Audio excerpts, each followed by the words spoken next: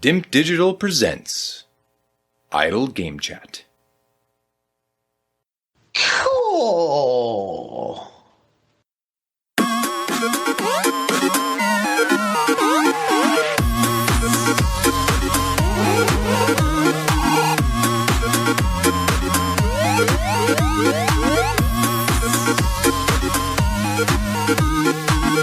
Hello, Apps here from Dimp Digital, and welcome to another edition of Idle Game Chat. We are back again for another blockbuster episode talking about the games that you can play today, but with a little bit of a twist. We've got some demo chat in there, we've got some beta test chat in there as well, so whilst you can play them, you might not necessarily have to buy them, and actually by the time you listen to this, depending on how quick you are off the draw, they may be gone. But here's what's on the docket for this particular episode. We've got Battlefield 6 beta impressions, Stranding 2, finally in the books, Lost Records, Super Mario Land, I think. What have I played? Super Mario Land, yeah, a load of Super Mario games, Baby Steps, Sable, Schedule 1, and more. There's even more in there, so I'm not going to list it all because we'll be here half an hour, but we'll get straight into the meat of this. Won't hang around, but welcome again. If you want to support us, patreon.com/Dimp Digital is the place to go. You'll get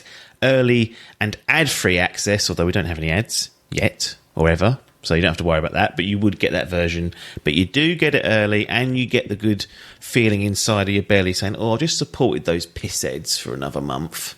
And it's only £3. Don't know what that is in dollars. Might be a bit more. Might be a $5. Don't know. Have a look in your local currency. Patreon should convert it. Anyway, that's what you should do. If you can't do that, just download it on your favourite podcast app. Set it to auto-download. Subscribe. Set it to auto-download, because then, even if you don't listen to it straight away, we will get the stats.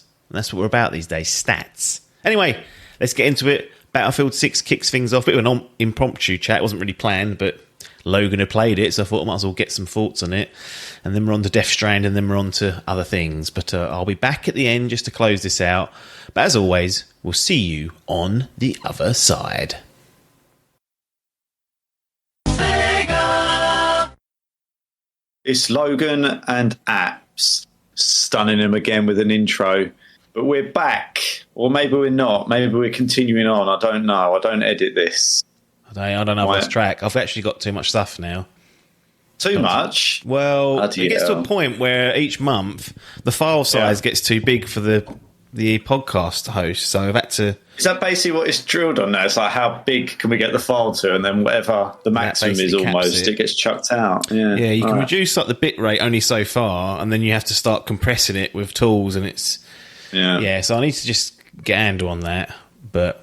Well, you know what happens? I'll have nothing one month, and then it'll be dead. That'll be it. Shouldn't complain. There's too much, really, at this stage. There might be more if I continue playing games. There's always more if I go out there and ask people. They hide away now. You have to get it out of them. Yeah, you have to go. Well, you have to either spy on them to see what they've been up to. But there's stuff on the horizon. I think I'm making my way as a little teaser through High on Life. Oh, God.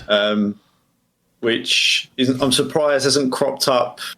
Well, at least I haven't seen anyone particularly playing this over at any point. And I'm a little bit surprised at that. But I've started that, and I fully intend to complete it. There's no reason why not. So I should have a view on that. And then, Battlefield 6 beta this weekend that I'm going to give a good go. Could have some views on that. So there's plenty of stuff going on, I think, from my side, after a long lull, I'll call it. 2 minutes. What's the general impression of this Battlefield? Because it seems like it's better than their last go out. Yeah, Battlefield seems to come in and out of vogue, I would say. And my view has been that it hasn't really changed an awful lot over the years. And I don't mean that, Call of Duty hasn't changed an awful lot. I don't really mean that in a bad sense. I mean, I've played one game of Conquest, right, from start to finish. Yeah. And it kind of swung back and forth a few times. I think you need to know where the pinch points are, and you need to know a bit about it, and it's obviously difficult when you first load it up because you kind of get chucked in. You go, "What's all of this?" But it looks good. It's everything you'd expect from a Battlefield. There's vehicles, there's chaos, and it feels like, you know, from my view, I played a little bit of 2042. Didn't really get too much into it, but I would say it's kind of not back to basics. That's the wrong way to put it. But they're back in an environment like Battlefield 4 was, where it like really suits the environment. A lot of destructibility, like carnage, chaos. Like it feels like it's gone back to that, which is a good thing. Is my initial impression. So yeah, it could be good. I did after that first game. I've struggled to get into another one. It just sits and hangs on a loading screen, which isn't too good. But yeah, I'll give it hopefully a good go over the course of the weekend to see what it's about.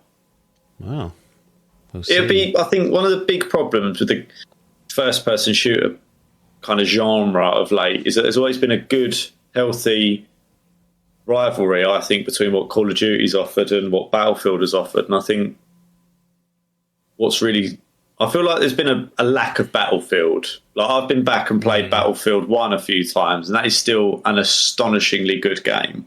Yeah. And I'm hopeful that this one will be kind of back to the heights of some of the previous versions that will give people a genuine alternative to Call of Duty. Yeah, it's tricky because they are different as well. I think people don't think that. Yeah, they are 100%. Yeah, there was I didn't read it because I don't read this stuff anymore. But there was like a comment coming out from like someone within Activision, basically saying we're not bothered by what Battlefield does because we're too big to fail. And I was like, I actually agree. I actually don't think when we're like, Battlefield versus Call of Duty, I'm like, when has it ever for a substantial period of time been on top? Almost never. And I just think Call of Duty is just one of those machines that will take some absolute complete, fold up for that to disappear from the top spot. I just don't think people just love to play it every year. So I mean, Battlefield's not even yearly, so it can't even get on like that sort of cadence and compete. It's just going to be an event. People play it for a while and then drop off, and then the next Call of Duty will come out, and then that'll be it because it'll be the new fresh game. That's it. It's toast. My one criticism really of Battlefield is that it doesn't, and this is the issue with it, it doesn't really give you... Battlefield hooks you in, and not Battlefield, sorry, Call of Duty hooks you in with progression and changing the meta around, gun balances, events, camos, skins. You kind of get caught into that Fortnite-ish kind of ecosystem. And even before that, there was camo grind challenges and various different things. And Battlefield's always, and I think to its credit in some ways, distanced itself from that. But if you don't really fancy, just playing one of these sort of 45-minute long games, that's where it really does excel. And that's what, a lot of people struggle with now. I mean, even when you think about how we contain or how we consume media, it's like 30-second reels and or 10-second reels. Podcast going out once a month. Are you saying we're on the wrong side of it?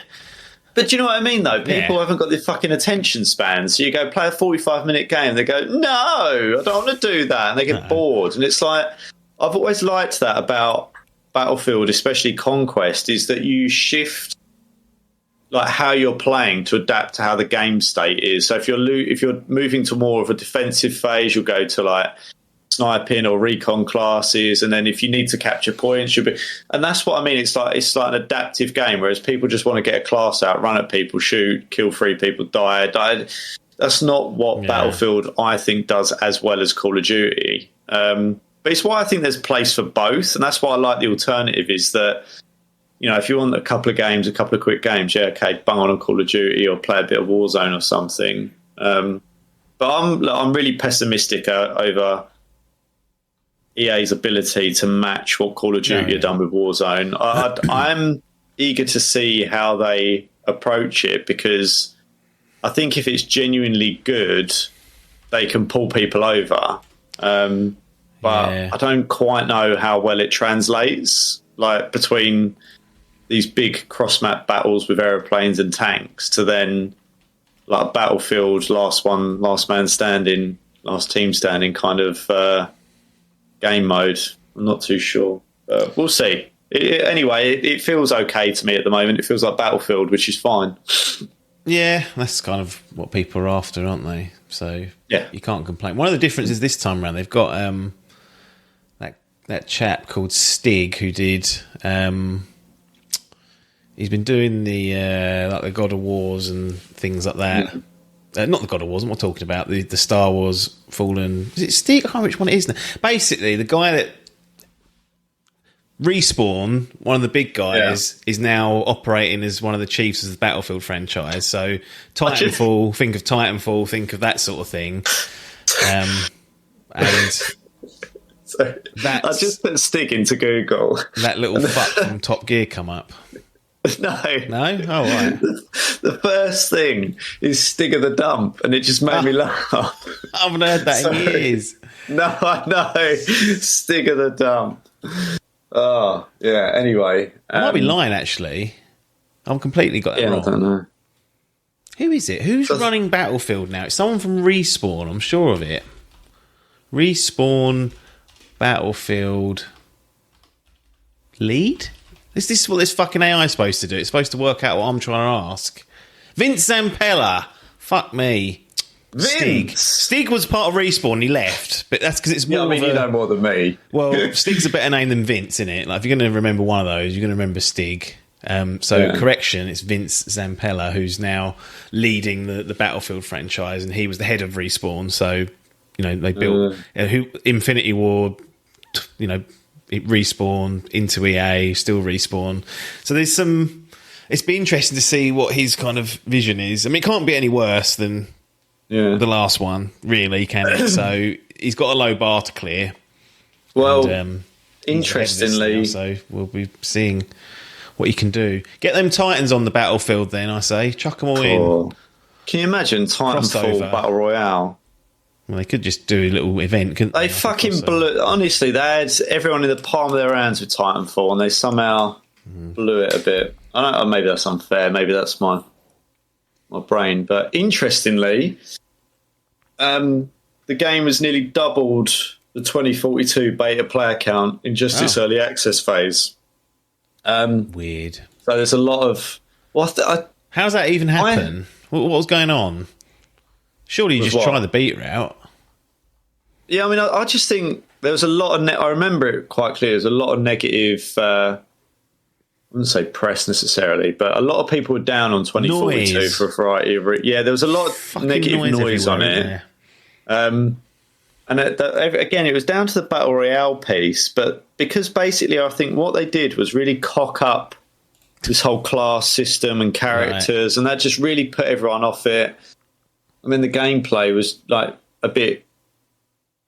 This is always the problem. It's a bit like Advanced Warfare with Call of Duty, where you all of a sudden like jumping around a map and everything, and you kind of lose the core essence of the game. I think they did that a little bit with 2042. And then I think there was various other issues with it as well that just basically it got off to a false start. But I think overall it's actually in a good place now. Like the game is good, and people went back to it probably about a year ago and really enjoyed it. Like there was a lot of streamers playing it and stuff. But yeah, I think basically people are just a bit, because there's quite a severe hacking problem or hacker problem with Call of Duty at the moment. Like the lobbies are just filled with cheaters. I think people just want a genuine alternative where they don't feel so hard done by, and I think that's probably part of it that's playing into the success. But one of the things that I did see is cause some controversies. Basically, there's now like tactical insertions or respawn beacons, so you can get in behind and put a respawn beacon down, and when you get killed, and I noticed this in the first game when I was playing it, a lot of people are putting them down just outside like enemy points and stuff. So I think one of the things that will be interesting to see is how that interrupts the flow of the game, because normally when you clear out a point on Conquest, everyone has to obviously respawn back at the nearest point and run over, and that kind of resets that. But if you've got 5-10 people that are now respawning on a bloody point, is that going to make it too... Wow. It's noise again, isn't it? It's unnecessary noise being added. And, whether everyone will go... I don't know. I mean, it didn't seem overly invasive to me, but you know, it is what it is. It takes one fucking video to go viral, and that's it. Look at this. Well, they're on my arse. They just spawned in on top of the point. I mean, I literally killed one guy, and I saw something flashing at his feet when he was there, and I was like, "What's that?" And before I'd had a chance to shoot it, it respawned again, and I killed him. And I was like, "Well, that'll teach clearly, you. if you just, I was like, it's obviously not like it's overly, what's the word, like overpowered or broken or anything like that. It was just a bit weird. I was like, I'm not used to this on Battlefield. Like, what's that doing here? But yeah. Anyway, that's not 2 minutes. It seems all right, is what I say. Okay. But has it got the legs? I don't know. Well, fine. I assume there'll be more play tests or betas before it. Is it launching this year? Is that the plan? Is it? Yeah. As far as I know, I don't know. Maybe I'm pretty sure it's got. It normally comes out. What's it called? Battlefield 6, or is that just what it's called? Yeah. Okay. Release date. Yeah, October the 10th. I was going to say October, November, but I didn't want to get my shit wired. So, yeah, I mean, I don't think there'll be anything huge after this. I think they'll do the beta weekend, and then, it'll probably be tuned and then ready for that October launch. But, not that it's worth anything, but I always preferred Battlefield. I'm never going to play these games for the whole year anyway, but if I was going to choose one, I just preferred the bigger maps and the... I've always really liked it. I've always fundamentally really, really liked Battlefield because I just think it's... I'm quite into my war films and series and things like that, and I just think it's a better representation overall of it. Yeah. Like, I think it just captures the essence of war better. But Call of Duty is, and I don't like using this term, it's a more casually accessible game. Like, that's just the reality of it. It plays to a different audience than Battlefield, and that's fine. But I've always fundamentally liked the game. I mean, it's one of the first war games I ever probably played on PC when I was a kid, and I think it is just good.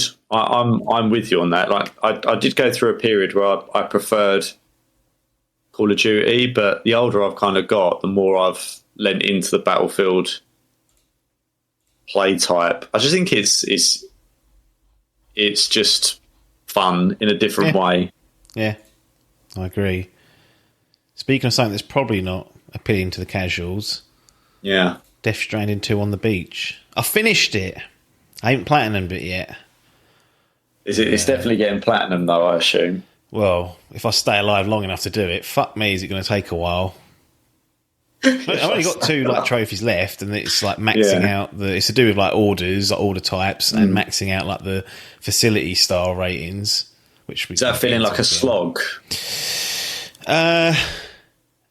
Yes, but it's self-inflicted. There's no need for me to be chasing it as hard as I am. So I've actually, rather than trying to min-max every run now, I'm just doing what's fun, because there's actually a lot of added bits in the game that make the traversal more interesting if you want to engage with it that way. So it's one of the things I need to relegate to chipping away fodder and not main game fodder, and just get back to Donkey Kong Bonanza. But I can't, it's just not hooking me at the moment, that game. It's hard to come back from like saving the world from extinction or whatever, and then going around collecting bananas is the main hook. Like, it is hard. It's hard to sort of square that away in my head. Yeah. The stakes that you created are not the same. Yeah, it was unfortunate timing that they overlapped, and I was like, they couldn't be more different in just what we're doing and why we're doing this sort of stuff. I suppose in Donkey Kong there is a threat going. It's just but it's not. It's not the same. It's like the same with Mario. It's kind of like you've got to save Princess Peach, but you go, all right. Well, this is going to happen. You don't need saving your sexist. They don't like that now, do they? I actually don't know if she does in a lot of the games. Normally when you get there, she's like, I was fine. You're like, well, what's going on here? You've got to create some peril for these games, I think. But, I completely get why that's probably a bit of a tricky one to square off in the brain. But, it's... obviously, we've talked about this before, and you had it coming up, and you were making sure the runway was clear and getting certain things out of the way and kind of doing your prep, I would say, for this game. And I assume that this has been all consuming for you, right? Basically since release, right? In a lot of ways, 90% probably your bandwidth, maybe more. I'd say 90, if not 95% of it has been spent on Death Stranding. Like the Donkey Kong came out, so I did delve into that. It soon got relegated to once a week, weekend only, one session to get through a world or whatever, or a level, and then I'll just leave it. I thought that's the only sensible way to sort of do it. But yeah, once I'd started Death Stranding 2, there's no way I was going to let up on it. So it had to be finished, and we got there. We did a lot on the way, but not enough to get all the platinum stuff. But a lot of the side stuff. In fact, it's all of the side stuff that's flagged in that way was done. And yeah, at the end, sort of end game state, clean up jobby. So just going to be chipping away for the foreseeable future, but concerned about the game when it first came out, because there was some. Obviously, the first game, we only reviewed it, I think, earlier in the year when I did director's cut. Yeah. And I said then, I'm concerned that they're showing these trailers and there's a lot of action, a lot of enemies. And I was like, the worst part about Death Stranding OG is the combat. When it forces you to do it. And I was like, this is not the direction I wanted to go in.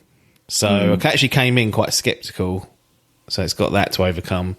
Whether it can do it, we'll find out. I mean, if I had to associate... And it's set in Australia, so you've got to deal with that accent. Yeah, a lot of those. There better be genuine Australian accents. Can't tell. Because I hate faked ones. You can tell. I think they missed the trick, though. They absolutely should have had a facility where the two Fosters guys are there, and you meet them. Do you mean the two Fosters guys? The Fosters advert. Good call. Like, they should have been in there's some other weird shit in the game. It's a Kojima game. So Really? this would have fit perfectly. And maybe it would only service the UK, because I don't know if they run that advert internationally. Yeah. But honestly, I was half expecting it at one point. I was like, considering some of the stuff he's done here, this wouldn't be out of the realm of possibility that those two are going, no drama. And I'm like... This would be amazing. They didn't. I love the idea of it, and a game like that. What I look at from the outside, and then two guys in there. Yeah, I mean, obviously it wouldn't have to be linked to Foster's as a beer, but everyone would just get it. But I just get those. I can't imagine there's a lot of people in Japan that say they didn't have to be linked to Foster's. The first one had Monster Energy drinks in it that you drank for stamina. So the product, and it had the advert for Norman Reedus's Ride TV show that no one watched on AMC. Every time I took a shit, it'd come up and show that. So the product placement was heavy. I didn't really notice it in this one. That it wasn't that brazen if it was there, but maybe they thought it'd be a bit too. I don't know. You would have hoped that someone would have said it like throughout that. Like, have we got an opportunity here? But yeah, maybe it's not. Maybe it's made a UK only advert. I don't drink that piss in the US. I don't know why they drink it over here, but it's in every fucking pub for some reason.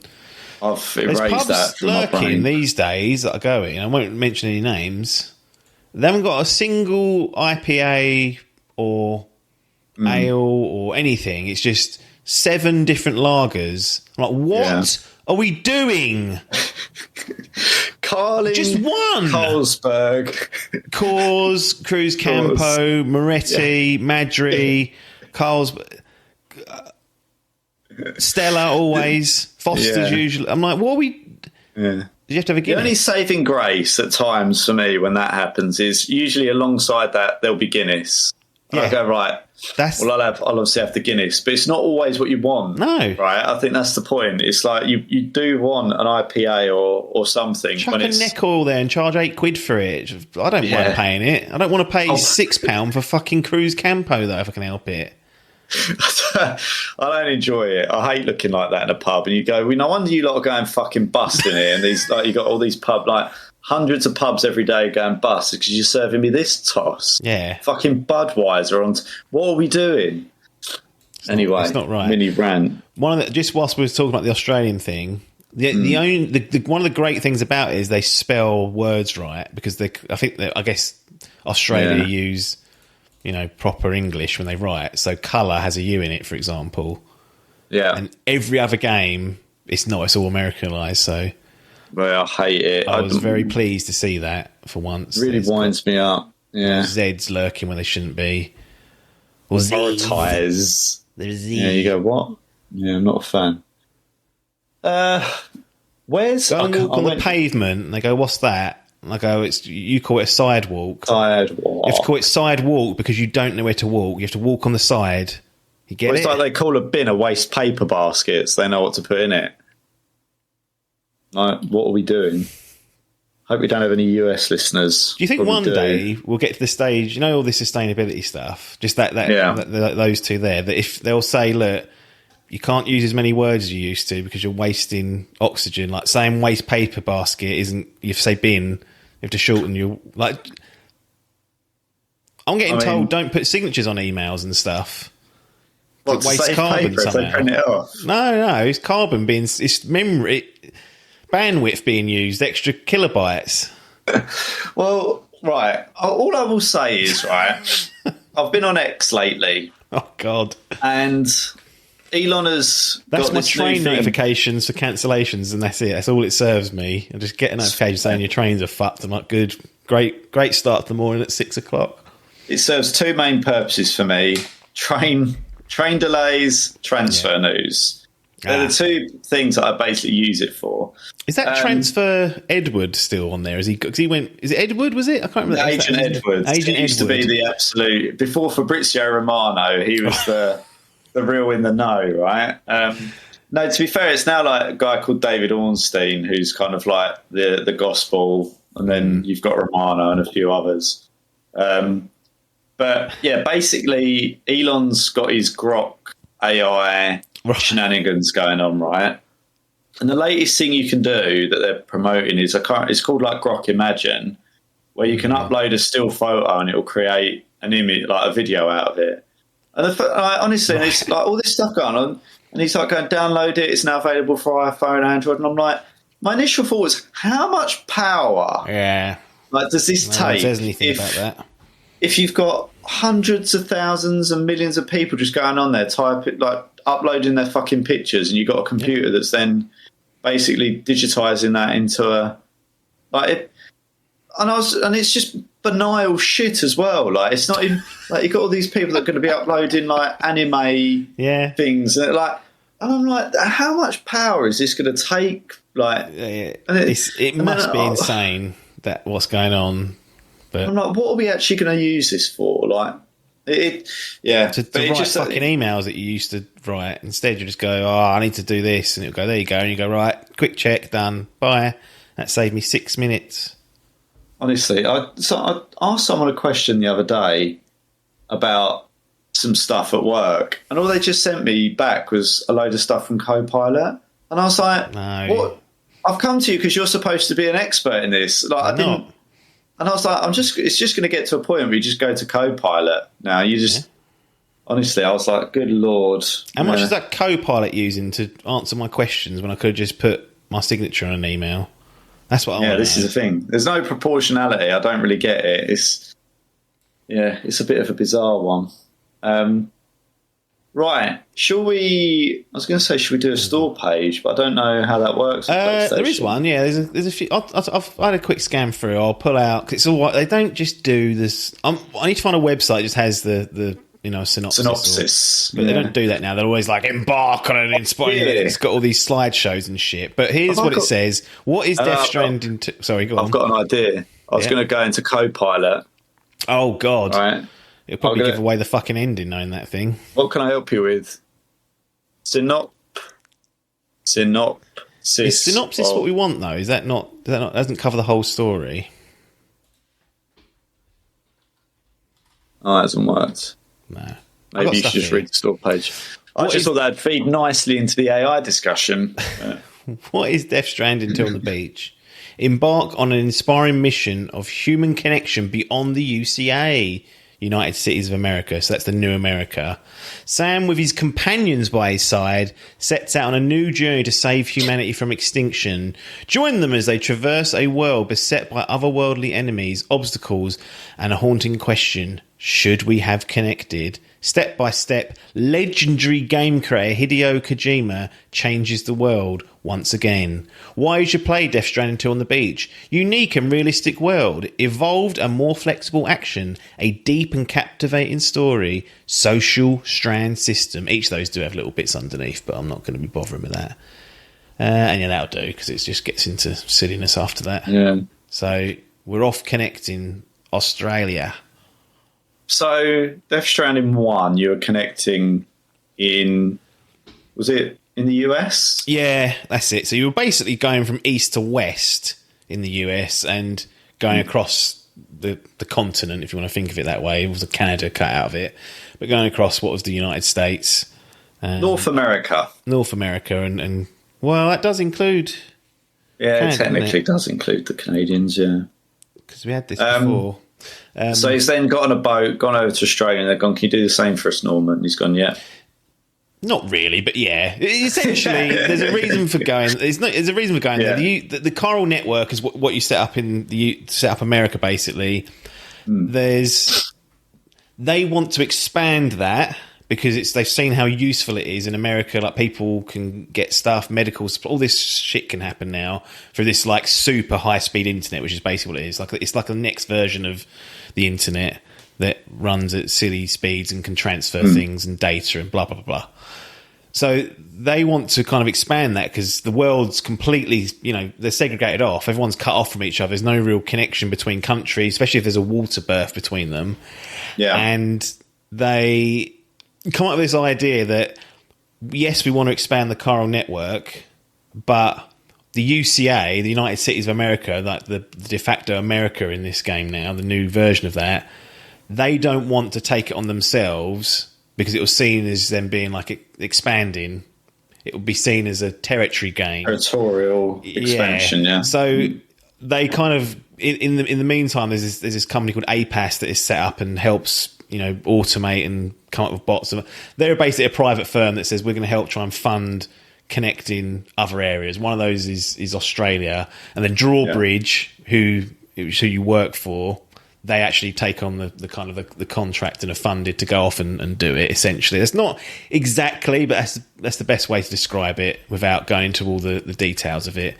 So there's some separation between America kind of expanding their territory and is seen as an independent funded endeavour to get Australia back on track. And one of the things that's been happening, they've noticed that once they connected America up, there were certain phenomena happening in other areas of the world, so they can be used for transport quicker. So that's kind of the intention of it, is to link up Australia to form a new transportation kind of pathway to see whether actually we can then go to other areas of the world and then connect those up and eventually bring everyone back online so we can get back to the basics of sitting there on Zoom calls or whatever they were doing before. There's a lot of themes in the game. Like, from a story perspective, if you choose to partake and listen to what's going on, you can tell they're digging at certain things, which is interesting. I always find those subtle hints. What, like modern day corporate life, or life how we live and stuff? Yeah, there's all that in there. There's AI. Obviously, there's post COVID, because Death Stranding 1 was pre-COVID and kind of somehow was close to how we had to live for a while.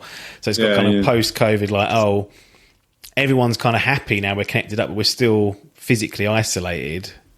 And what are the ramifications of that? So there's a lot of stuff in there. Pack a lot in, all capped off with Kojima's craziness. There are moments of complete madness, like utter insanity. And it's almost like a return to form, though, because I haven't really seen that out of him since probably Metal Gear Solid 4. Right. Because he just does there's always weird things that happen. You think, what are you up to here? Yeah. You just kind of have to accept that's how it's going to be. But I'd say on a narrative front, whilst we're sort of just digging there, it's much improved over the first one, just from a pacing perspective. Like, the last one kind of was a bit, in certain parts, like, what's going on here? And there were certain parts where the narrative slowed you down so much in the game that it dragged. And at the very beginning of the game, actually, the narrative kind of holds back you getting access to tools and things like that. This time, you're in there. You can do what you need to do quite early on, and generally the story just flows a lot better. So that's handy. The other thing that I criticised the first one for is that you get to a point in Death Stranding where you're like, okay, I think I understand how this is all working and what's going on. And just as you kind of come to understanding, he chucks 4 more layers on top, and you're like, well, now what? And I never had time to really recover and get a true, understand. It's hard to follow at one point. I was like, this is now, you've gone too far. You've put too much crap on the burger. You didn't need that sauce in it. One sauce is enough. You don't need to put barbecue and ketchup and mayonnaise in it. Choose one and go with it. This time, he created the big arch. Yeah, exactly. It was like the big arch of video games. There's too much trash in it. And, this one, although it's setting this bizarre and complex world, which you're either going to understand or you're not, the narrative flows just better and it's just more easy to understand. You're like, okay, I get this. Yes, it's still strange, but it's not asking me to fucking solve a Rubik's Cube in my head and understand how it's all working. It's just laid out a bit better. So that's an improvement, really, over the first one, which is not what I was really expecting, because I felt like is going to be more of the same sort of obscure, like, what are you up to here? But the game just at a base level requires a level of allowance for what's going to happen and go on, because it's mad. Everything about it is mad to me. Like, there's nothing there where I think, like, it's just, and I kind of like that about it though. Like, as I've said to you before, like, even like, what's he doing with a baby? Like, it just, everything about it is like quite weird. The fact that it's Reedus, like, who's a bit of an oddball himself. Like, everything about it is just left field. But I kind of like the fact that it plays into the left fieldness of it. And then what you see is kind of like the overarching game, and then what it becomes, which is Royal Mail. Even that, and I'm really watering it down to a very like basic level, and I know that, but it's just so weird. It's just really bizarre, I think. And I get why you like it overall. Obviously, we don't know where this one really lands up. But it's such a bizarre concept that ultimately I sort of look at it as, going back to all the ingredients are strange, but you seem to put them all together and there's something there for people. And I just find that like intriguing, I think, as a game, to see how that all comes together. It was similar with Metal Gear, though. Like, if you actually break down what's going on and who some of those characters are, what? This is mental. But you're right. It's just more often than not, it comes together, and you're like, all right. You just sort of go along for the ride, and you're like, yeah, of course. Like, if that's what you're telling me. You take it. A guy that just fucking made a bees or whatever. Like, of course, it's fine. That's just how this is just what's in this world. And you're like, all right, we're off. The thing is, there's some great parodies that have been done over the years of the overall Metal Gear Solid. Like, they make it, like, they expose the ridiculousness of the characters and the storytelling and everything. But as you say, they're saying that just because of that, without that, it wouldn't be, I assume, as legendary or as kind of Probably like... not. It'd be too dry and dour. Like, it needs that sort of zaniness in it. Just to sort of give it an extra slice. Creativity. Like, it's got a little bit of something in it that goes, it's like having a dinner with a strange sauce, and you go, this sauce has changed the whole taste of this. Like, without that, it would just be something run of the mill. But with this sauce, it's kind of something a little bit different. Big Mac sauce. That's what people are saying. But you just don't, you see so many people, not just that, but in films now, like, everything's so safe, I think. Like, and I get it specifically with films because it's a different market nowadays and everything. I do get why there's a desire, because you put so much money in up front. And to a certain extent, it's the same with games. But like, there is a lack of broad creativity, I think. Everything's sort of like much, even when we're talking about Battlefield, I don't really feel like they're just sort of going back to the tried and tested a little bit with it, which is like, okay, this is fine, but where's the sauce then? Like, okay, the graphics look nice and there's destructibility and all this stuff, but we've had this for years now. Battlefield 4 had it. So what are you doing? And I think because of this sort of ongoing requirement to reach a certain level of sales, and it encourages people to play safe. Yeah. And there's not many people that are funded or feel confident enough, I think, to really put their head out and go, okay, I'm going to do something wildly different here. And people may or may not like it, take it or leave it. It's interesting to see like this come out this year, 2025, Death Stranding 2, which I couldn't believe it got a sequel, the original, after playing it. I loved it, but I was like, there's no way that's... Yeah. It's just, like you said, it's just not palatable to most people. So it's interesting to see this reappear again. And I was like, okay, well, I'm on board. I love the fact that it's here. I'm very surprised. Yeah. And then I think earlier in the year, one of the higher rated games and the one that's sort of got the early accolades is that Clair Obscur Expedition 33, which again was doing something different. Like it looked different. The combat was set up differently. The world was different. It was clearly not restrained by the usual sort of, safe guardrails that a developer might sit into. And they thought, well, we can try this and give it a go. And I think the uniqueness of that one gave it a great foot up, and it's done very well for itself. I honestly don't think Death Stranding 2 commercially will be this amazing success. If they break even, I think they should be happy. But I think it shows that there are pockets of it out there. And to sort of see two of them in 1 year, I was a bit like, oh, that's quite interesting. Because, like you said, the usual run-of-the-mill stuff, you just go, that's fine.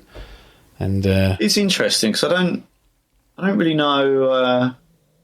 I don't know what's good and what's not. I mean, I just quickly Googled it, and by the end of June, it sold 1.4 million copies of Death Stranding 2. It came out at the end of June, so it's not too bad. Well, there's pre-orders, I guess. But. And that is, I mean, it says driven. It's that thing, though, I think we've come up with before. I'm like, that can sound good or bad, however you want to spin it. But unless you know how much was spent, agreed. Really, we have no. That could be amazing. Equally, it could be fucking disaster. They might have spent 400 million, and Kojima's like, "Whoops, sorry, Sony, I just flushed all that." And they're like, "Well, that better be coming to other platforms shortly." Or it might be that because they already had the infrastructure of the first one. You look at the time between the game. Was it 2019? I think the first one. Yeah, and so 6 years. That is a long development time. So that's how I always just internalise it. They weren't working on that for all the 6 years 100%, but there was something going on. Yeah. Whereas Death Stranding itself came together in like 3 or 4 years tops. But is it a £70 game? Yeah, full price, full whack, full big. Yes. So roughly, we're talking it probably made 100 million at that point, saying along those lines. And again, it's difficult. That's obviously it's been months since, and it will continue to sell and pulling money probably for a while. But I mean, it's, as you say, if they spend hundreds of millions on it, and then it's, you just don't know, do you? But I agree. I wouldn't expect this to be something that most people look to jump on, and even like review wise, it's a little bit of a wide band of 90 on OpenCritic. So that's the most shocking thing to me, was to see that original. So I've excluded the director's cut because that I've excluded it. 83. Oh, sorry, I was looking at Death Stranding 1. Oh right, yeah, no, it's a 90. So that was the most surprising thing to me, sort of pre-launch. I was like, wow. Yeah. I'll tell you what happened when the first one came out. People saw it from afar and already went, that looks like shit. That looks so fucking... They'd already made their mind up. They'd already made their minds up. And then when it comes to playing it, I think they played it and went, it's actually not that bad, but I can't even be giving it the top marks or in the upper echelon because I'll look like a silly cunt. So we'll dock it a score or two, maybe give it a 7.5, 8, keep it below its ceiling, and then we'll forget about it. And then what happened was, once the game come out, and over the years it's cultivated quite a lot of people would look at it and say it's actually, what we were talking about earlier, it's unique. You don't see these types of games. This should actually be celebrated more. And then when 2 come out, they all wanted to get on the fucking bandwagon. Yeah. IGN, 6.8 out of 10 they gave the original. Yeah. That's what I'm saying. It was quite 9. Well, it's not the same person, I don't think, but the game's not that significantly different that it would earn that big sway of 2 marks. Yeah. On this. Well, the original got 6.8. They gave the director's cut a 7. And then, gone. Yeah, I must have sacked that fuck and got someone else in. Yeah, but no, that was pleasing to see. I mean, I was a bit like, oh, now you want to come out and celebrate it, do you? I was fucking there in the trenches carrying my backpack around. Now you want to get on board, do you? Interesting. Yeah. Now everyone's got permission to say it's not a complete wax of shit. They all want to jump on it, but we'll take it because I like to see games like this do well. Even though, as I said, we're concerned about this action increase. Yeah, so let's get on to some of the nuts and bolts of the game, right? So I would assume that in principle it's much of the same target as the original, right? In that you need to be going around, don't be getting these fucking craters created, build some roads, connect shit up, deliver some parcels, get stuff online. I did create a crater, I had a nightmare. You did you? I actually thought when I was playing, I didn't think I had trouble, the game's not hard. Let's just get that out there, but things can go wrong quite quickly, which I kind of like. And I think I got 80 hours into the game before I had any panics, problems where I died or nearly died, and then the last third or quarter of the game, and again, the difficulty wasn't a problem. I was clearly getting way too comfortable. I had some absolute nightmares, and I was like, "Oh God!" It's one of those. It's really because I had that when I was playing the director's cut. I remember playing it, thinking, "Oh yeah, this is comfortable. I know I'm not going to lose any parcels or anything because it's just I know what I'm doing." The second I got cocky, I lost all those materials for the roads. Lost 3,000 ceramics and metals. And I was absolutely devastated. I tried to cross a river that was too high and then got swept away and it all went. And again, even in Death Stranding 2, I didn't learn my lesson. The second I stopped preparing for the eventuality of combat or for a surprise, I got bit in the arse almost within 2 hours. I was like, I've gone a good 15-hour stretch of no peril, been really safe. The second I start to be a bit complacent with my loadout, I get fucking done over. And I was like, you said it to me before I think it was before we started recording. You went, "There's no one to blame in this except yourself." Mm-hmm. If you fuck up, it is your own fault for not planning or getting too cavalier with your routes that you're trying to take. So it was interesting to kind of see that unfold as I got more and more comfortable and complacent. I started to struggle more, and I said, not even really in the mission scape, just going through the landscape, areas that I'd already passed, just getting, I'll just cut that corner off a little bit on this mountain. Whoops, oh, that's all right. I'm sliding down the mountain. I can use my gloves to stop myself sliding. Oh no, they were ruined an hour ago, and you cockily thought you didn't need any more gloves, and now you slid all the way to the bottom and died. That happened because I just didn't replace my equipment because I thought, I don't need it. I don't need the gloves. You do. Take it for granted. You get fucking punished. Yeah, it is. The thing is, I think it is easy, and I think you do this in most walks of life, right? If you leave the house 10 minutes early one day to get a train, you think, I'll breeze that. I don't need to leave that early. So then you'll cut it. You'll add on a couple of minutes the next day, and then all of a sudden you're going, Jesus, I've cut this fine. On the fucking bin, man. You're like, well, that's it. Yeah, so I think naturally it's a natural thing to do to see how far you can push the boundaries before you basically cock it up. But I guess from your perspective, you kind of keep testing the game though as well to see, how far you can push it before you're punished. But obviously when you do get punished, it's heartbreak. Yeah, there's devastating consequences at times. Be a void out or lost items. It's not ideal. So I don't know where you want to go with this. I think, is there anything else? Because I want to get into this combat, really, but I don't want to cut off anything else that might be worth mentioning, discussing, or alluding to before we get specifically into combat. Because I think that, for me, now my gut feel would be that you've seen a gradual progression from, as we say, Death Stranding, director's cut, to very good reviews for on the beach, right? So I'm kind of expecting that if they've introduced bandwagon jumpers, combat, they've established that. Yeah, but if it, they were scared. Fundamentally, I think if it was that poor, it wouldn't have done that well. So I'm leaning on the side that it should be there. But I know that I'm pretty sure, and I quote, you said it'd be a better game without the combat, right? And because of that, it's an interesting paradox for me, is that they've added more of what you said it would be better without. Yeah. And I think that's a really interesting point to try and get into. Yeah. As I've alluded to, the combat in the first one was just clumsy and wasn't its strength at all. And that meant that the times when you were forced to deal with stuff were the least enjoyable. And I was like, and as soon as I saw like the first trailer and there was like fucking like floating robots or something, I was like, oh god. And then I just saw a clip and they were like firing off, like gunfire everywhere. I was like, oh no. Well, what are you doing? Why would you, in a game that its DNA is delivering your parcels, start interfering with my tranquil little plans that I've got? So anyway, going into it, I was like, this could be a real howler. I don't care what the reviews say; they can't be trusted after the first one, so they don't be mattering.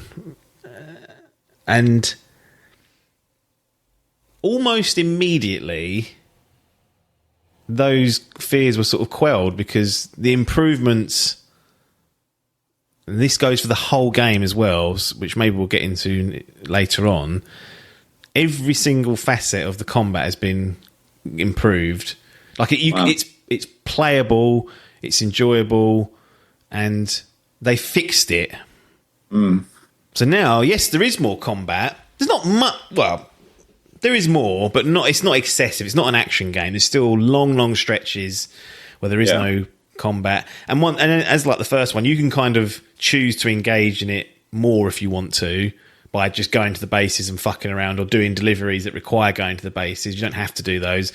Story missions will push you into those elements sometimes and whatnot. But generally, you don't have to engage with it all that much if you don't want to. But they've almost created a Metal Gear Solid game within Death Stranding, or at least like levels or scenarios for you to go in and fuck about. This is what I thought. And I'm sorry to cut you off in mid-flow, but when I watched that 3-minute trailer, the way... And it's probably unfair, but that was the initial thought to me of what I was going to say was, it's not like Kojima hasn't got like a previous of dealing with these sort of games, right? In fact, that's what ultimately created him and put him on the map. So you think, really, if there's anyone that can do it or can lean on that experience before, it's probably him. Yeah. And that's why I was interested in the first one, that was actually the weaker part of it. Because you think, well, how's he getting that wrong to a certain extent? But the parts to me did look very like stealthy and very Metal Gear. And I wonder if he's lent, I assume, or what I assumed he did was lent on all of that knowledge and experience and went, okay, we got the game to this level.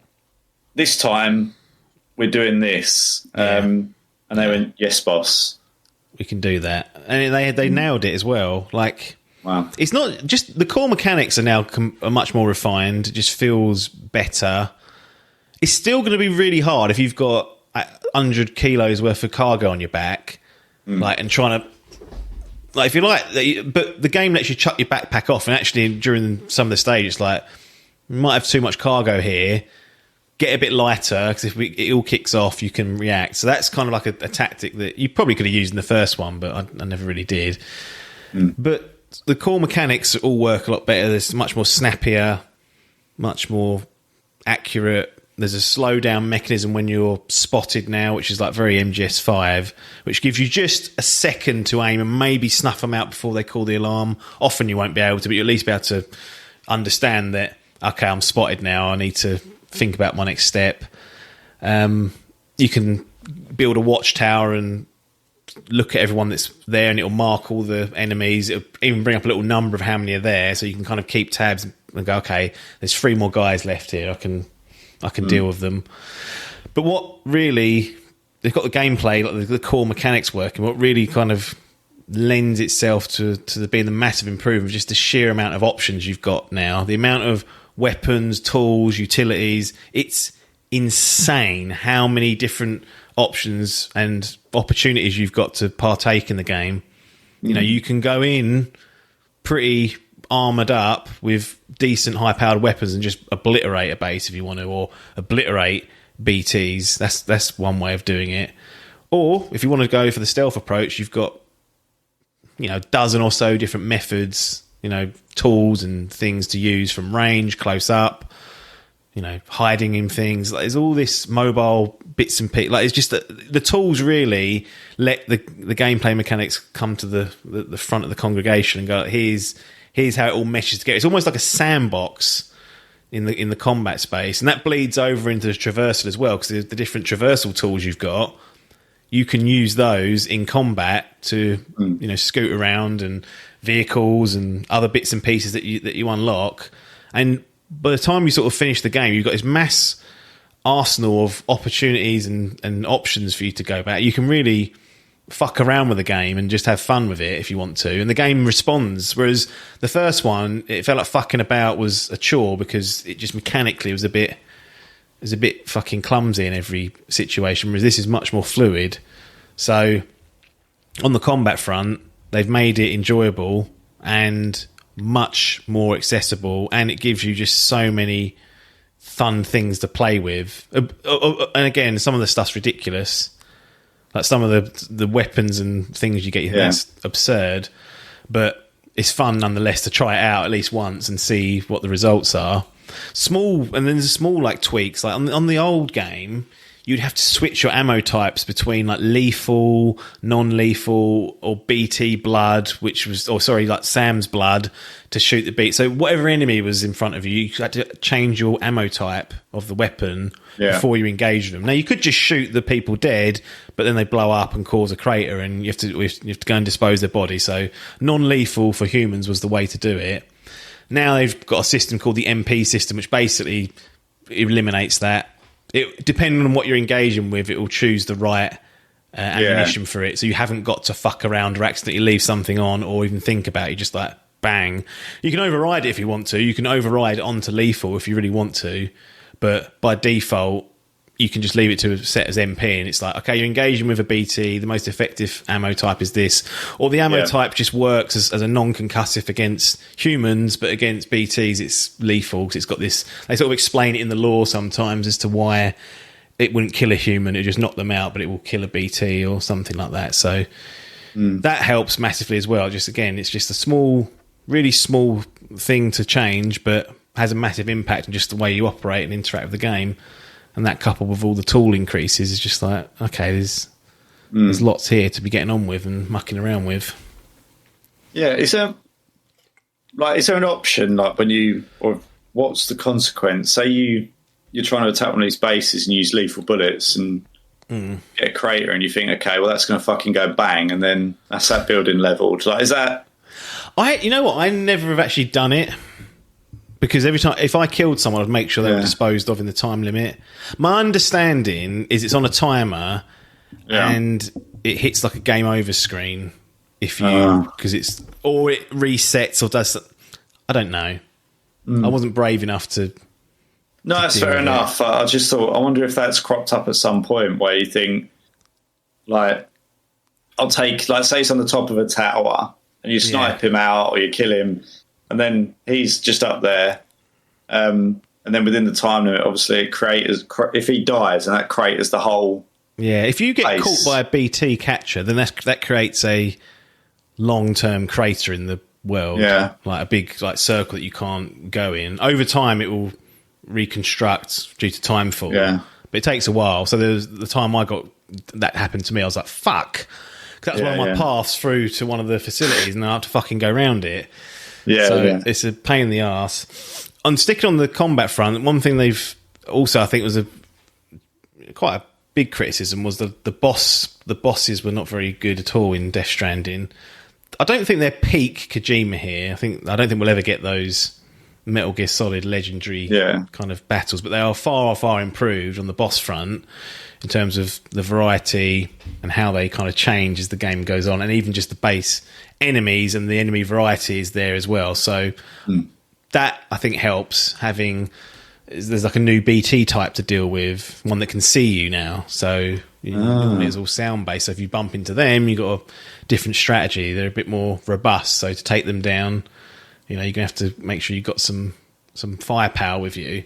So yeah, the enemy variety and the positive trend on the boss front also just adds to this massive step up in this department of the game, where it probably if they're going to go down this route of it's seeming more combat heavy, and it probably is on balance, then this kind of had to happen, and they did it. So well done.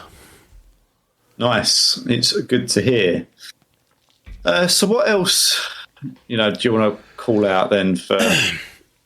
It's tricky because I don't want to get specific into some of the unlocks, but if we look at it from just a delivery perspective and the type of things that you can, again, almost every facet of that has been improved in some way. Not every tool, most tools have got a new feature or a new way of interacting, new tools, structures, things like that. For example, the ladder in the first game, really useful. Cross rivers with it, drop it down, walk across, don't have to worry about being swept away. Not so useful for like longer rivers because it's only got a certain length. Now you can stack 2 ladders together, solve that problem. Also, if you're going up, you can climb on a ladder, and rather than climbing up really slowly, it's got these 2 little sliders that automatically take him up. That's just the ladders. So you can think about other tools in the game that you come across and how they could be improved. And that's all there. That's all been improved and stepped up. The material, a lot of quality of life stuff, I would say, that just make it a little bit less pedestrian. I think so. I think it's just you don't know what you don't know when you play the first one. Yeah. Then they introduce like a change to this. You're like, oh my God, that's so useful. Yeah. But here's the kicker. Yeah. Diverted a bit. This is a sequel. It's one of the few games that I've played where I think narratively you'll be lost not playing. I don't think that's uncommon necessarily because of the characters.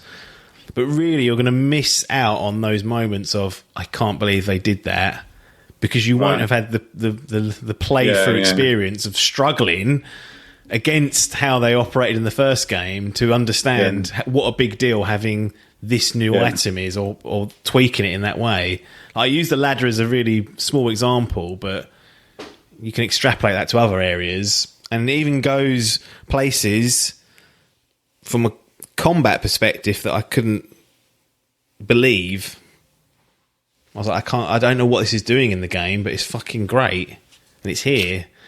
So it is one of those games where I think to get the most out of it, if you haven't played the first one, you're going to lose out on the narrative front because you'll be lost probably. Yeah. But you're not going to be sitting there going, oh, fucking hell, the ladders, you can put 2 of them together. You're just not. You're not going to have that context. Yeah. I don't know where I was going before that. But, I know what you mean. Surely there is a really, really, really small group of people that haven't played the first one and just went, I'll just play Death Stranding 2. Well, you say that. As soon as they saw these scores, you could... do I need to play apps? Do I need to play a few people? I was like, what? Here you are. Do you need to play the first one? Yes. And it shuts them up. It's always the same, isn't it? It's if you want to get the most out of it, Yeah. Like ultimately, that's it's not often I play a sequel that has that sort of baked in where I'm going to have much more enjoyment out of it as someone that hasn't played through it and understands what they've done. Because Parky came to me and said, because he likes Metal Gear Solid 5. Yeah. So he knows what Kojima's about. It's all nonsense to a certain extent. Yeah. I said to him, look, Death Stranding 2 is a better game in every single way, but I don't know whether you're going to like Death Stranding because it's not Metal Gear Solid. Yeah. So it'd be hard for me to say drop 70 bones on Death Stranding 2. You might not even like the core concept of the game at all. You might just hate wandering around and delivering shit. And if that's the case, that's fine. There's no point even sniffing around Death Stranding 2. You can leave it. So I said to him, they've got that Death Stranding director's cut on PS Plus Extra. if you upgrade your membership for the rest of the year, you can play that, or you can probably find it on the sale. Anyway, I think he upgraded his membership for 30 quid, and then he's downloaded that and a load of other games. It gives you like hundreds of titles. And now he's obsessed with the first one. Get a voice note every few days with progress updates. I'm like, well, you're going to fucking love 2 now. Go down the path. Just give yourself some sort of gap between it. Yeah. It's good though, because I don't think there was anyone else within our Dimp group or anything that was kind of on this I had King train, if you like, in the day, and enjoyed it. But he started this and then flaked off because he went Uber into F1. Now that he's trying to find fucking films that are motorsport related to watch of a weekend, got himself down a rabbit hole. Yeah. And, but yeah, I mean, he's saying years of age, he's gone, I'll get into that motorsport. Yeah, I'll go at that. I mean, it's interesting. But you are right. I think to get people to immediately jump into this is probably, I don't know, it feels like a tall order to me. It is a tall order. I just think that because the world's so weird as well, like the scenario that the world's in, that in itself is a challenge in the initial game just to comprehend, and it slowly does a good job of slowly introducing you to that, so it feels normal, but it's far from normal. So I can't imagine coming into this without that. You'd be like, what? Because I know the rules. I know the rules of how the world works. I know there's going to be a fucking crater if someone dies. It's very evident in the first game. One of the first cutscenes is based around that. So you understand immediately the threat that death serves, and that humans dying serves, and why even some of the baddies are anti-killing. They only use concussive weapons as well. However, there's always some fuckers out there that don't want to, and they want to use lethal, and therefore you understand how big a threat they could be to, the world, essentially. So, combat just got... There was a thing in the first one where you went into an enemy base, they would ping your location. If you had cargo on you, they would know it would alert them. Really fucking annoying, like a really shit mechanic. And you could defend against it, but you had to like time the ping by using your scanner at the right time. I could never get it to work. So you could never set up a stealth entry because you only had like 2 minutes before that thing would come out and ping you. Yeah, that's just gone. Not even a worry. So you can get inside the base, you can plan, you can slowly do what you need to do, and you haven't got to worry about stupid things like that. So that's handy. Another little small thing. You'd get new, like, unique weapons and tools from people when you'd level up their facilities.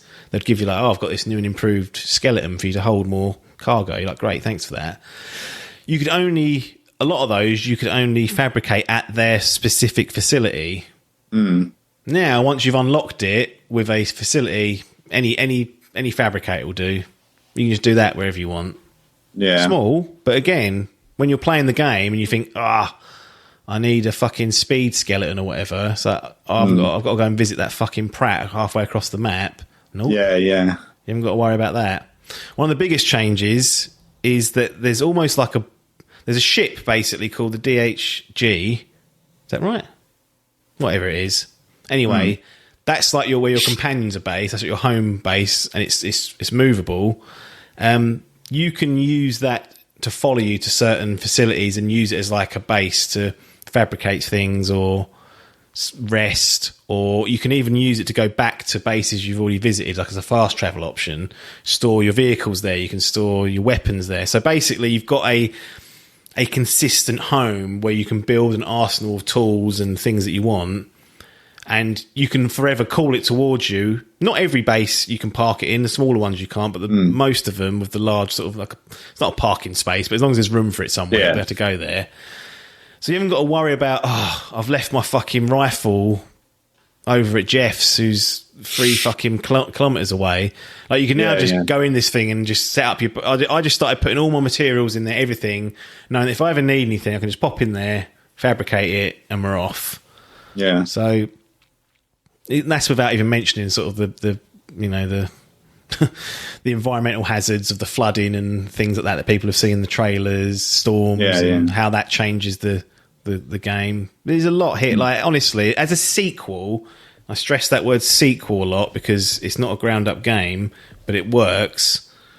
It might be one of the best sequels I've ever played, just in how many enhancements it's got over the base game. And it is just it's a sandbox as well. Like, we call it Delivery Simulator, but really it's a stealth game now, like a competent stealth game. It's a competent combat game.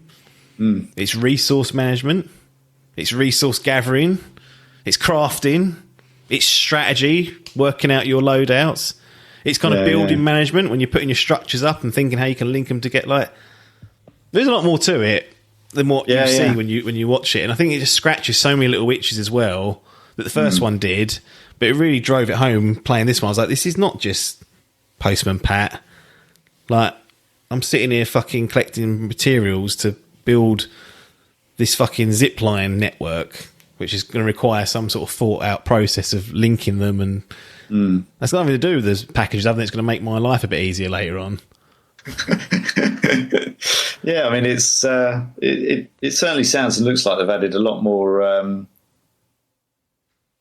threads to its bow, because as you say, the core basis of the concept of the first one is Postman Pat, Delivery Simulator.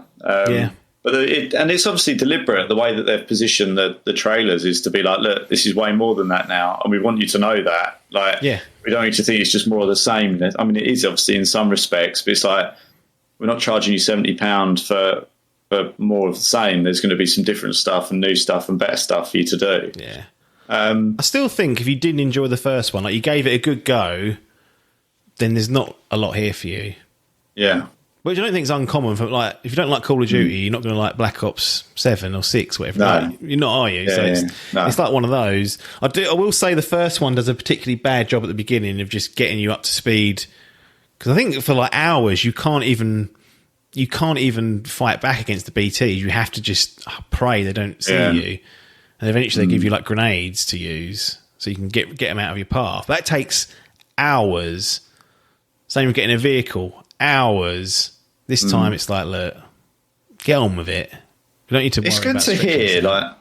I think so many games are so fucking up their own arse with the stuff that's there. Like, they don't want to look like that they did something that didn't work, that was unpopular. And it's nice to see them. It looks like they've heard the feedback, looked at the reviews, like obviously from their own playthroughs, and they've had a list of shit we want in the new one and shit that we don't like. And they've got a list and they've gone through it and made all those changes. It's obviously had a massive impact on the playability. I was told that Kojima is one of the most pretentious up his own arse directors out there who will only do his own vision. I think, well, I don't. The thing is, maybe this was the vision, but clearly the feedback has come in because a lot of the complaints that were verbalised everywhere have been resolved. Yeah. Well, that's the thing. It's like, if you're sitting there as a big fan of the original game, but had your criticisms, which you couldn't have been the only one to have those criticisms, right? Because otherwise they wouldn't have changed these things necessarily. But there's subtle changes that make big differences to the overall playability of the game, right? And I think clearly, if you're asking people to do more combat, it's got to be up to snuff. And I would be frustrated if I played a game and there were things that were not making it better that they'd kept in. I'd be like, well, this is clearly. I'm trying to think of an immediate example, but one's not coming to mind. But you do see games that leave them in, and you go, why have you done nobody wanted this, nobody liked it, so why have you just stuck with it regardless? Like, surely you're better off listening to feedback. Nope. And I guess just one example would be with the state of Warzone, right? Where that historically you've had the option to play solo, duo, trio, quads, right? And then randomly they'll change the playlist and go, no, there's no trios this week or for the next 2 weeks. Yeah. You go, well, like, nobody is just give everyone the modes and we'll play what we fucking want. Like, and the more you tell them, the more up their own arse they seem to get with it. And it's a really odd, like, why would they do that? Like, what advantage is there to the player base of, you want to go on and play 3 mates? It's like, no, you either play with 2 or 4. You go, well, what the fuck? Yeah. Why would you do that? And it's just a bit bizarre how some games do things and stick with it, even though they're, unpopular with everyone or most people. And it's good to hear that games come along and they've, and it's not just 1 or 2 things. Like, it's loads and loads of what I would say are smaller and probably larger changes that overall are just better for the playability of the game. And you could go like the one that you gave an example where it automatically selects a bullet. Like, there's an argument that there's an element of peril, right? Because if you leave it on lethal and you shoot something and it kills them, like, that's you go, oh, fucking hell. But really, because of the high stakes of the game, that's just a fucking inconvenience. Like, if you specifically decide you want to kill them, you can change it and do that. Yeah, yeah. But you don't want it to be the other way around where you accidentally do it and you go, that's really fucking annoying. So they've obviously identified that, noted it, and gone, yep, agreed. There are weapons that can still do. There's still weapons that do that, but it's clearly stated. And in fact, it's got like the different. Each weapon, it's got like a little symbol, the different enemy types. Yeah, and it'll have like a orange color against it if it's lethal against like a human. So you can't. And it tells you in the description. It's like, be careful if you're using this near humans. In other words, don't unless you want to kill them. Unless you want to kill them and then chuck them all in the tar or burn them or whatever you got to do. Don't know. I never killed anyone, so I never had to worry about that. Didn't have to deal with it. No. I've heard stories of people running people over and killing them. I'm like, what are you doing? Be careful. I mean, that does sound quite fun, just going to a base and running them all over. But I think there's probably more people than you think are being more careless than you'd expect. Oh, yeah. Like, I call it careless when I forget to put my gloves on and take it out, and go out on a delivery. But clearly, the people aren't as meticulous as me. No way. I would say you're probably up there with one of the most meticulous about it, I'd expect. So, is there anything that when you were playing this, you're like, oh, this is fucking garbage, or this is this is really fucking annoying? Like, are there things they've added that really pissed you off, or nothing has been added that was worse or annoying. The only thing really that I encountered, 2 things. One is when you hit the map, hit like the options button or whatever it's called. There's like a delay when you hit them. It goes. Oh, there it is. Not all the time, but enough times that sometimes I thought, "Has this crashed?" Oh, yeah, there it is. There's just like it's sticky. Like, that's the only way I can describe it. Like, it's not really. The other one, you could pop up, bang, you're in. This one's like a delay. I think they've added too much shit to the map. Maybe there's a lot of icons because the map's bigger and whatnot. But that is a genuine that needs to be refined and ironed out in some way, because your heart skips a beat every time it happens. You think, is it going to come back, or have I just lost this? The recap in the game is awful. It's just like 14 slides with text on it. So don't come in, because I remember people going, "Oh, you can just read the recap in the game to get on." I'm like, no, it's not sufficient. So don't even bother doing it. If you're going to do a recap, do it properly, or just don't bother doing it. It's just a waste. One small thing. This is more of a Ronnieism than anything, but a rare slip up, I think. You get to certain points in the game where, and one of the things I like about the game is actually they'll say, you go out to your base and then, your people are giving you missions, but like, right, we're ready for the next phase, but on your time, go and finish off what you want to do, fuck around, there's no urgency here. So that's what I want, an invitation to go and build the roads or whatever. So I was off doing that. And then other times, it's clear, it's like, look, get on with this. Or you just know because there's an impending threat, like something's happened, there's something I've got to go and deal with that. It doesn't make sense for me to waste 5 hours fucking about on the other side of the map. So one of those moments happened where it was like, okay, urgency for this arc or whatever you want to call it, get through it, done. Okay. Yeah. We've sorted out that issue. Anyway, later on, I'm just doing a random delivery for a facility, and I go to hand it in, and they're like, "Oh, you've gone up a star rating. We've unlocked this new weapon for you." And then the person goes, "I hope it's useful in your battle with X." I'm like, "I've dealt with them. I've dealt with them." Yeah, don't worry about that. Yeah, it's done. Now, I wouldn't mind, because normally it's because you've mainlined the game. But in that instance, you unlock the facility, then all the shit happens, and at no point in my head did it make any logical sense to pause and drop off fucking, a pair of glasses to this facility whilst all this crap was going on. Like, it was one of those situations where, it was time to eradicate what was going on, and then we can get back to normal. Yeah. So it just seemed a bit weird and out of place. Like, the game was almost... It was kind of set up, and they was like, here's the sequence of events. Oh, the player will then, if they go back to this place, they'll get a weapon that would be useful for that mission, and she'll reference, the enemy. But didn't give you time to breathe during you unlocking the facility and that arc ending for it to make sense. Yeah. So, how weird. Not bad out of 100 hours. I think that's just a rare bit of story.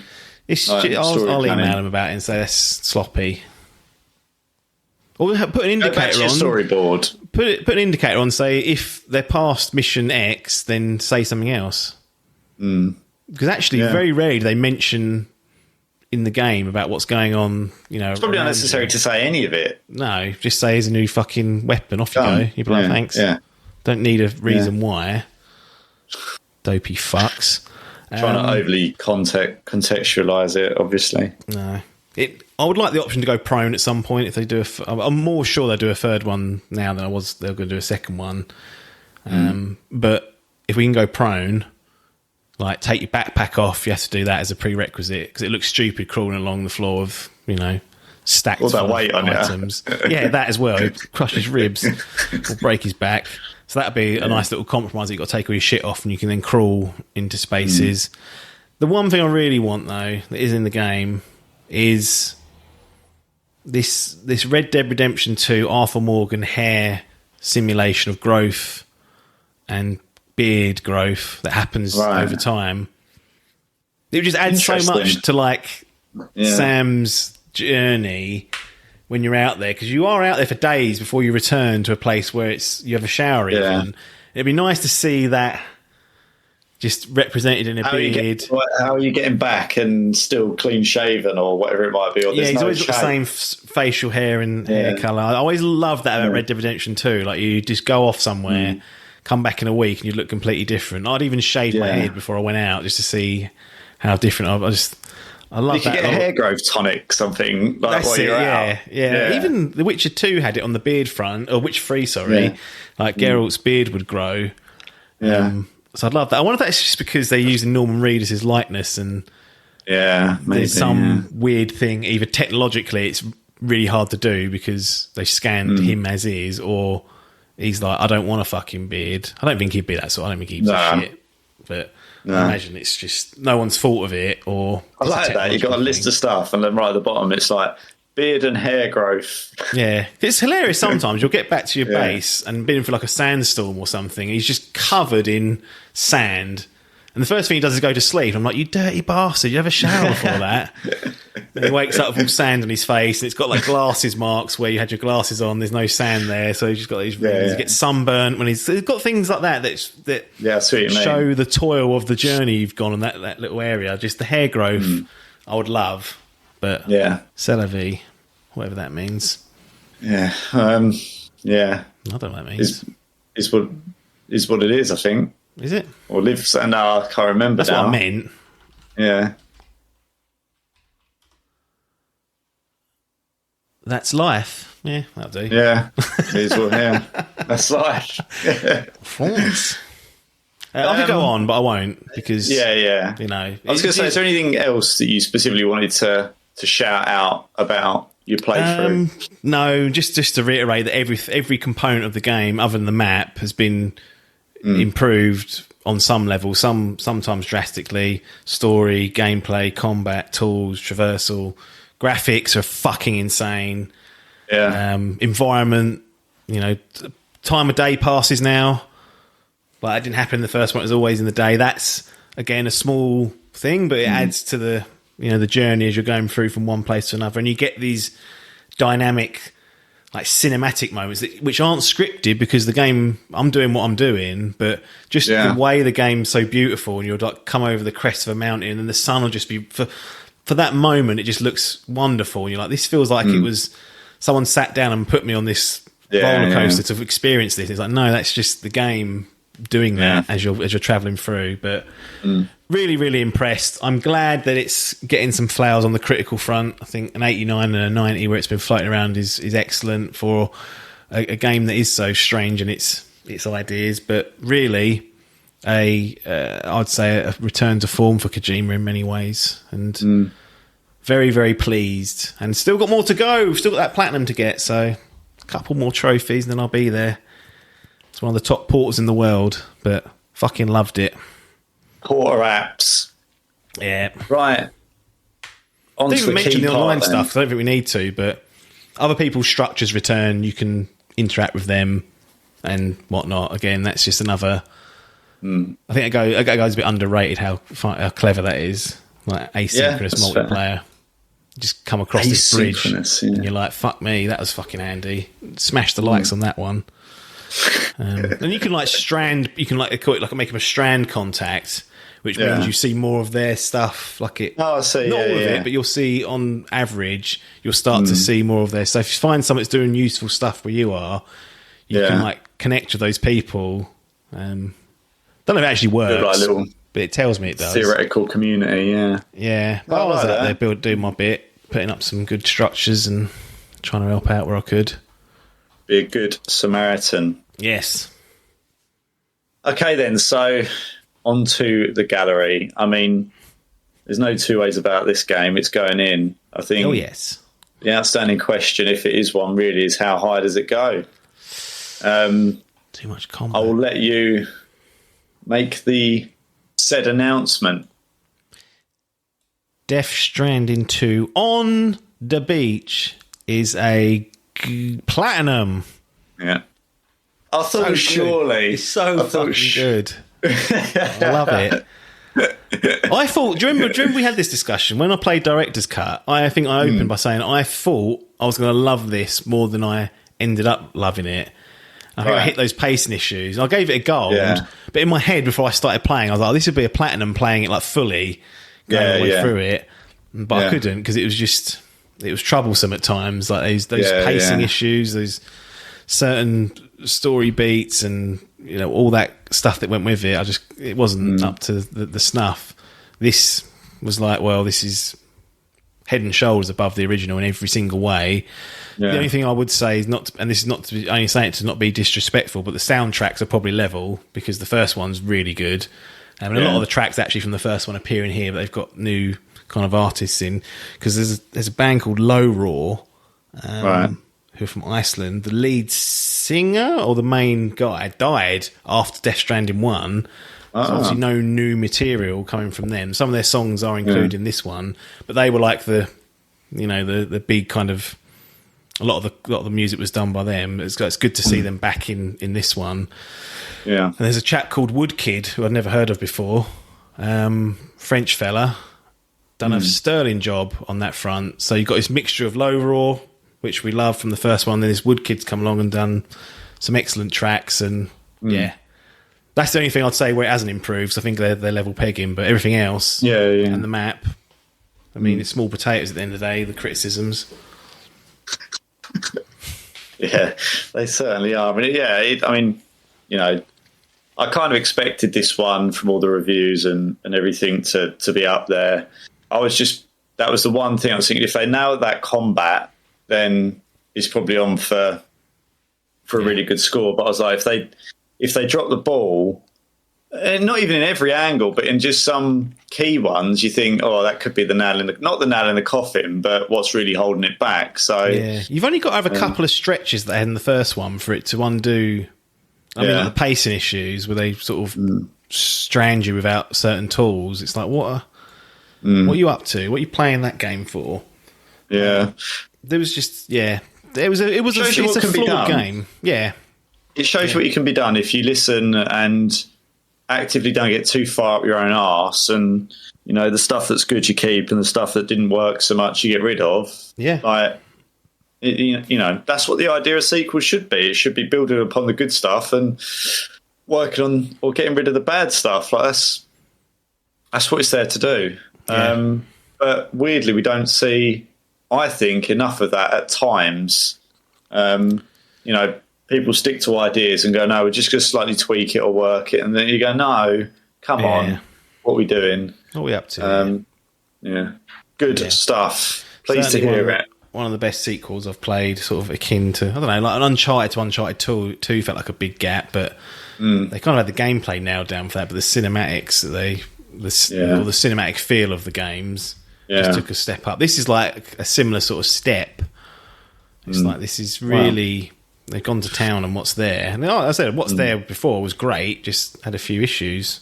Whilst it's not completely flawless, no game is, certainly greater than the sum of its parts, and I'm generally just really impressed with the overwhelming majority of it. So, well done, Kojima. You are back in the room. And the irony is, we've got Metal Gear Solid 3 Snake Eater, or Metal Gear Solid 3 Delta Snake Eater remake coming later this month. What fucking word salad. I know, that is. That's 70 quid, that game. Right.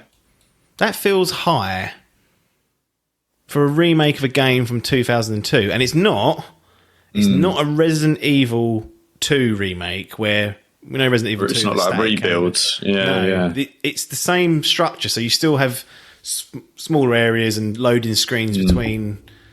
Like, it's the same game, but polished, and I guess the controls are redone. I was like, that seems absurdly expensive. And I think I really want them to do the whole series again, but I don't think that's going to be palatable to a lot of people. I could be wrong, but I'm just going to put the warning flags out. Complete rebuilds.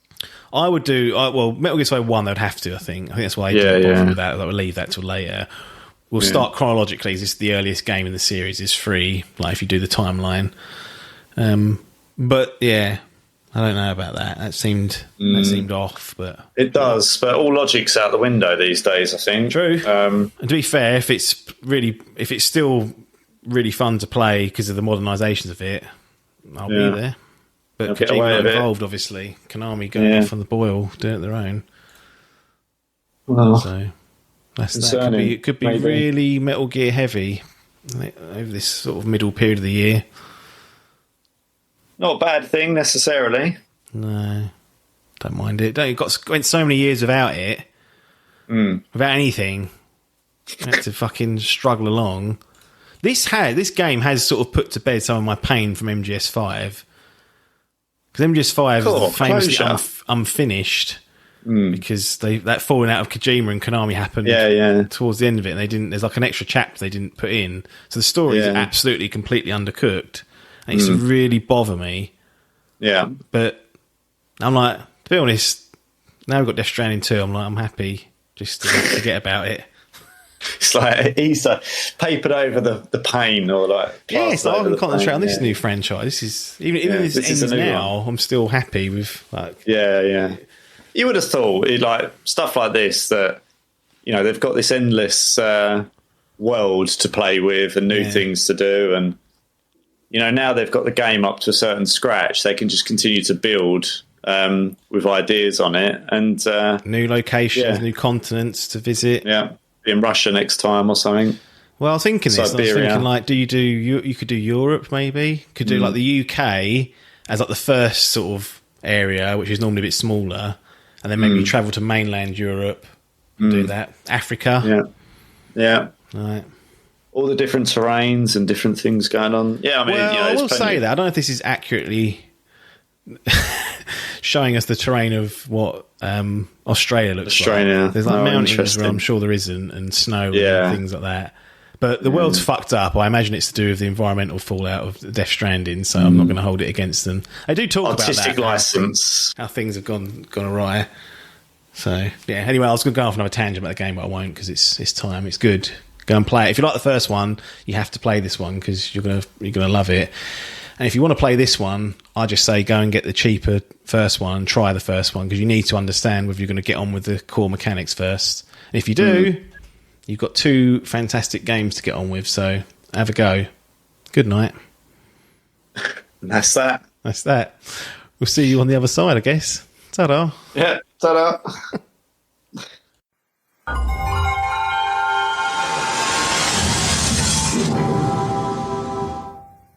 Here we are then. Another segment. Idle Game Chat. Logan and apps. The tables have turned. Logan is here to talk about video games that he's been playing. I played a game. Played a game. Well, he plays a lot, but it's normally just the same flavour of what generic we spoke about previously. So we'll get there eventually. We'll get him onto Death Stranding one day, and then that'll be the eye-opener that he needs. So let's just... I mean, look, I have to just... I'm concerned about what you've sent me in the docket here. One game in particular I'm fine with, which we'll get to. We'll save that as the main event. But this first title, which was the initial kind of... Oh, I've played this, by the way. Let's talk about it. Is Sable. Yes. Now, Sable came out in 2021. Middling fanfare, I'd say. Open critic, in fact, 75. So not setting the world on fire. And to be honest, I looked at it and I was like, yeah, that would be interesting if I had nothing else to play, and that's never the case. So, it's just one of those games that isn't going to get prioritised. It's the way it is for some of these titles. So, and I thought, no one else is ever going to play that either, so it's not worth worrying about, to be honest. And then I get these messages through saying that you've played Sable. And then more concerning, I'm like, what have you played it on? Expecting you to say Xbox or like Game Pass. I thought it was still sitting on there. You said, no, Epic Game Store. Yeah. And this is the same Logan that plays Call of Duty, Rocket League, Warzone, other multiplayer things, etc., etc. Dabbles in the... And Sable from September of 2021 is getting a run out. What... Yeah. What's that? Is there... I don't mean to encroach, but is there like divorce proceedings ongoing that you're not telling us about? And this is the... this is somehow got into that brain and it has to be done. Is there something else going on? Because it doesn't seem like usual behaviour. I'm concerned. And I think the audience are. Well... Basically... Look, I mean... check out recording. I'll be honest, right? Basically, I scour this. I say scour. I go in there once a week because they give out a free game, right? Yep. So best deal in gaming. I don't know how quickly that Game changes. Pass. It's free. It's literally click a button, you get something. Thank you.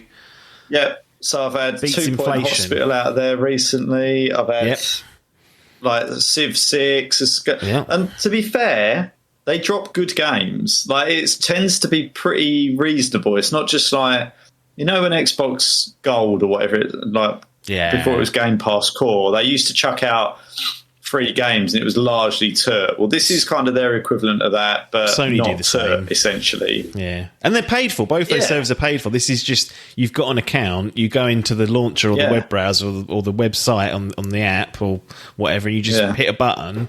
You make sure you don't tick the box where it says we're going to give your email to them to email you, which is by default unticked. So they're not trying to even trick you into it. You hit confirm and it goes, there you go, download that and play it when you want. And you go, good. And then before you know it, you've got all sorts sitting there. And it's just in your library and then it stays there, right, until some point. They might decide to take it out, but you got it for nothing anyway, so there's no love lost. But yeah, essentially this was one of the games that that cropped up through there. And I sort of saw like the preview, and because I always go in and get them anyway, whether I'm going to basically play them or not. But I thought, what's this? Because it gave me the initial vibe of palette cleanser territory, right? And what I do like, and this is what I used Game Pass for, which I don't have a subscription for generally these days. Phil, you've only I chucked that in genuinely about 6 months ago, which is why there's been a bit of a dearth of TUT being played, essentially. They're asking too much. It's £120 a year for PC Game Pass is largely, I would say, too much for me. Unless there's something I want to play, in which I'll go on, get a month, play it, and let it expire, right? That's same with this Netflix, just bin them. Although what Netflix I've heard of doing, I don't know if this is filtered through to the UK. This was from an American source. Is if you pause your account, so you cancel your subscription, after a set period of time, they'll email you saying, we're going to delete your profile and your recommendations and your algorithm, essentially. And I think some people are like, oh, don't you want to lose that? But I guess they can't really do that with Game Pass because it's either the games are there or they're not, and you just grab them. But I wonder if there's. I was trying to think of a way that another firm like in the gaming space could kind of. Well, Sony do it by saying you lose your cloud saves. They've already got that in there, and Microsoft don't do that currently and haven't done. So that's something that keeps people subscribed, even if they're not playing actively, because they don't want to lose their long-term saves on games they'll never go back to, which is obviously a useful, way to spend their money, but it's up to them. Yeah, I mean, I wouldn't give a shit about any of that stuff, really. But basically, I just go on Gears of War from 2005 and be able to just load up your campaign from Chapter 6, with wherever you were and just carry on. Like, you don't want that. I mean, it's not worth £120 a year, is it? No, that's it's not for that. No. So, yeah, they got cut a while ago because it used to be, as we discussed many times on this, it used to be the no-brainer of gaming value, and it's kind of done. It now is the no-brainer of not having it. Essentially, it's expensive. It is. It's dear now. I can't remember what it used to be. Out of that just from Call of Duty, couldn't you? Or is now because this is now interesting. Well, no, I don't. Warzone's free, right? So Warzone costs nothing. I've got no interest in that whole fucking bullshit leveling guns up in multiplayer, wasting my life away anymore. So I wouldn't play Black Ops, and if I did want to do it, I would just buy it outright nowadays. I wouldn't use a Game Pass subscription to do that because it's the most expensive way of doing it. If I play it for a year, it's costing me £120. Yeah, but then you can play Sable, and all the other. You could play South of Midnight, Avowed, Indiana Jones, Starfield. I don't want to play Took because I feel like I've got to get my money's worth, basically. Yeah. That's the problem. Yeah. You end up playing stuff just because you want to feel like you got your money's worth, and that's not the way I want to approach it. But look, I think if there are people that want to, and there's stuff they want to play, there's still value to be had there. But from my perspective, there isn't. Like, it's at the moment, and when there is stuff I want to play, I'll pay £10, play the game, and basically will pay my £10 again at another point in the future. And by the way, that my view on that has slightly been changed. So I don't even have my Xbox plugged in anymore. Right? It's just literal zero value from it with this PC. Like, I used to kind of not do that, but now I'm like, why if I've got a more powerful PC would I use the console? Yeah, don't waste electricity plugged in. I mean, it's the first carbon-aware console, as they told us many years ago, but it's still costing a few pennies a day to have it sitting there. Unless you completely power it down, you might as well unplug it and take away the fire risk. Well, yeah, it's just there's no use for it. So that's when I was younger, I used to be petrified of house fires, so I'd turn off all the plugs in my room every night. Like, switched them off at the. My mum used to do this. Right. Everything used to go off. So you'd come downstairs in the morning, and we used to have obviously a VCR that had the clock on it, and you'd never have the clock on it because it would just get reset every day. And I was like, well, I ain't setting that every morning. You can't use the timer then, because that wouldn't marry it. Can't do anything. No.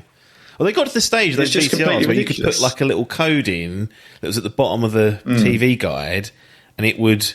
Yeah, I don't know if it was still time-based. Actually, it probably was, but it would be able to record that program. And again, I think providing your clock was correct, so maybe that wouldn't have worked. Yeah, because it wasn't that clever to figure things out. But I don't.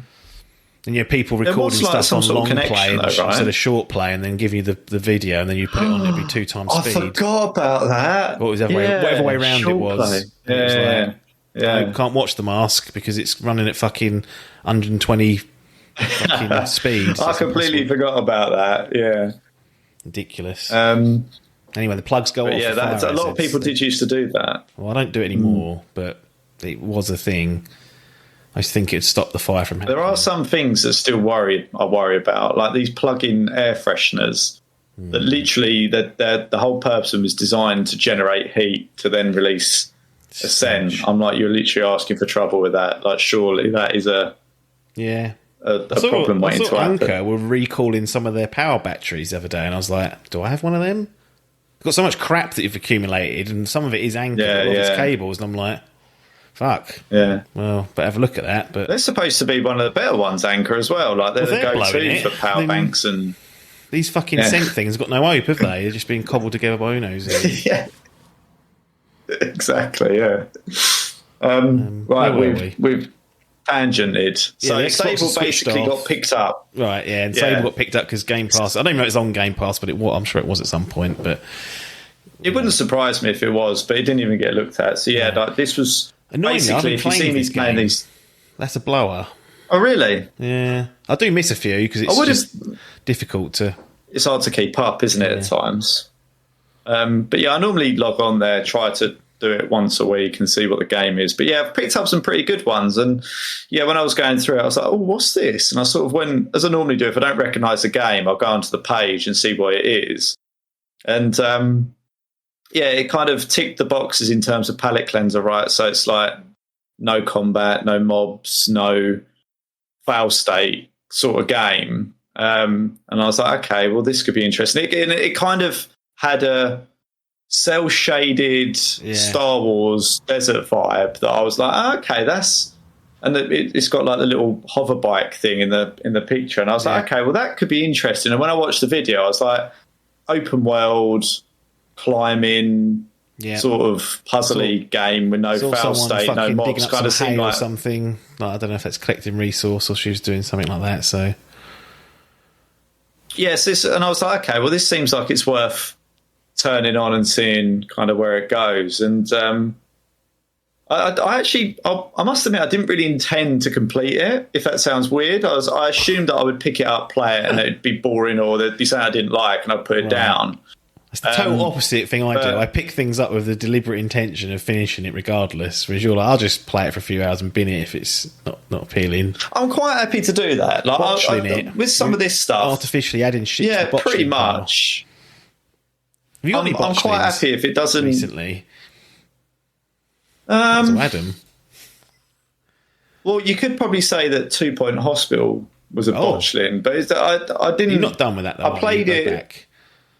Yeah, so I played it, and then Sable come up, and Sable kind of trumped it a bit. So no, I don't tend to have botchlings in games because I'm pretty good at now assessing whether it's got legs or not for me. There's very few things nowadays where I go, it's not what I expected. Like back in the day, you had Operation Flashpoint, right? Now I wouldn't do an Operation Flashpoint again. That was Hockley's fault. Actually, he did the original one. No, this was actually, I'm going back too far. I've jumped a generation back.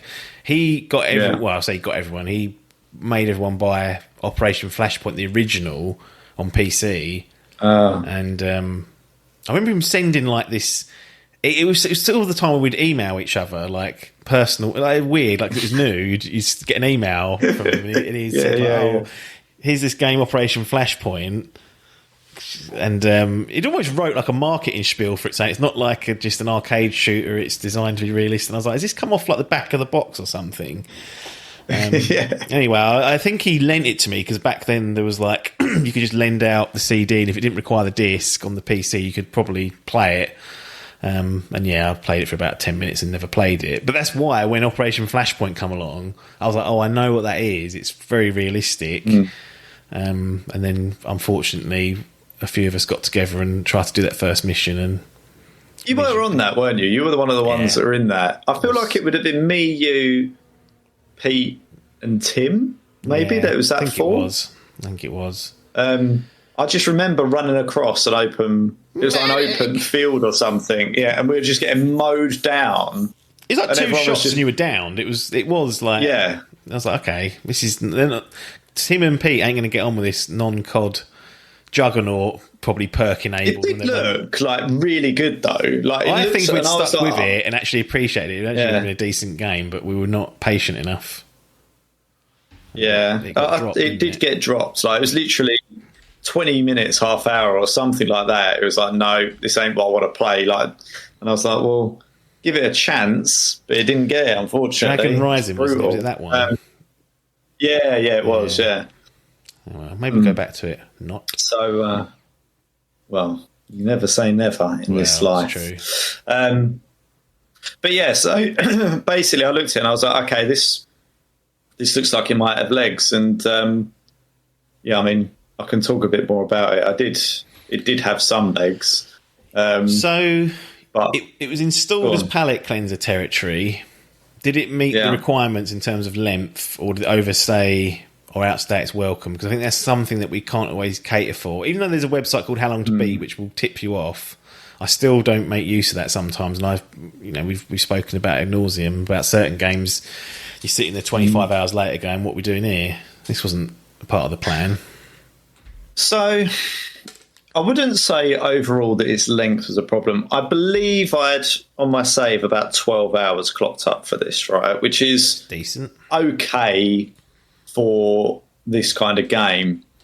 I would say the last 2 hours, maybe the last 4 hours, I was forcing myself a bit. A third of the game, and there was still yeah. I mean, and that's maybe 4 hours is probably a bit harsh. It's probably the last 2 hours really that I had to I was like, right, okay, we just want to get through this. And there was some bits like I would probably call them like more collector bits that it encourages you to do, and I was just like, no. And then they weren't particularly long either. I'd have said it'd probably take me 1 or 2 hours to do those collector bits, but I was just like, I'm not doing that. So yeah, I think broadly it's okay, but it's more because there isn't, and I can get into some of this in kind of the cons. I'd probably say the puzzles that it presents you aren't particularly interesting. I would say the environment becomes a bit dull after a while, and there's no real character progression or linear story progression that kind of keeps you in it.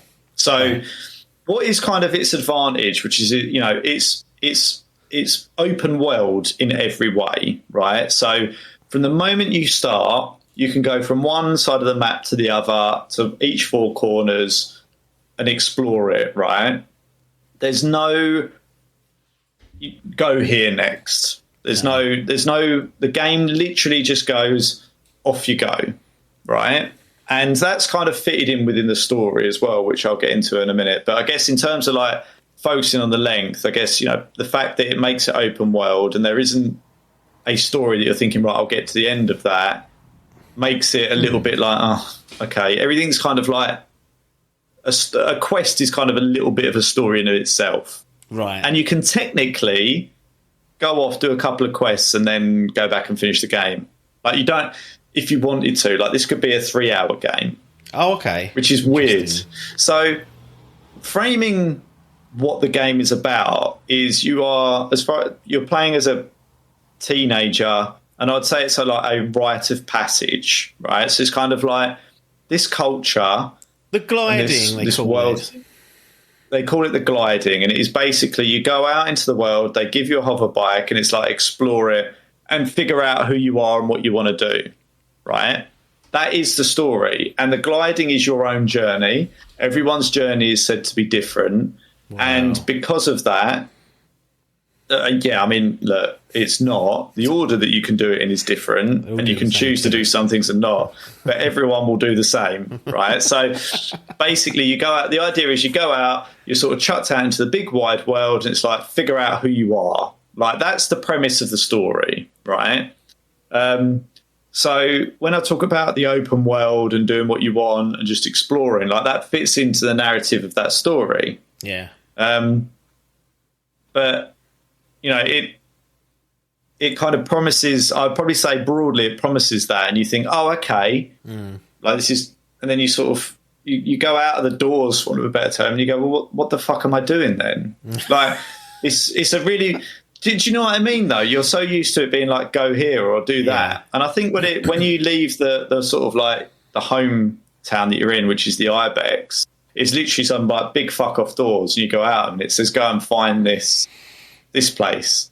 But there's no waypoint that it takes you to. It's just like, you've just got to go off, and you sort of see the direction of something in the distance. You just go towards it.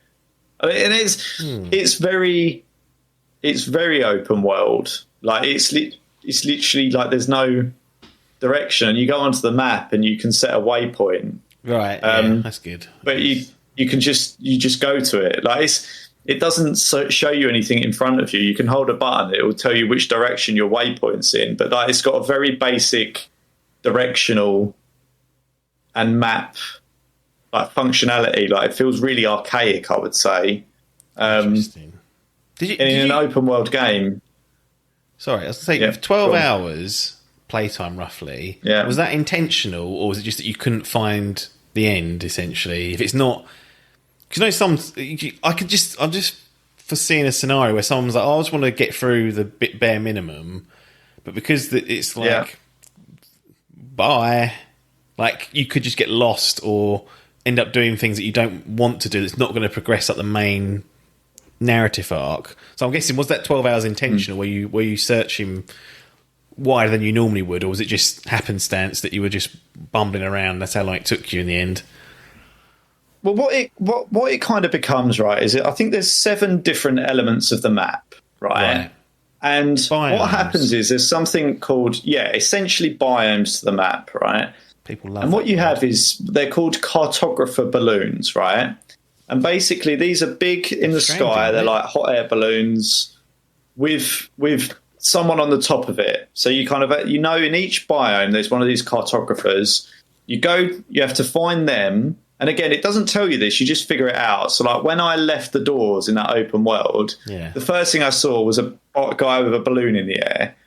And I was like, okay, that's a cartographer, because it kind of tells you that in the tutorial bit that you do, which is probably like the first half hour, 45 minutes.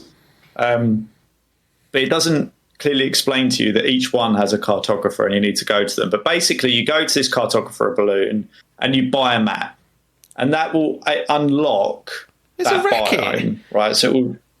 So yeah, I mean, it is, yeah. What are they up to, these cartographers? They've got no option, these poor people going through their gliding, and they're like, well, you're going to have to stump up for it. Finding us is not enough. You're going to have to pay some money, which you have cobbled together. So you got these, so you find and you get some of this currency. I can't remember what it's called. But yeah, you go and get it and you pay for one of these maps, and it opens up that biome. And you can kind of see there's point POIs that are sort of blacked out, if you like, in that biome. So you kind of have to set a waypoint and go to each of these what look like POIs, and then that unlocks them, if you like, in the map, and it'll say it's called the Dread, or it'll be like part of a ship that's crashed or something, right? And you go to that and you search it, and there'll be someone there or something. And then in each biome, you've kind of got what I'd call like a main hub, where you've got like a merchant, you've got this, that, and the other. So you kind of go into each of the hubs in each of the biomes, and there'll be people there with quests. And you go and get quests off these people, and it'll be like, go and collect these and bring them back. Or like there's some quests that are multi-stage. It'll be, and there's a puzzle there you have to solve. And there'll be there'll be different people. So the idea of it is that you go and do quests for different types of people. So there's guards, there's merchants, there's like anglers, there's all these different sorts of people. And basically, if you do 3 quests for each of these different types of people, you unlock what's called a mask. So everyone's got a mask on, and the type of mask that you've got on indicates what type of person they are. Right. So, and that whole thing feeds... Yeah, well, no. So it feeds into the overall narrative, right? And I don't think this is particularly the most groundbreaking story that I'm going to spoil. You get this vibe quite quickly. But these people are here from crashed ships. So a ship crashed, ship or ships crashed years, centuries. It doesn't really ever allude to when it was, but at some point in the past. And the environment isn't ideal for humans. So they have to wear these masks, which I assume are like allow them to breathe, right? So there is a backstory behind. Everyone's wearing a mask anyway, but the type of mask depends on whether you're a machinist or whether you're. I see.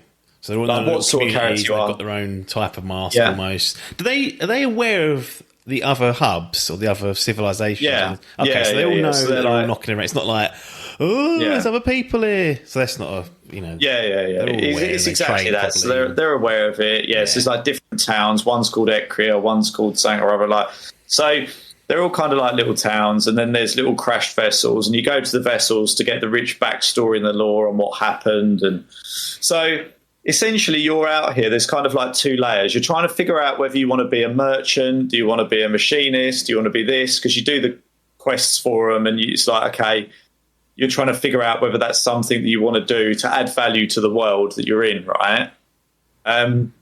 So it's kind of like this double layer thing where you're figuring out who you are, and you're also figuring out what's happened and what got the world to this point, right?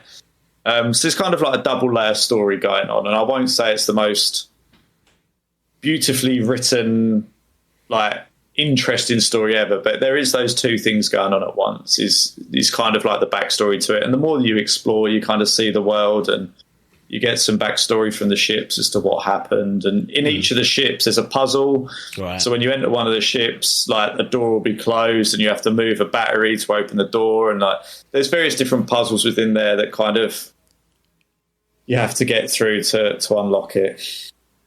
Now, and that is basically the game. And then you go through each kind of biome doing that kind of cycle, I guess, like unlocking the cartographer, finding the main city, going to the POIs, doing the puzzles at the POIs, and then completing the quest. And then you're off. And then you do all the biomes, you do all the quests that you found, and then you can basically go back and decide what you want to do. Essentially, that is the game. Will it let you do that before you've done all the different biomes? Like, could you do just one or two of them and then go, right, I've had enough, I'm just going to be a machinist, or whatever the decision is? So I think I don't know what drives it specifically, but I think essentially you have to earn a certain number of masks before... But not all of them. But not all of them. So I completed it. When I went back, I hadn't unlocked them all. So I didn't do all the angling. Okay. Yeah. And there was another part. Biff Adkins and Pete Fuming not doing the angling. It's their life, fishing. Mate, honestly, don't. You've got to go around and try and find all these fish. And the fish aren't even in water, they're in sand. You're literally fishing in sand, and that is not a joke. No. So I was like, this is ridiculous. And the fish apparently feed on the roots of the plants. You have to go around to all the different plants and try and get... And I was like, I don't want to be a fisherman, so I ain't a fisherman. I ain't doing it. So I was like, bin that. But yeah, there was a couple that I didn't do. But basically what you get the quest from is speaking to all the people around the towns. And I don't know how many I'd done. I must have done 80 to 90% of it. Right. I got the option to go back. I knew what I wanted to do. So I was like, close this down. Yeah. So yeah, that's the story in a nutshell. Now, you know, I've kind of feel like I've crapped on it a bit, but from that explanation, it probably doesn't sell it well enough. But there are some really good things that kind of keep it going, right? So I do like the art style. The art style is a very cel shaded art style, right? And it's pretty cool. Like, you open it up and it's kind of interesting. So, you know, I liked that. Again, you kind of get used to it, but the art style is nice. I like it. No complaints there. The open world freedom is nice. Like, we've talked many times on these podcasts that you feel like you have to go and do certain quests. You can't do side quests in the middle. Like, there's no quest where it feels like you can't do something else in the middle. Like, everything feels like it's on a do it whenever you feel like it time, right? Yeah. Which is kind of nice. Like, so if you come across something whilst you're traveling from one quest side to another, like, you can do it and not feel like it's going to interrupt the flow of the game. So that's pretty cool. The biking was pretty fun. Yeah. And there's the option to go and buy different bike parts, so you can upgrade your bike to make it faster, accelerate, and handle better. You got to worry about petrol, energy, or any sort of fuel. No. So you can just go indefinitely. Yeah. So there's kind of like a very simplistic upgrade piece going on there. I found like the fastest upgrade parts quite quickly, which is handy when you don't have all the... So you can fast travel between POIs, which is fucking handy. Trust me, you want that in the end. Well, it does it in the background. So you just know that it basically just does the travel for you. Like, it doesn't warp you. No. you might not like it, but trust me, if you want to complete the game, in the end... Just put a fucking portal there, you idiots at Shedworks. Portal would have been good, that could have worked. But anyway, there is a fast travel piece, but really you do want the fastest bike. Like, it becomes monotonous at the end of the day. But why would you need to keep going back and forth? Surely you're always like, you're at a place, you do the biome, you do the puzzle, you get the mask, then you're like, right, onwards. No. No. No. I mean, no. No. I mean, I think the idea, and goes back to part of the problem bit, I think the idea is you get quests and you go, oh, I'm here now, I can collect those. Right. But it doesn't really work out that way, like in reality. So you'll do one quest, and as an example, there's these collectibles. So you've got big part of the game is climbing, right? Yeah. There's a lot of climbing involved, and you've got a stamina meter. Ooh. Now, to improve your stamina meter, you have to collect these things called chum eggs, right? And when you've got a certain amount of chum eggs, Stranding, this nonsense. Well, it is. Some of it is nonsense, but you get the chum eggs. And then you go to the chum queen and give her the chum eggs, and she gives you a tear, and the tear then gives you more stamina. So you have to keep going out, and once you've got enough of these chum eggs, you go fucking back to the chum queen, go out, get more chum eggs, go back to...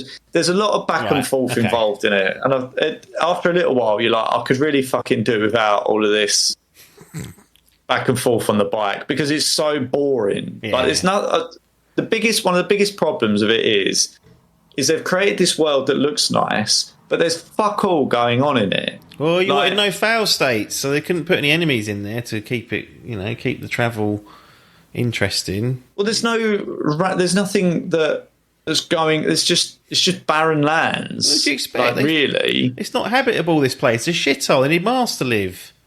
It's hellscape. Yeah, but there's nothing. So literally, all you do is find yourself just trying to travel. Down. You didn't want to do it. Well, that might be one of the ideas, but I didn't fucking find the angler till I'd done about 11 hours because I didn't stumble across him, and no one told. This is the problem. Right. Unless you find them, That's don't know it's there. So I randomly stumbled across a fucking... So there was a ship. There was a ship, a little small boat in the middle of the sand, right? And I was like, what the fuck is this doing here? So I stopped on it, and they went, oh, I'm the angler. I was like... Where have you been for the past 11 hours? And it's like, oh, yeah, you need to basically go around and collect... Like when you load the map you can't see it. Oh, okay. No, so it's not... Only the bigger POIs are listed. Right, I see. So, like, the fallen ships and stuff, like, that's what you can see. They're kind of, like, greyed out. But, yeah, there's some things in there, and I don't want to... there's other stuff going on, but largely there's not a lot. So, yeah, unless you stumble upon it, there's no way of finding it, which is a little irritating. So, yeah, I can't remember where I was going. But basically, yeah, you want that. The biking's okay, but it becomes monotonous and there's nothing going on in the interim. No. There's no talking. So all of the communications and everything is written. And you do have kind of this basic choice system of what to say back. But I think ultimately it looks to always lead you down the same discussion path, basically. It's kind of... non-consequential options, I think, but that's pretty good. Like, I found majority of the interactions were relatively interesting and stuff, so I was kind of happy with all of that. But yeah, it becomes a little bit frustrating at times having to just read everything, like with no communication between the characters. It can feel sometimes a little bit shallow, like you're reading a book. Like they're not even making noises, they're just standing there at one another whilst you're going through a text screen, right? So sometimes that's a little bit boring, but largely they try and flesh out the characters for you, and you kind of do feel like you get a good understanding of the majority, which is fine. I think in a lot of ways its simplicity is kind of a pro. I mean, it is very simple. It's got a very simple traversal mechanic. There's jumping, there's climbing, and there's gliding. So, I mean, it's very basic, but that kind of works to its advantage, at least early on anyway. So I've just wanted to talk through some of the things that I'd kind of noted that were pros for it. Like, I didn't find myself throughout the whole thing being like, this is a drag. But there were some frustrations, obviously, along the way. According to their website, Shedworks, the developers, they're a 2-person game development team. Now, I'm sure they had outsourced stuff, but still somewhat impressive. You mentioned you went for this, it has no fail states, potentially. You don't always know. Yeah. Can you, like, fall and die if you run out of stamina, or jump off a higher bit and die, or is it... Are there fail states, I guess is what I'm getting to.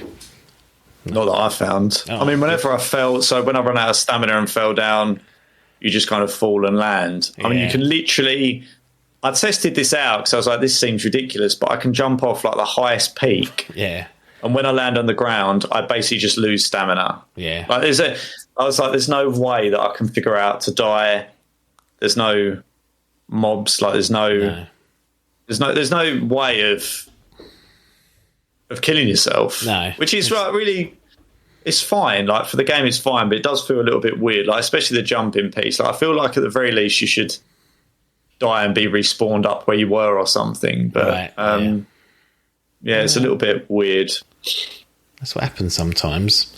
I feel like it should force you, if you get close to the bottom, it should basically put you in your bubble. So you go into this bubble, which you get early on from a fucking temple, right? Don't even ask. Like, it's weird, but you get this gliding bubble. So whenever you're at the top of something, you can glide down to something in a bubble. So you can bubble up, basically, like in Mario. Yeah. And I feel like if you get too close to the ground, it should auto bubble. Yeah. Like I think that should be how it stops you from dying, not just slamming into the ground and just getting up. Yeah, I mean, it's might have shock ridiculous. absorbers in their fucking boots or something. Who knows?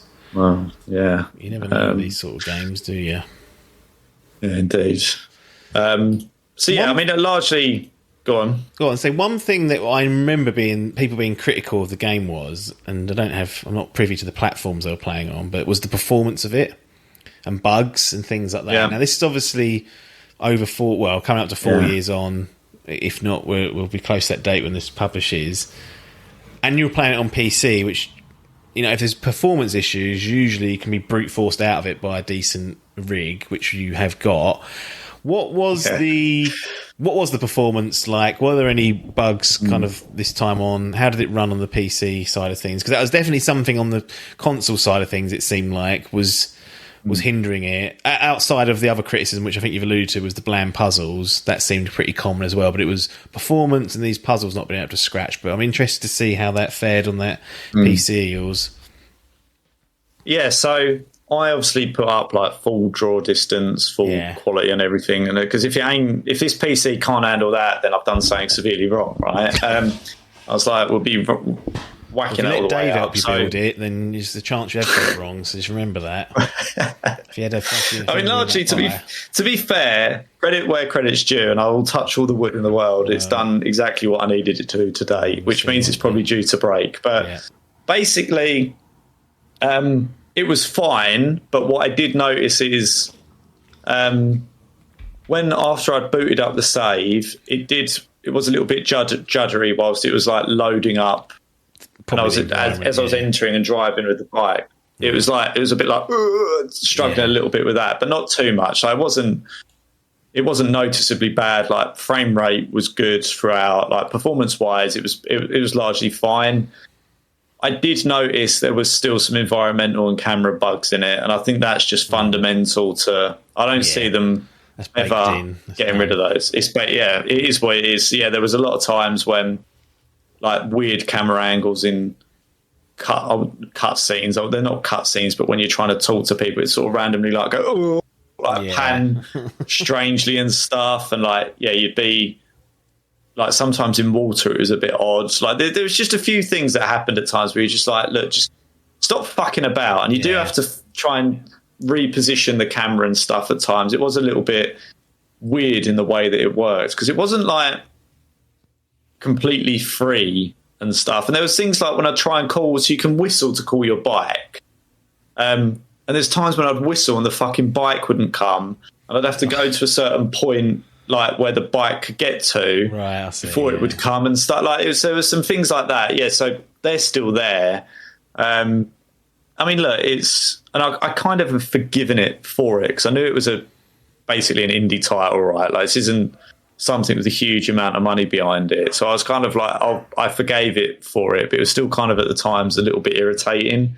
But what I would say, I didn't find it like hugely prevalent. There'd just be like one thing maybe every hour or two that cropped up when I go like, why are we doing that? And it would be like, while you're trying to climb something, like, and I'm thinking I don't want to fucking fall down from here, and I'm trying to look at something and it wouldn't let me properly adjust the camera and stuff. It was just a little bit unrefined and buggy, I would say at times. Yeah, for sure.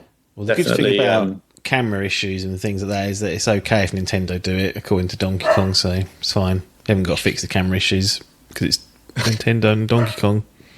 Sometimes I do find games struggle, but when it's kind of like, I don't know how the best way to describe this, but like semi-fixed cameras, like so they're sort of trying to auto keep you in the right position, but they also give you some freedom to adjust it yourself. And I feel like that's when it goes awry. It's kind of like, make this free or make it fixed. Yeah. I get what you're trying to do, but it sometimes goes, oh, I don't know what you want me to do with things. It's fixed. All these camera issues were fixed long ago. I don't know why people are getting it wrong still. Yeah, I know.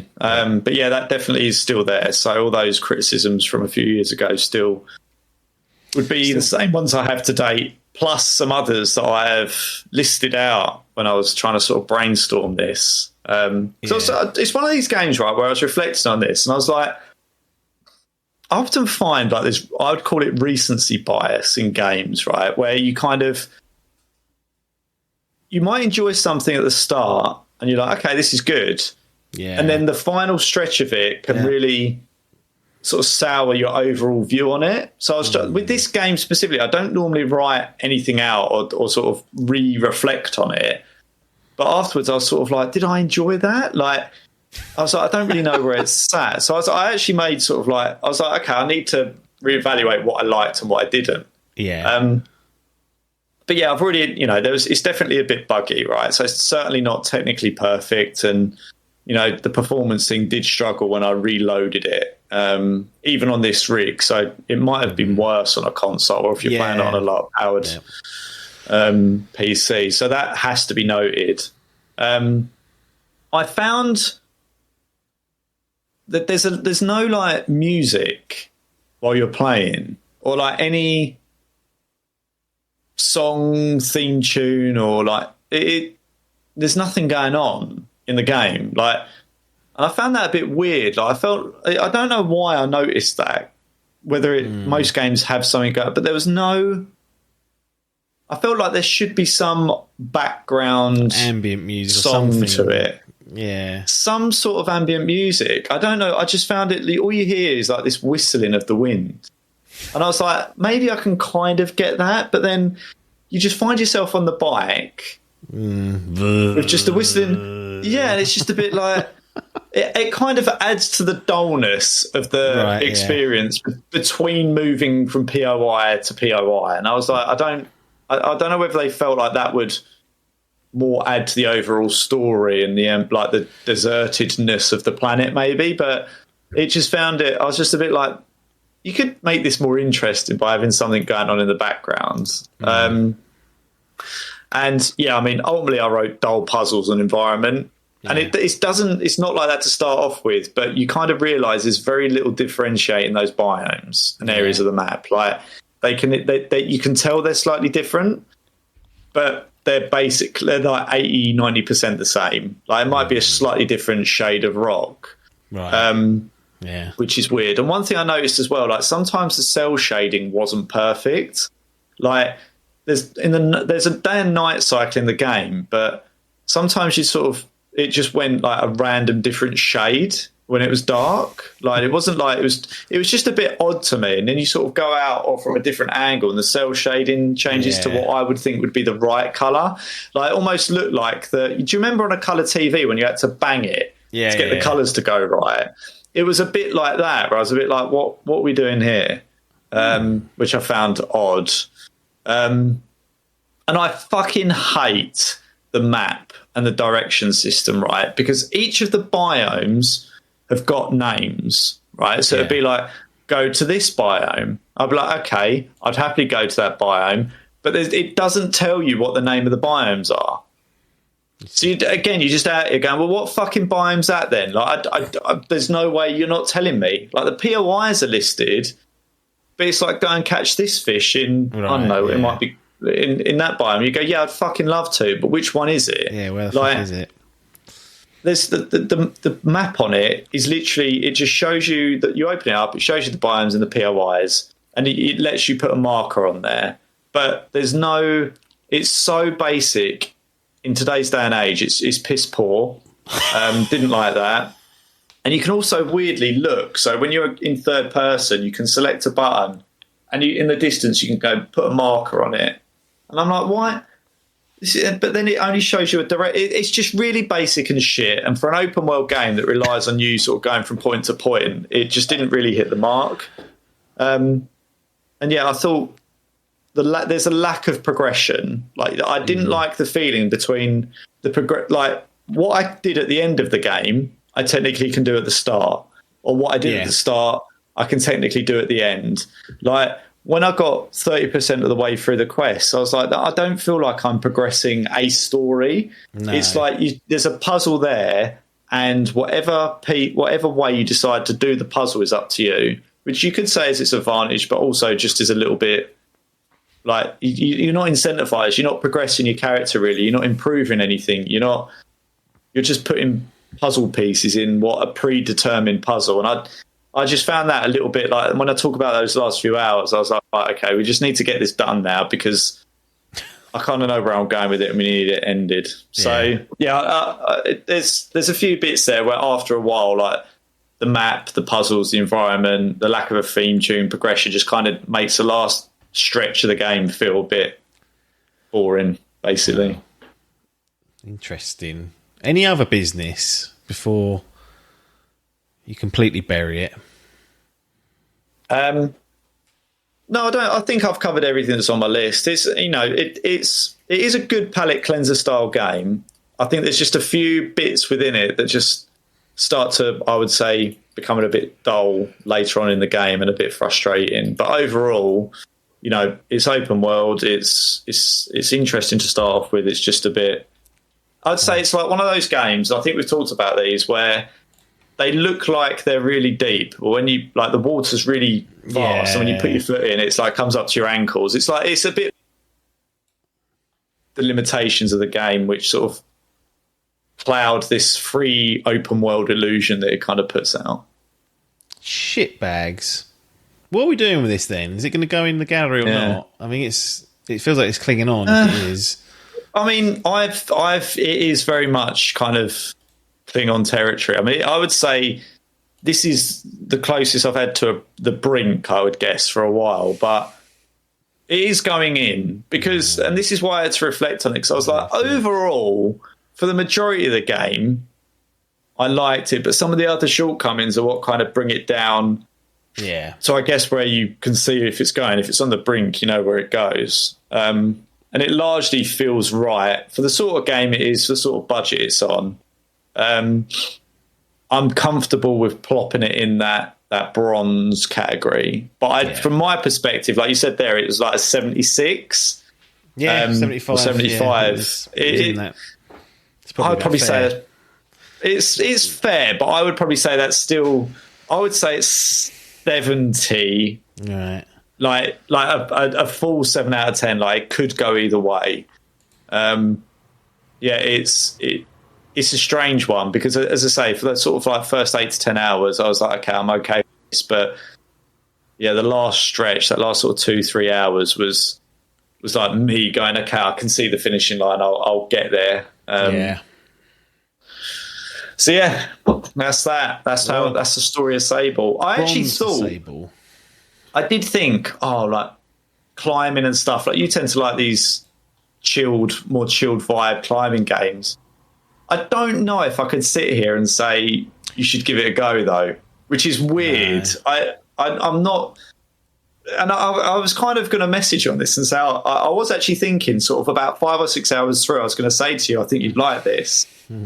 But then, maybe if it's 5 or 6 hours long, I think the fact that it's bloated and double that length, and you're like, yeah. And I was like, to your point, I would say, interestingly, to your initial assessment, if you had nothing else to play, Right. play it. Yeah. That would be my assessment. But overall, I had a good time. But it just becomes a little bit shallow towards the end. That's fair enough. As you was talking about, I was thinking this kind of, and it's not the same for budget and for scope, but it's kind of like, I think Death Stranding is scratching, Death Stranding 2 is scratching that itch on a far grander scale, like exploration, isolation, etc., traversal. And it's funny, like you saying, there's no progression in it, and I'm like, this is like, Death Stranding 2 has got unbelievable progression. Like, when I get to the end of that, there's a lot of things to say about that in terms of the progression. And I was just thinking, this would have been the worst time. Like, after finishing Death Stranding 2, I'll jump into Sable. It'd have been the worst contrast ever. I'd been like, wow, this is like a completely, I did.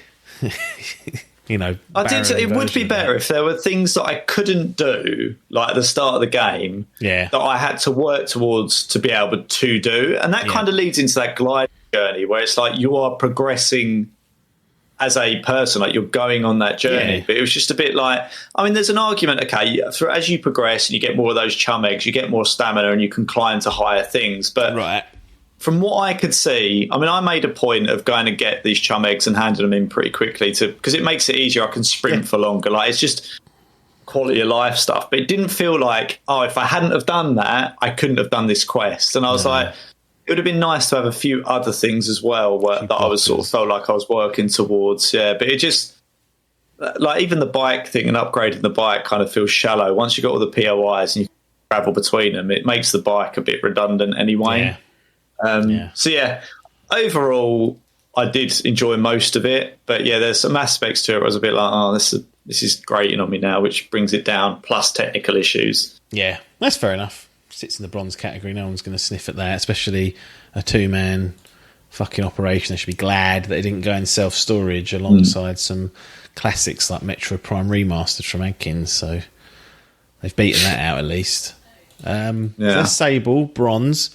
The next game, which I actually didn't spoil because normally I have a habit of saying, you'll find out about that later, even though you can just check the timestamps, is this Schedule 1. I've heard nothing but noise about this since it came out. It's the new Among Us. It's blown up. It's this, it's that. And I'm like, it's another Valve hit. Like, it felt like it was. You get these games that come out in early access, and for whatever reason, early access seems to be the place where these things thrive. Is they come out the gates, it gets picked up maybe by a few streamers or YouTubers or content creators or some people with profile. Then everyone starts playing with it. The people that have made it probably can't believe their luck. Like, fuck me, we've made a fortune off this. This is unbelievable. And I'm always wary of jumping into them because a lot of the time it's hype. And also, the game probably is good to great, potentially, but it's a number of years away from realising the true vision. But what will happen is with these games, they get so sidetracked with all the money that's come in and let's now scope this feature. It never fucking gets there. So Valheim's a perfect example. I spent 40 hours in it in version 0.1 or whatever it was, and I don't even know if it's out of early access yet. But I have no intention of ever playing it again. But I've probably played the worst version of it. And so I'm always wary of jumping in because Hall was really adamant that I needed to play this, and then it was like, multiplayer. And I was like, hang on a minute, I don't mind management games with other people in there fucking about. But you have taken the plunge. And it did seem like it was an event or something that was kind of kicking off. What say you on Schedule 1 then? Because I didn't even know what it was until this morning. I was like, I better just do some base research. And then I was like, actually, that sounds interesting as an idea, but clearly, there's a cap on how long you can enjoy it for because it's early access, and according to their own Steam page, 2 years. So that's at least 5 years, the way these fucking... and Valheim's still in early access, so, I don't know what we're up to here. 2021 that came out. Yes. So anyway, I've waffled about my early access, mate. But to be honest, as a business, these teams, they're set now. They've done it. So whatever they do now is going to be gravy. And I think it's a model, if you can get in on that hype cycle somehow or get something that connects, even for a month, you can rack up the cash and then actually probably commit to a vision they probably didn't think they had the capital for. But nonetheless, I haven't played it. You have. Next. Yeah. So, the basic premise of the game, right, is very simple in that Drugging. you start off as a small-time drug dealer, and the idea is to build this empire, right? Yeah. And you sort of progress from selling shit marijuana to like high-grade coke and stuff. Like, so that's the basic premise, right? And what kind of happens is you start this, and then you've got so basically, let me go back one step. So I didn't get on this immediately. I think Hall started playing it with Dave and some of the others, and they did a couple of sessions. And they love a fucking bandwagon. I think some of the others were like... They love a bandwagon.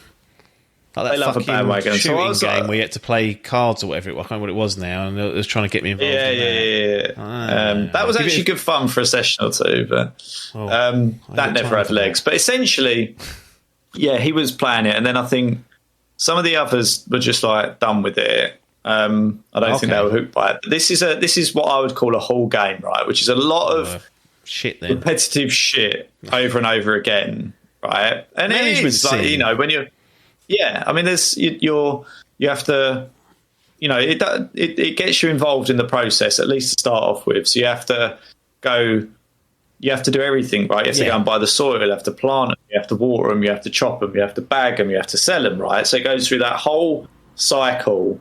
But I guess the advantage to it is if you're doing that all as one person, it becomes difficult to do every aspect of that, and you have to schedule when to do the deal, meet them, do the deal, and you have to do money laundering. Like, there's a whole ecosystem of things you have to do there that isn't impossible as one person, but clearly makes it more difficult. So what those guys were doing when they kind of struck it out, I think there was like 3 or 4 of them, and it's like one person's dealing, one person's going to buy the stuff, one person's growing it, one person's bagging it. So you kind of assign roles to start off with, and that's kind of how.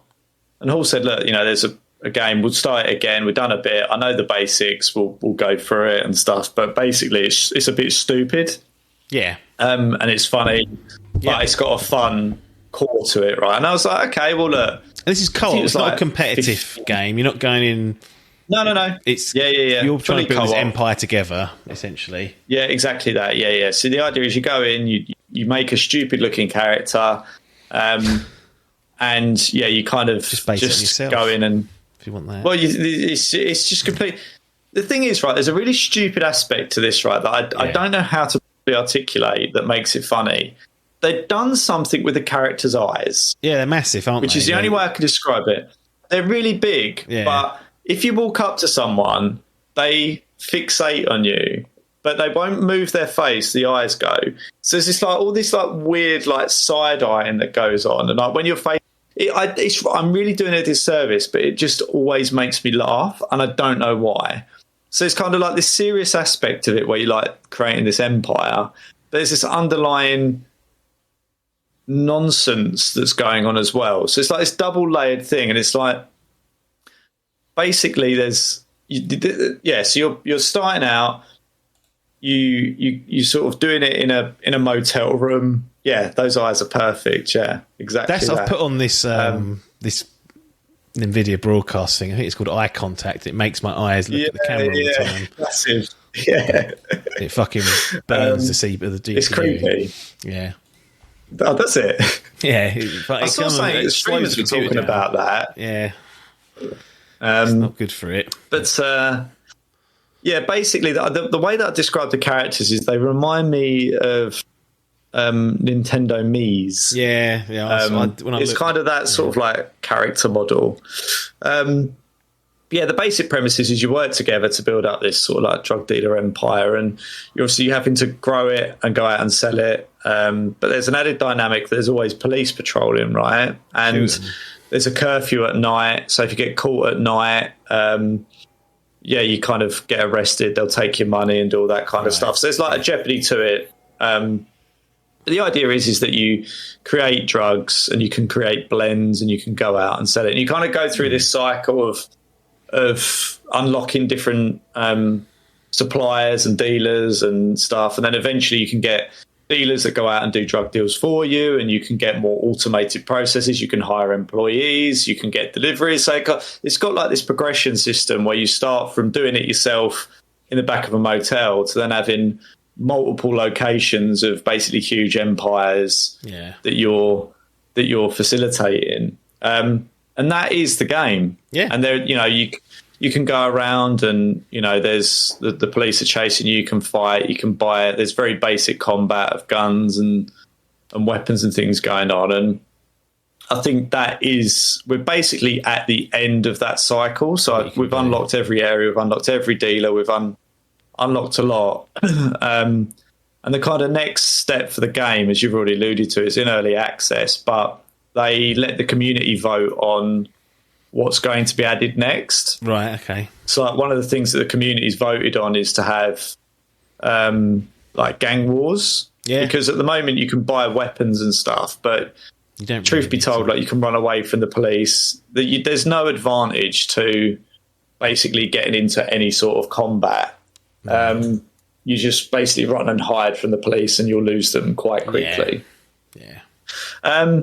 So that is the game. I mean, it's not perfect. I would say there's a lot of glitches, as you would expect. Yeah. The police seem to sometimes lock onto you and like from a distance, and that's it, they're after you. And sometimes they'll sort of ignore you. The police feel a little bit inconsistent.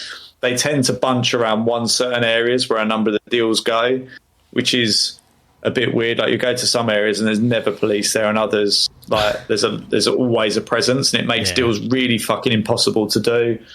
And then sometimes you'll just get random things appearing in the middle of nowhere.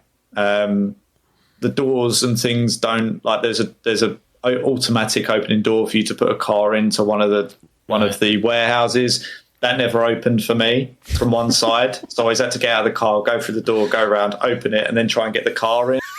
The car, like the physics are a bit janky. So sometimes in the car, it'll just randomly like flip up in the air when you go up a ramp and stuff. Like, so it's absolutely not perfect, but like 95% of the core game, I would say, is there. I don't feel like that moving from where it is now in like a alpha release that come out, I think in March, to like a 1.0 would be radically different for this game. Right.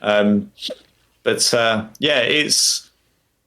for 15, 16 quid or whatever it was. Yeah. I've had some good fun in there, and I could just go around trolling because Hall's Hall takes it super seriously, and I'll go and do a few bits, and I would like go around and like knock out a lot of the suppliers and dealers and stuff. Like you can't kill permanently any of the characters in the game. Like you got recurring characters, but you can go around and basically knock them out.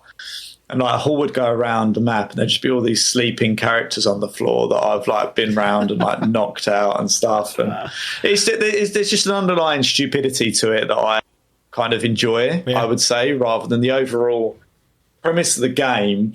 My fun is had from fucking like trolling, fucking about a bit, and there's other aspects to it as well that are good fun. But funny enough, I thought about you at this game, and I think I said to her at one point, I was like, it's a shame apps not cannot, it's the wrong word, but I knew, because it's an alpha, I know your position on this stuff anyway. I was like, he's not going to play essentially a pre-release game like this, and the fact that there's all of us like doing this in this way probably just wouldn't appeal to him. Like, it'd be like he'd get pissed off in about half an hour and start like basically just doing what I do, but I would say like ramping the volume up to 11. Like I do it on a very low volume and a subtle level to Hall, whereas you would just be like, I need to do it on volume 11. Like, but at the core of it, it's a dumb game. It's stupid. There's a lot of repetitive shit going on, but it's pretty good fun. But it does have, as you've alluded to, has an end date on it. I had a look through what it was doing in a few videos and whatnot. I was like, actually, this is a lot. Because all I heard was, it's drug dealing. And I was like, I don't know what you're talking about. And then once I saw, I was like, okay, it's very light-hearted. It's not. And it's actually it would be quite satisfying to build from manually bagging all the the weed, and then getting to a point where you've got people automate. Like eventually you step away from doing the mundane stuff, and you build an empire, which is in itself a satisfying loop. But I don't think there's nothing the biggest problem I've got with it is there's nothing to do with it at the end. Once you've done it, you just kind of do it.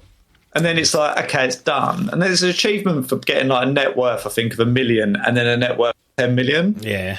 But I don't get those achievements, right? So the basically, because it's not in my game. Yeah. So Hall will get the achievements. And if we wanted to do it, we'd have to do the whole fucking thing again on my save, on your save, and it's fucking time consuming to do it from scratch. So that's a little bit frustrating that all achievements like that aren't shared. Yeah. Everything else is, I've got every other achievement other than those two, which is fucking gutting. 2 questions. Is it for you, and potentially if you're thinking outside the box, multiplayer or bust? So is it multiplayer or not worth really diving into? And are there any like formal goals or guidance it gives you on how to expand and get bigger? Like, does it have like little quests that you can chip away at over time? Like it'll be like open up, I don't know, a new premise, I don't know. Then you just sort of like, okay, that's something on the long-term list that we'll get to. So those are the 2 questions I have. Yeah, I mean, it's absolutely fun. You can play it single player. Like, there's no, it's not like locked to multiplayer. No. And some people might prefer just doing it by themselves because ultimately you can automate. Yeah.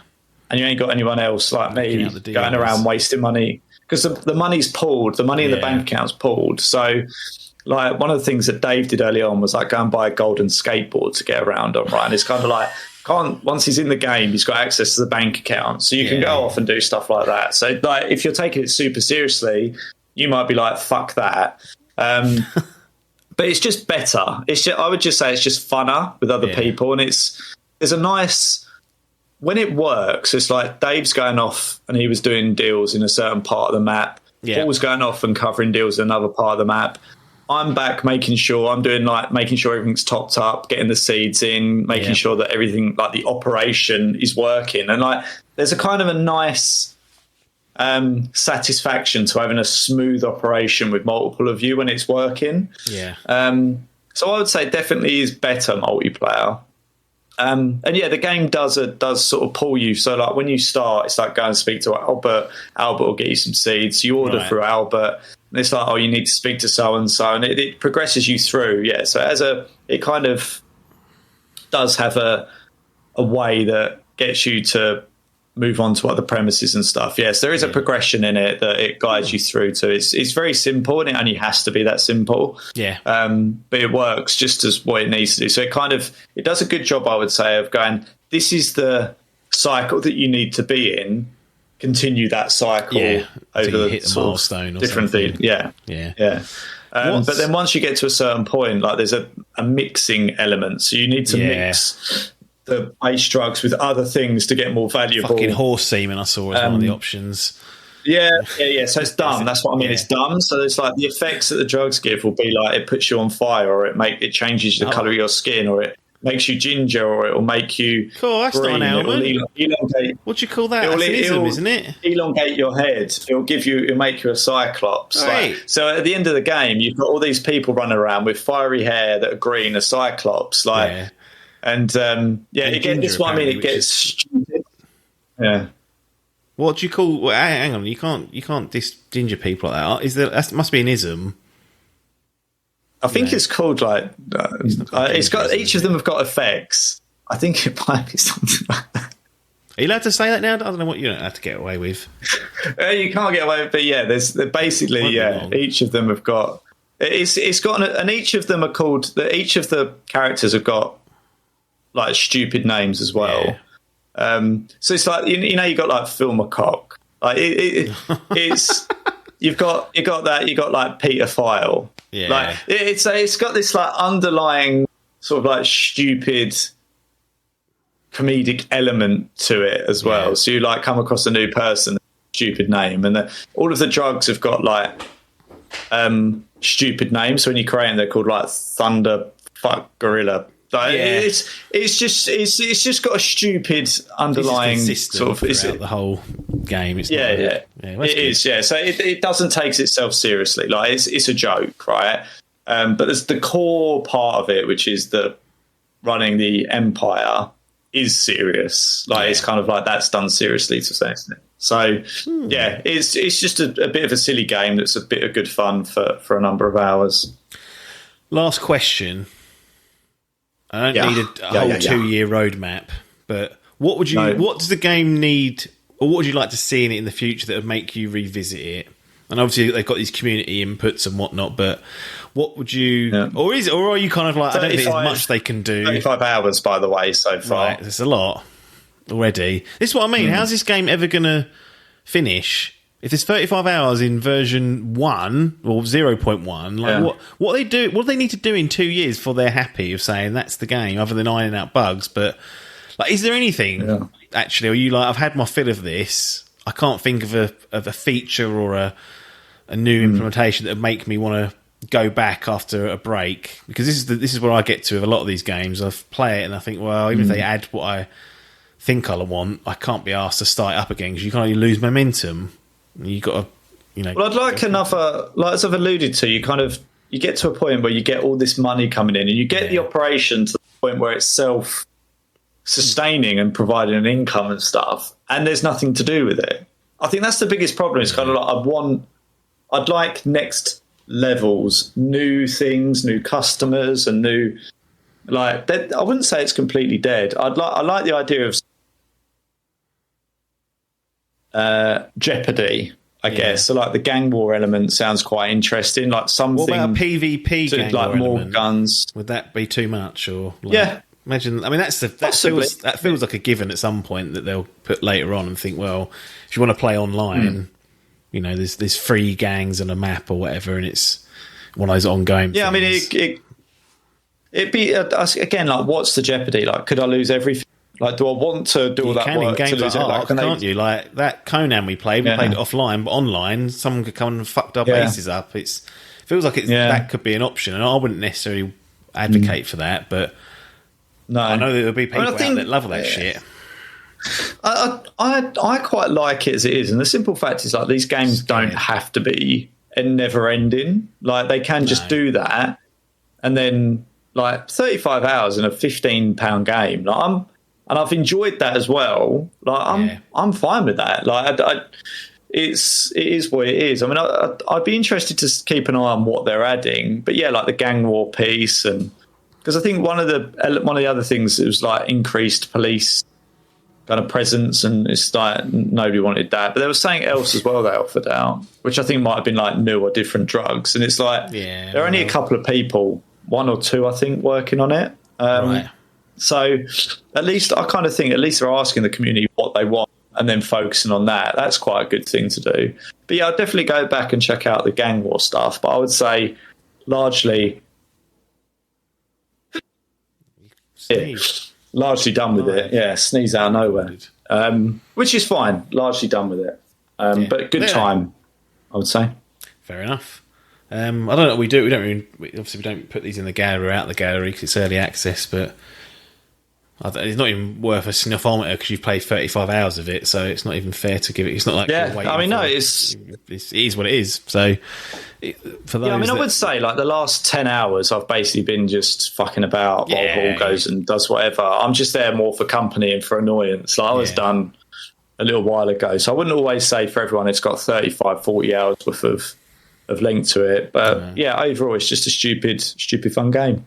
Lovely. That's schedule 1. For people who want to give it a go, we'll keep an eye on it because I think there's something there clearly. But 2 years, I wouldn't be averse. Like if it come back up and you're like, actually, I want to play it now. I'd probably after 2 years or something break on it. I'd probably be like, that'd be good fun to go back to and do again. Like, I wouldn't be averse to that idea. Might be a rich story involved, GTA style. You can get involved with Trevor, possibly special character. Anyway, right, that's it for this segment. Go have some lunch, I think. A bit of water. Toilet. Yeah.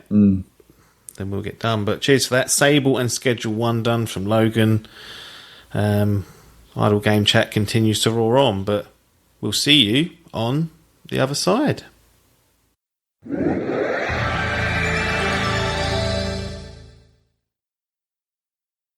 So it's Logan and Apps back again in a weird kind of way. Did reference in the previous episode that we would probably get onto some others and you'd notice it by different T-shirts. So there we go. Can't remember what you were wearing, but I definitely am wearing a different T-shirt. I've only got several, 3 T-shirts. So that's all you need, I would say. Yeah. I think I've got 3 T-shirts that I wear or acceptable for work and then a couple for home and weekends, and that is all that is required. Yeah. Anything else is excessive. But it's a good job you're playing some games, I would say, at the moment, and playing some sort of games and churning them out, I guess, is the best way to phrase it. Because I think the last time we got together and had a chat, you sent me 5 games that you'd done, and we did 4 of those.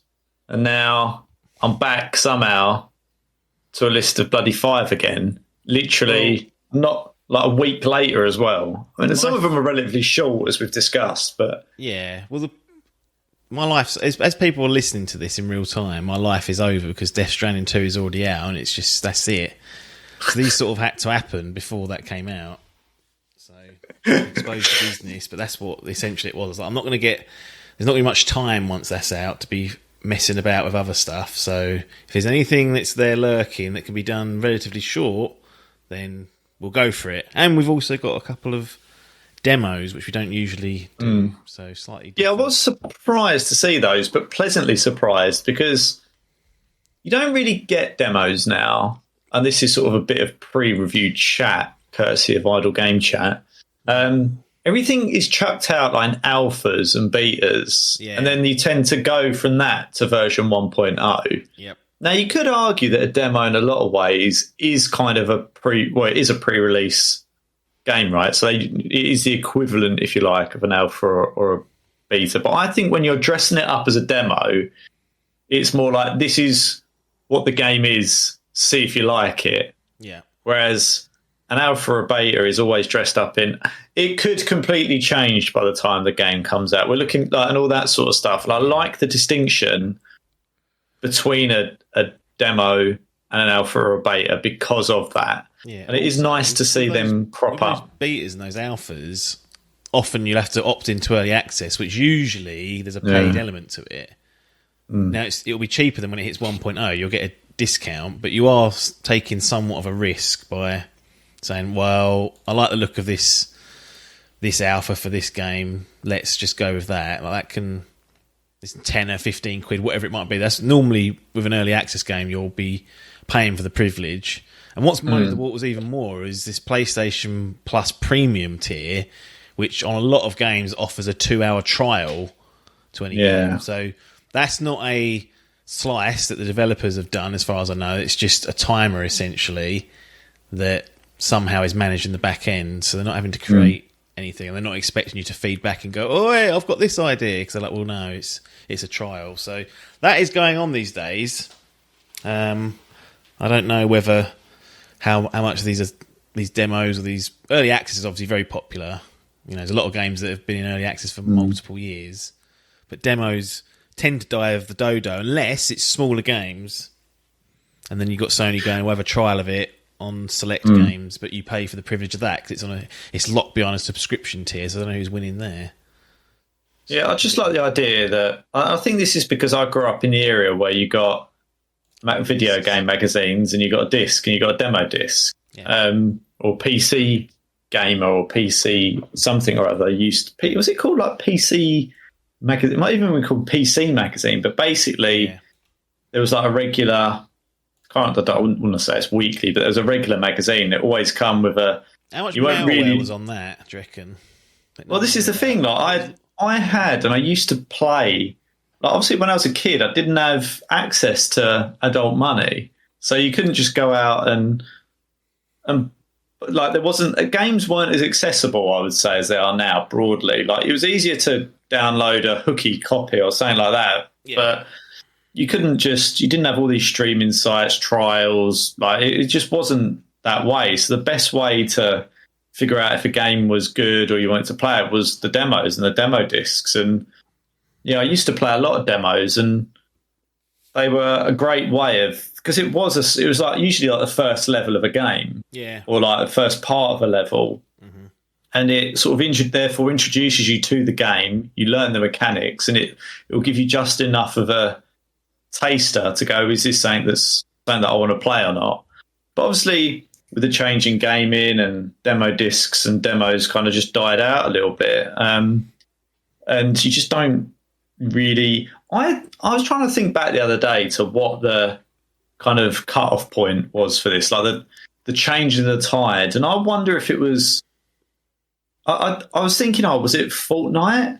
But I don't think it was, because obviously Fortnite was in early access. It wasn't it was a pre-release game for ages. But I'm trying to think what game really kind of killed off.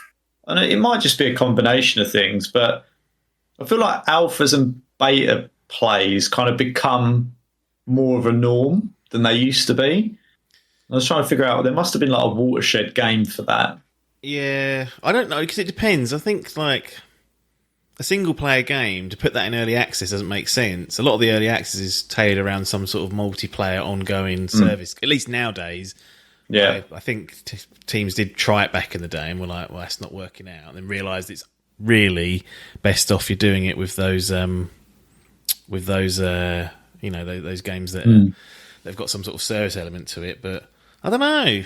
Like, they seem like demos were gone by the 360 era-ish. Maybe it was the advent of the internet, the digital store, that sort of stuff that just gave people access. And then once the games were cheaper, because at one point we had indie games that were downloadable on the 360, people were like, it's only a tenner. It's not like you've got to shell it. It was the Xbox Arcade, really, I think, then that also was probably it's tied to physical media as it. well, isn't it? Because you're talking about demo discs. So as soon as those CD-ROMs disappeared on PCs, they were then no longer of use, those demo discs that came with the magazine. The same happened with the consoles, less and less footprint of a physical type. So people are like, well, I play my games digitally, and then the demo disc once again. I think PS1, PS2, I certainly had demo discs, but by 360 and PS3, they were mostly not there. I don't know if you could find them in the store. Maybe that was where they all housed themselves. But well, that's what I'm saying. I think there was definitely a shift from like over into the PS3 and Xbox 360 era where it become digital. Yeah. But I still feel like there was demos then. And now, it just feels like there's less and less. But as you say, like there was always Call of Duty betas and stuff like that, but that was more testing like server capacity and things like that. Nowadays, Technical essentially that's what it used to be. It used to be, okay, well, if we get all these players on here, how does our infrastructure kind of work? And now it's just been elongated into, we'll just fucking keep it open-ended until the end of time. You don't even need it with a free-to-play game, because you just chuck it out there and people just turn up, and it's like, well, like Warzone or something like that. Yeah, you just like do what you want. They'll just they'll like it or they won't, and that's the end of it. Yeah, that's true. Like, you don't often see games. I mean, they'll class it as like they'll set a release date for a game, but it feels very fluid nowadays. Like there's not a lot of difference between the pre-release and the full release versions, I think. But one game that I do think is interesting, that to this day you can still go and download the demo for, is Football Manager. I find that a really weird one to have a demo. And not only, basically the demo will give you, I think, the first 3 months of the season. So I think you can play up until the 1st of January. But you can still port your save over to the full version. So you can start it and then continue it. But I just find that a very weird one to have because they class it as a demo as well. Like, it's not even like Capcom started doing this. Like, they had a Final Fantasy 16 demo that was about 3 hours of the opening game. It came out, I think, a week before the release.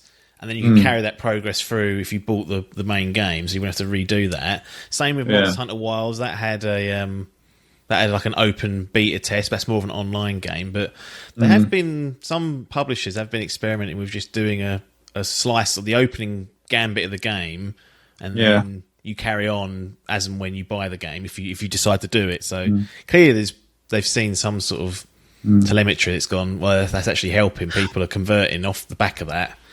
I like that. Yeah. As a model broadly, I just find it weird on a management game. Like, I mean, it's good because you can literally play the first 3 months of a game for nothing, and if you like it, you can buy it. If you don't, it's no harm. But yeah, I don't know. I just think it's a bit of a it's like, for what reason? I don't really get it. But anyway, let's get into I was going to say the meat and bones, but that's a weird one, isn't it? You get into the meat of it. No one wants the bones other than dogs. No, so meat and potatoes. the first game that you've got here is one that we didn't get to last time we recorded, which is Lost Records Bloom and Rage. Now, again, you only play games I've never heard of, right? That's the rule, basically, other than Death Stranding 2. I've heard of that one.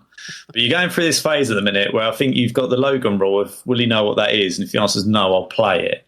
So this is where we are. But it made a lot of sense to me. I've watched the launch trailer, and as soon as it said from the makers of Life is Strange, I went, and now I know where we're going with this. Say no more. So I assume this is how it kind of come on your radar and got on the playlist, was exactly because of that, right?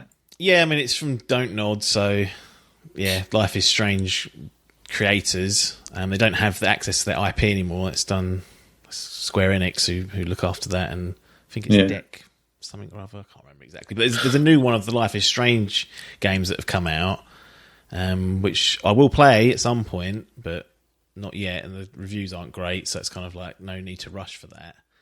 But yeah, I've played, other than Remember Me, which came out on 360 and PS3 and PC, which was in 2013, I've played all but 2 of Don't Nod's releases, so Vampire and Banisher's Ghost of New Eden. They're the 2 I haven't played because they're the 2 longer games. They're like RPGs rather than 10 to 12 hour sort of narrative slices. So Life is Strange 2, Tell Me Why, Twin Mirror, Harmony, The Fall of Riviere, which is one of the worst games I've ever played.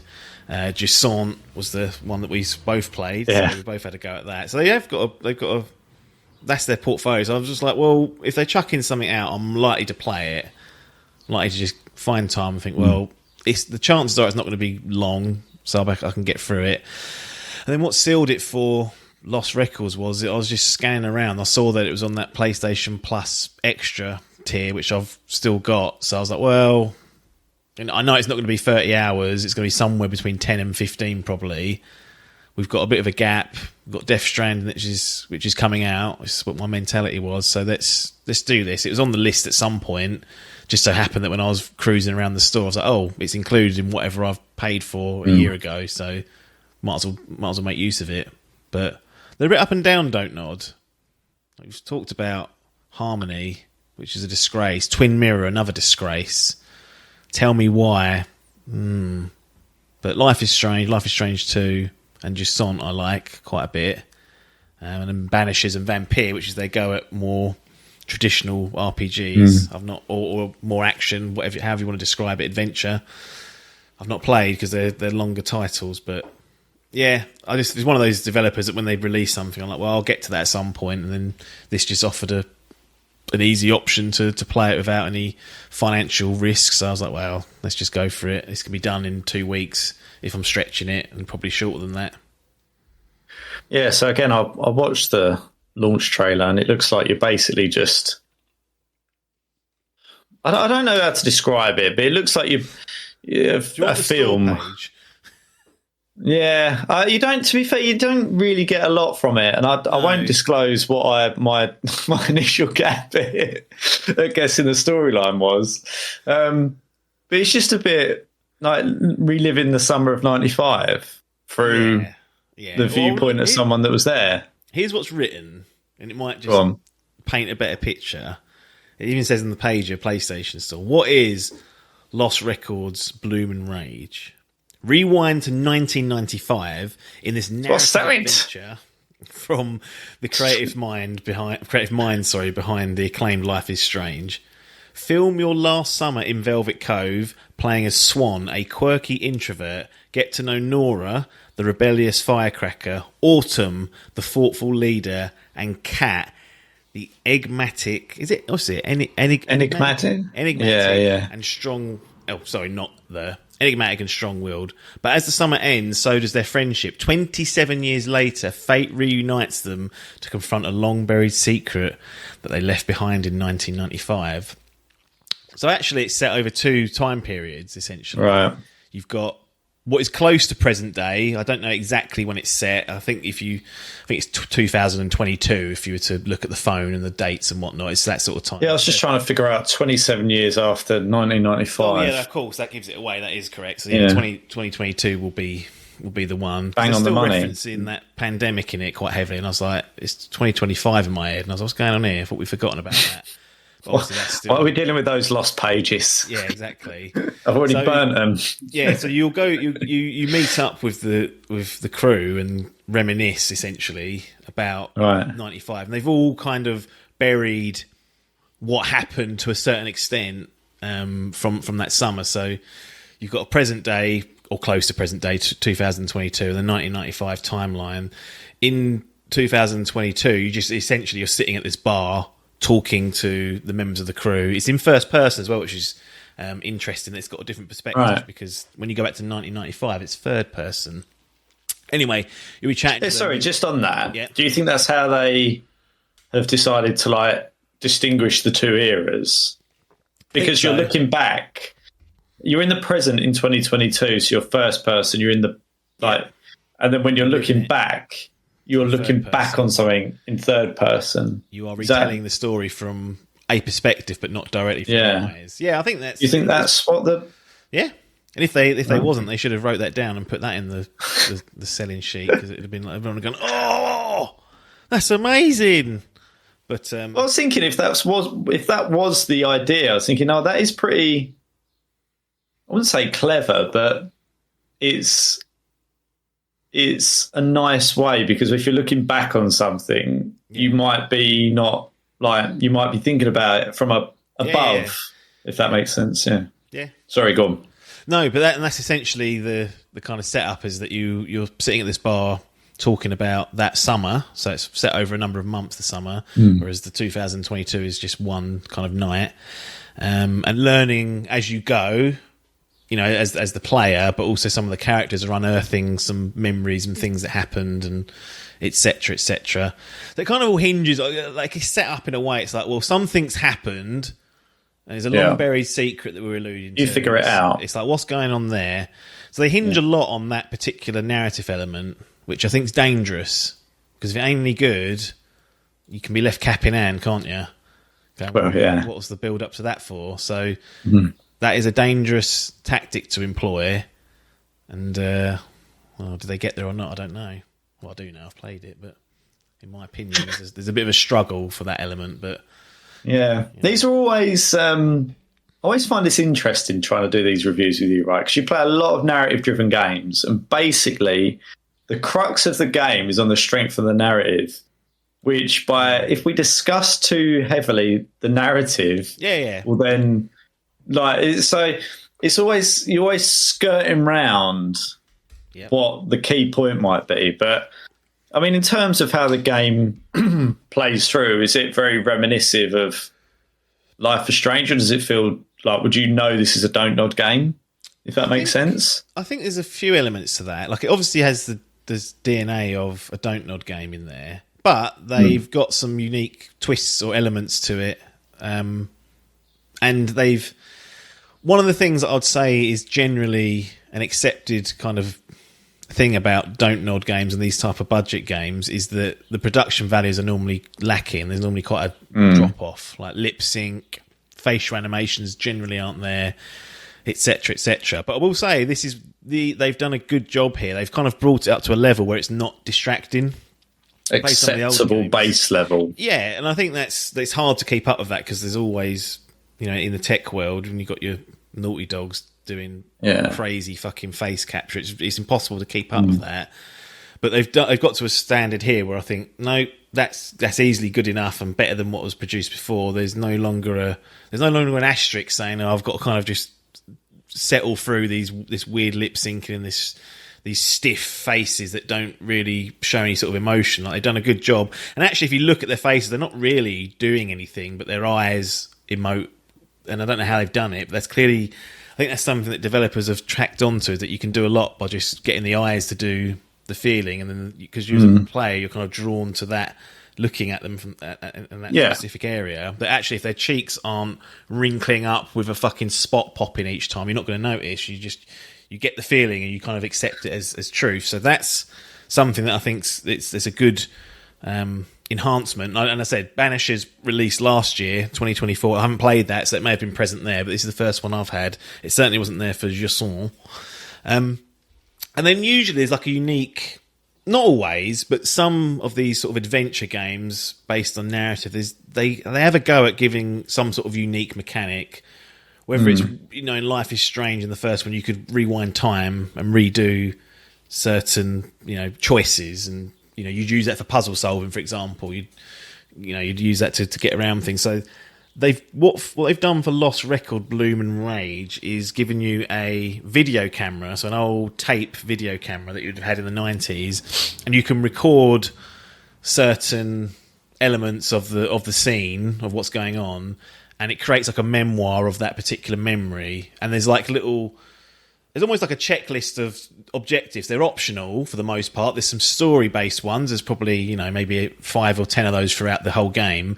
But there's loads of other optional ones. So when you're exploring a world, you might just put the camera on, start recording a bird, and it'll be like, 1 bird of 10. Can you find the 10 unique birds throughout the game to get a record? And then what it will do is it will stitch together like a mini film of like 30 seconds, maybe a minute and a half long, of your actual recordings that you've made in the camera.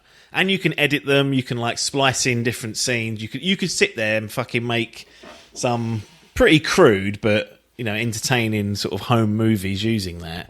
And that plays into Swan, who's the character you play. That's like one of her big passions, is recording stuff.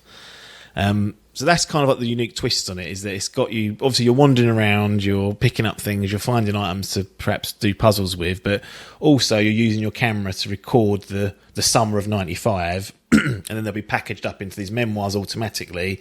And if you want to, you can go in there and start messing with them and making them, of high production value. And they fill in little story gaps, they fill in, her perspective on that particular item, or that the birds, graffiti, certain types of people. There's a ton of these that you'll encounter throughout the game, and like I said, they are optional, but I did find myself in most areas trying to get as many as I could, just because I found it entertaining. They've got this nice feel. I was going to ask the video when you watch it. It feels like that's the 1995 replaying of an old shit VHS video being played there. The filter they chuck on it is like that looks actually pretty realistic for what it is. Oh, yeah, I was going to ask like to what end, because I was like, how does that play into the overall story? But it's just a nice bit of nostalgia, as you say. Like if you grew up in that era, to have a mess around and see it again. So where do you want to start? Because obviously, ultimately, what did you like, I guess, about this? Like, does that, and I'll let you figure out how best to talk about the narrative, but did that hit the majority of the highs that you were hoping for, I guess? Because that will lead to some of the things that perhaps you don't really like too much. I think it's one of those. It's one of these common problems that I seem to encounter with these, not these stories, but in stories in general that are told in video games, is that the character work is really well done. Like you kind of believe these. I think they're 16-year-olds, but in 1995. You believe how they're acting to be realistic, and there's some depth to each of the characters of the core crew. And you kind of like, I actually remember meeting people like this, when I was at school, from 13 to 16 or whatever that torrid time is. And you're like, like, that reminds me of someone actually that I encountered at school, for good or bad, whatever it might be. So the characters that you meet in the core crew and those on the sort of the secondary line of narrative people is good. But again, I just think the overall narrative, the secret, the reminiscing of it's a good idea, but what it actually is and how it's delivered is not the best. So it's one of those weird ones, but it's enjoyable to be around the characters, but when you take a look at what's happening for the main primary objectives, or what's the primary drivers are, that's a bit lacking. I don't know what that is all about, but I seem to run into that quite often these days, that the overall narrative's just not up to snuff, but the character work is good, and it's one of those kind of 50-50s again. I will say, I mean, you mentioned it, I think you used the word frumpy, because that's what the main character looks like. I don't know what you're describing there. I don't know if you want to have a go at that. But just like, how do you define frumpy? I know it when I see it, but I never think it might be nasty. It will be nasty, yeah. I mean, you can do that. Apparently, well, this is where it will go down. So apparently Frumpy was a German progressive rock band. So dowdy, unkempt, or unfashionable? Yeah. That's not what we're aiming at, though. Basically, and this is just, I haven't even thought of this word in decades, but this is a common term that was used to describe women, or girls, I should say, at school. The word heifer came to mind. And this, I wouldn't use it today, I don't, but that essentially, and when I saw someone, I like the way you've caveated there. You go, I wouldn't use that today, and I don't. I don't think I do anyway. But that's what came to mind. I think frumpy's a more of a kinder term of that, but we kind of know what we're going. It's a bit overweight, like a bit chunky. And to be honest, because the game's from first person initially, like you start in 2022, when it... Tomboy. Tomboy as well, yeah. Yeah, again, not appropriate. I can't remember the last time you heard that. What, anymore? I don't know. No, I mean, I haven't heard the word tomboy said for a long time. It's kind of like a girl that's not very girly, I guess is the way to describe it. She's kind of a bit frumpy, tomboyish, like... Heifer's like a baby. That's heifer. That's not. That's a cruel term. But no, not baby. Is it a female elephant's a heifer? Oh, are they? Well, I think so. Yeah, I think that's where it comes from. So the reason that word heifer, or is it? It's something like that. Heifer meaning. Well, I mean, let's not go to that AI. Oh, it's a cow, not an elephant. Yeah. That's where I've got it from. Because I thought I've heard that recently in Clarkson's Farm. It's not a flattering. If someone calls you that, it's not a flattering. No. That's what I mean, though, because when that happened, I was a bit like, in my head, I'm just being totally honest, I was like, why are they... I thought, I was like, right, they're just doing this because they want the main character to look different and represent... Yeah. And I was like, oh, God, I don't know if I can... You thought it was getting a bit political. I was like, it's eye-rolly. Yeah. And I wasn't like, I could turn the game off, but in the back of my head, I was like, okay, whatever.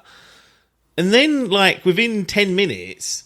Like there's an incident that occurs, and one of the secondary characters like calling her a fat bitch and stuff. And I was like, oh, they're actually they've created a character with a certain look, and they are accurately, especially in '95, and I don't know if it goes on to these days, depicting how people would bully, demonize, and just like be nasty and cruel. And I was like, oh.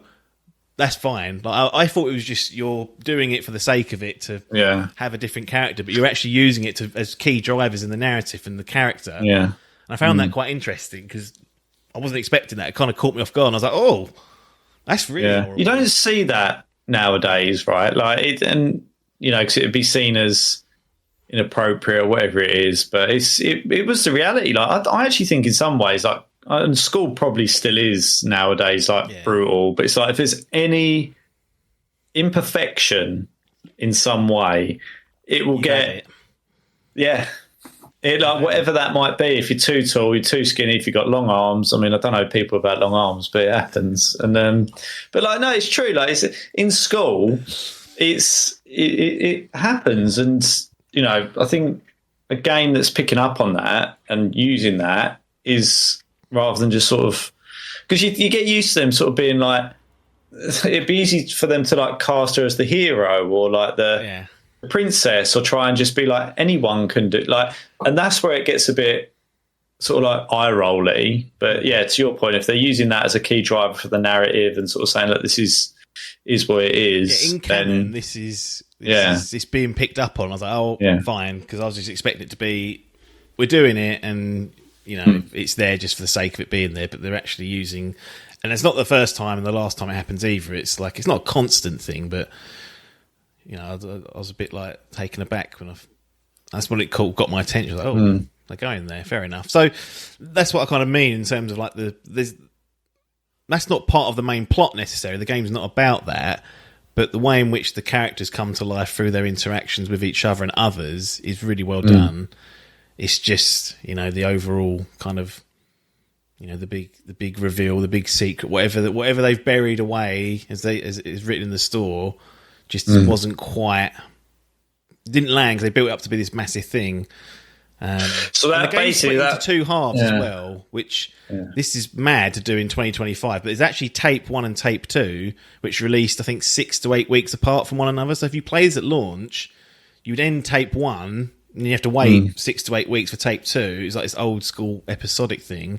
I didn't. Obviously, I could play both of them. I think I left it a day or two just to try and let it digest. But that was a strange thing to do. And I think I'd have been really annoyed at the end of tape 1, like waiting. I'd have been like, ugh, that didn't hit on the notes that I wanted it to. So therefore, in 6 to 8 weeks' time, how interested am I going to be to go back to this? But luckily, as we record this now, you just get the game and they're all there. And you just play them as and when. So it was a bit of a strange kind of cut in the narrative halfway through. And it picks up where it's left off. It's not like it changes the game completely, but I can understand why people played tape 1 and then was like, ugh. By the time you get to tape 2, are you even interested? Have you got the same attachment? Have you remembered what's happened? You're asking questions to the audience that they might not, be capable, because you forget shit, didn't you? You play so much, you watch so much in between. Then you're like, I don't even know what's going on here. So I don't. Well, back in when we did like that system anymore. The Telltale stuff, they used to come out in sort of 1 or 2 episodes at a time, didn't it? Yeah, they were big gaps. That I'm sure one of the seasons took nearly a year to get through, and I was like, what are we doing here? And there'll be choices that would come back and haunt you from like previous episodes. Yeah, you go, how am I supposed to remember that? Yeah. They were shorter though. They were like a couple of hours, whereas I spent 12 hours in Lost Record. So, it was about Lost Record, sorry. It was about 6 hours per part or per tape. But yeah, they did a good job of sort of depicting this summer of friends coming together, which I think's interesting, but there's so we're saying for the narrative that I'm like, narrative notched down, characters good. Yeah. Okay. Is there anything you wanted to touch on in terms of good stuff before we move on to anything you didn't much like about this game? I kind of blended those two together in a weird kind of way already, but that's what happens, isn't it? Put barriers up, they get broken down.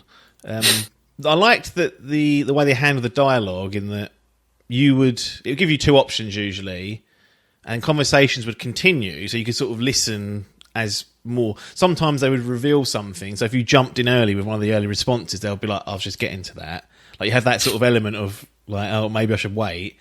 But some options then disappear if you leave it too long, leaving, and a third one might appear, so you kind of got to time it. But I just liked it felt like a dynamic choice that you'd get. No 2 choices you could just bank on, because usually you're sitting there and you've got 4 button presses and you're like, well, I'll just choose that one. This is like, as the conversation flowed, certain options disappeared and new ones came in. That felt a lot more natural. But the counter to that was that it felt like at times other characters were like talking over one another, which is normal. That's how humans interact. But whenever you're watching a film, television, playing a game, that's not how we do it, because that's just not how you do it, is it? Because you miss shit. You get people like muttering and saying stuff under their breath, or just saying like jumping in, and then the other person is almost seemingly ignoring them and carrying on. I was like, unless you're trying I've never actually thought about that, like consciously. The conversation is always one follows the other. Yeah. Whatever you're watching, always. Yeah. Unless they're trying to like convey this like chaotic argument, or there's certain times when it won't happen in like media, I guess, or these mediums. But generally, because you've written something that's important, you need the audience to hear it and understand it, so that the other character can respond appropriately. Yeah. If people squabbling over one another, unless there's like a fight going on or some sort of danger, then it doesn't work. So that happens a few times. So there's a plus and a minus again. So he's done that again. Blurring them together. Yeah. Okay, well, I'll kind of leave it to you then, if there's anything else you want to say about this game before we kick over weird to the gallery. There's one weird thing about this game. The sound quality of the dialogue sounded... I'm not talking about the quality of the acting. I'm talking about the actual track. Yeah. It was like it sounded like unrefined at times. It sounded like tinny, like almost as like it was they're doing it over fucking Discord, like this fucking podcast. And I don't know if that was... I don't know how the development of this game went. It's released well after the pandemic, obviously, but I do wonder whether some of it was recorded remotely, either post-pandemic or during it, and they never got round to cleaning it up. Because there's a couple of times, and I was listening to it, I was like, oh, that sounds just weird. It sounds completely out of place, and the quality's not quite there. So we were patting them on the back for production values, but they've chucked in a few rusty sound files, it would seem. Yeah, weird. They must have done that then. There's no other way. You know, like when you used to get Hall on here and he used to have his Apple headset or whatever, his earphones, it'd just be rustling, or who was someone else used to have notoriously poor audio quality? I can't remember. Biff always does. Biff, yeah. And that headset, and then he got a new fucking iPhone that doesn't have plug sockets anymore, apparently, so that don't work. So I don't know what Apple are up to, taking away fucking standard fucking plug sockets, but that don't work anymore. They're all last at thing it. he was on was fucking dreadful. They're all at it. It's a bit of a shocker one, but he's just using his phone. And that's fine. He's there for the quiz, But I would say if you were doing voice acting as a job, you would probably get some professional equipment. Yeah. Who knows? Who knows what was going on? Maybe they had problems or just didn't care, or they're just like that. Maybe they've got a bad sound person on the game that just was like, yeah, I'll do. These fucks won't notice. But that was just another fleeting thought that I had about the game. I was a bit bemused at that in 20... Because I think playing games after the pandemic, I noticed it in like Horizon Forbidden West. There were certain characters who clearly had recorded their lines remotely and outside of a typical studio setting, and you could just tell... that was not done at the same quality level. But I thought we were kind of past that, I guess is what I'm going for. But maybe they did record it or just didn't do it in a... When was this game released? It was this year. It's 2025. All right, the first part come out in... The first part came out February 18th, and then April 15th was tape 2. So, yeah, a couple of months. But, yeah, it's not like a game came out 3 years ago. So you think it was all... At some point, you have to go, that should have been re-recorded. Like if a game comes out, like I don't know, I feel like we've got to start drawing the line under that. There's plenty. So this is Don't Nod Montreal. Yeah, this is Wikipedia. So in 2020, Don't Nod created its Montreal studio, and commenced production on its inaugural project. Sorry. Yes, so that would have started peak pandemic. So it was quite... Montreal's Canada, right? So I think that was quite a heavily locked down country and area. So it might have impacted them for longer and more severely than in others. And this is the thing, like depending on where they're developed and where people are at during that period, would also lead to whether they could or couldn't do that. Yeah. Plus, you add in people's risk tolerances to everything, and it kind of makes the whole thing incredibly variable. But I always find it interesting because you think now, like, you can clear it. Surely you could use some AI tool to clean up that audio. No, not allowed to. You're nicking jobs, isn't they? So that's what I'm just saying, all about. If budgeting was an issue, but you can't. Yeah, agreed. Anyway, let's not dwell on that too heavily. We shall go to the famous gallery. Yep. And we always go in. My customary guess. Yep. Now, because this is a narrative game, and it didn't quite hit the highs, my gut feel is, I think this might be a bronzer, but I could easily get into that silver category. So you're ruling out the self-storage? I am, yeah, because there hasn't been enough that leads me to believe you won't put it in. Yeah. I mean, you're correct that it's going in, and you were correct with the first guess that it goes as a bronze, so yeah, it just has a few little snaggles here and there, but there's some good stuff here. Obviously, this is a newer part of the Don't Nod family, is this Montreal studio, so they've not disgraced themselves. And as someone who plays quite a few of these games, is on like the middle to high. I'd say it's the higher end. It's not, because I've played some really good stuff in this kind of genre in this pocket before, and it's not quite there for that, but nonetheless, there's something there if you're a fan of these types of games. And again, this is not one that's going to convert people. This isn't the Clair Obscur of turn-based where, you know, that will convert people to go, oh, I might give this genre a go. This is, no. You have to be in this pocket and be interested in it to get what's required out of this for it to be worth your time. It's not particularly cheap. 33 UK pounds is its price, so you know your mileage may vary there. But like I said, it's lurking in. If anything's in that extra subscription service, that means it's going free somewhere at some point, or it's going to end up in Game Pass or whatever. So you just got to keep an eye out for that. But yeah, bronze for Lost Records Bloom and Rage. Sounds about right. Yeah.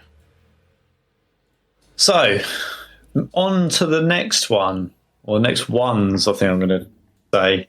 Yep. Caught me by surprise a little bit, because it's Super Mario Land 1 and 2. Well, it's not classed as one, but no, 1 and 2. Yep. In quick succession. Surprised to see these get, out of all the Marios, out of everything, these getting done. So why are we doing these in 2025? Well, I've played through, I think it's 2023, I started playing through the old Mario games. I did Super Mario Brothers 1, Super Mario Brothers 2, Super Mario Brothers 3, Super Mario Land, Super Mario Land 2. So I went through Nintendo Switch Online, which has all these games catalogued, and went through them with the intention of getting to the Super Mario All-Stars collection, which is Super Mario 64, Super Mario Sunshine, and Super Mario Galaxy, which I bought on Nintendo Switch back when it came out. And that was one of those games I was like, it's only on sale for a limited time, like to buy at all. So they kind of tricked me into that. You can't buy it online anymore, but there's still plenty of physical copies lurking. So whatever they tried I don't think quite worked. What a stupid idea. Anyway, with the intention of playing the old game just to work my way through it, and then eventually I'll be, you know, I've done Mario Odyssey, which, to be honest, looking at the update they've done for Switch 2, I'm tempted to run through that again at some point, because I did like that game, thought it was excellent, really good, in fact. But obviously there's ones that I've missed, like Bowser's Fury, which came with Super Mario 3D World, I think. I can't remember exactly what it was bundled with. And then Super Mario Wonder is the more recent one. In any case, I wanted to work through the mainline series. And I kind of got stumped because Super Mario Land, when the Game Boy was announced for Nintendo Switch Online, I can't remember if it's part of the expansion pack or not, but it is in there somewhere. They had Super Mario Land 2, the 6 golden coins, but Super Mario Land they didn't have. So I was like, why have you done that? So I just stopped at that point. I was like, well, I'll wait, because surely they will add Super Mario Land on its own, and then I can do Mario Land 1 and 1, Mario Land 2, and then we're up to snuff with Mario 64. That's the plan anyway. And then, the Switch got binned essentially about 18 months, 2 years ago. I refused to turn it on. I was like, I'm done with this thing. Got rid of it before the Switch 2 come out, just gave it away to nephew. And then once the Switch 2 was out, I was like, okay, let's have a look. Yes, Super Mario Land's there. Super Mario Land 2, 6 golden coins. Let's go and do it. Because Super Mario Land, back in the day, I had on the Game Boy and played a shitload of. So that was very nostalgic, just going back for the music and the movement and the basics of that. It's actually, for a Game Boy game, it's a very good version of a 2D Mario game. So that was nice to go back to. That's the long way of saying what I'm up to. It's some sort of long-term project of playing Mario games, and that's where we're up to in the chronology of the games. So the thing that's interested me is that this wasn't like there wasn't anything better to play, and I'll quote, no, better, newer, right? No. I mean, these are games as old as you and I, basically. Yeah, Mario Land's 89, so... Like, yeah, I mean, we're going back, and I queried this because I was like, what have you played this on? Yeah. So I was like, surely you haven't done this on your Switch 2? And you went, yeah. Yeah. So I was like, how have we decided to get the Switch 2 and play a game It's 35 years old. Because it's part of this project. I know, but it's just the Switch is that back catalogue of stuff on Nintendo Online. That be a selling point. I am annoyed you can't just buy them separately, because I would have paid $10 a piece for these just to have them, and then it made more out of me. But whatever, they're doing what Sony's doing with their classics. Oh, actually, Sony do release a lot of them to buy a la carte, but they're not doing that, Nintendo. So this is the only way to get at them. Do they play any better? Like, not that I'm expecting anything, but surely you would get some residual benefit, maybe? Well, you think... Does it still feel like a 35-year-old game at its core? I mean, Mario's aged well, but... That's the thing. They still feel decent, because I think the core concept of Mario just works. But, like, in Super Mario Land 2, for example, it's very laggy and framey. Like, when like... a couple of enemies come on screen. And this is where I'm a bit like, I don't know if that's the game or whether it's the emulation of the game through the Nintendo Switch that's doing it. I would guess, knowing what I know about the Game Boy technologically, it was like that back in the day, because that wasn't a powerhouse at all. And I remember playing games that used to... I think there's an old WWF game that was just, looking back on it, it was framey as fuck. So I assume it's just a hangover from that. So therefore... if I'm using that as a barometer, I don't think there is any residual impact on performance. It just is as it is. You're not using the power of the Switch 2 to smooth anything out. It plays in the aspect ratio suitable for, your telly. So there's huge black bars down the side, because it's a Game Boy game and it's small. It's kind of blown up to fit on the TV, but yeah, it kind of is as it was, I would assume. Yeah. Just that you've got the added conveniences of save states and rewinding and shit like that, which makes the games 10 times less frustrating. And that means I can get through it quick as well. I didn't want to sit there and play these for 2 weeks, grinding through them and failing. Like, you go through it, you die a few times, you think, well, I'll just rewind it and then I won't die. Yeah. And you're through. So it's a massive cheat, but... whatever, I ain't dealing. Do what you got to do. If it's there, you've made it available, get used, as we've discussed before. It should be there for all old tutters.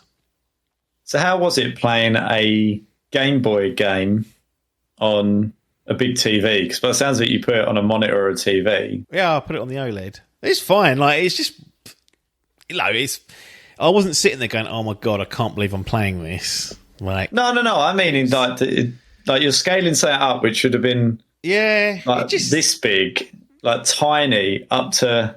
Yeah, it just looks like you'd expect it to look. It doesn't look horrible. Like, they've done a good job of letting it scale up. Like, it doesn't... Yeah, I just think it was better than I thought, I'll say that. Like, because you never really know how these... I mean, it's very basic. There's like 2 colours on the original Game Boy, like brown and fucking green. So you're not... there's no colour in this thing. There's no palette there. It's just, it kind of is what it is, but... again, it's because the games aren't really trying to. The game is about running around as Mario, so the visuals aren't a concern. I think that's just a testament to how the games operate generally. Scale it down. Future ones, that's all we need. Yeah, I mean, that running at 120 frames, and it's all manner of shit going on. There's fucking colours all over the place. It is. Because I've got Super Mario Wonder and I've played a bit of it with Harry, and it is a bit jarring now when you play these games about how much more there is to worry about. Yeah, and even little things like going from level to level, like that's like the way that you're wandering around. Like, I wouldn't say it's open world because it's not, but you don't just go from one to the next. Like, you have to walk up to it and select it and stuff, and it's a little bit like jarring. Like, there's some things in terms of consistency that I would like. But look, like, it's a franchise that's been going for like nearly 40 years. You can't can't criticise that, can you? And go, stop changing it. I think Mario Bros is 40. Is like, well, yeah, I was going to say it precedes that, right? So yeah, 40 years. Is that 40? 85? Yeah. Mad, really. Absolutely mad. Very few things last that long. So is there anything that you specifically want to talk to on these games? Because they are what they are. Most people that listen to this should know they are what they are. We're not going to we're not going to announce anything record-breaking on air or new that hasn't already. So, is there anything you wanted to specifically say about them? I'll say that Super Mario Land was very nostalgic because I had spent so many hours playing it back in the day. So the music immediately... It's weird how music's like burned into your brain. So it's like hard-coded, imprinted in your brain. You don't think about it because I never thought about the soundtrack or the musical elements or even the sounds of Super Mario Land until I switched. Just when you hear it, you go, oh yeah, that's still there, printed, and it won't come out because I spent a lot of hours with this, but it wasn't like Pokemon Red, which I played for much more. So that was interesting, just having that feeling. I was like, oh yeah, that's just there. Well, I don't know if that's a waste of brain power, but it's coded in and it ain't coming out. There's no backwards scrolling on Super Mario Land, which I don't know why that surprised me. But once you've gone past the screen, you think, "Oh, I'll go back and get that." It's like, no, you can't. It blocks you, which is strange because in Super Mario Land 2, that's not the case. You can go back and forth and explore. So that's something that clearly evolved. But I just was a bit put back. I was like, I'll quickly go back and get that block I missed. And I was like, oh, no, you can't. I was like, okay, we're gonna. Here's what it is. Movement's fine. This one played nice and smoothly, so I didn't have any lagginess with it. So take that for what it's worth. But yeah, it's just nice to go back and hear the sounds, see all the sights again, and remember this really good game for it's like a really good version of Super Mario on obviously a Game Boy, which is so primitive compared to today, but back then was just an incredible piece of kit, and how they translated that feeling into Super Mario Land is really, it's excellent. It's just a testament to some engineering that went on there, and also just the core game being enjoyable to play. So Super Mario Land, obviously enjoyable. Super Mario Land 2, 6 golden coins. I didn't play this, so I had no idea what it was. This felt a lot more sluggish, like the movement. It was more... Took a bit of getting used to playing it back to back. I immediately was like, oh god, you absolute slug. But you could do the backwards scrolling, so you could go back and explore. There's a bit more variety, I would say, to the levels, a bit more verticality, a lot more secrets to discover. It's much more like, and in fact, it was, I don't know if this lines up time-wise, but it's much more like Super Mario World, in that there's an overworld map, there's kind of 6, believe it or not, places to go and visit to get your coins, and then like a big kind of end zone to go to. I think there's some optional areas as well to go to, but clearly the influence of Super Mario World felt like it was here, or at least an early rendition of it.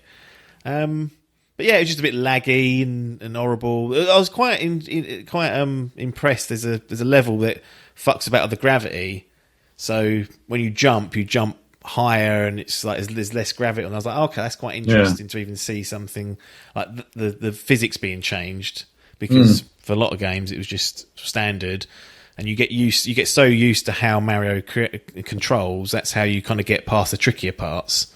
Whereas this kind of chucked a bit of a wrench in that. I was like, oh no, you got to kind of relearn what we're doing here.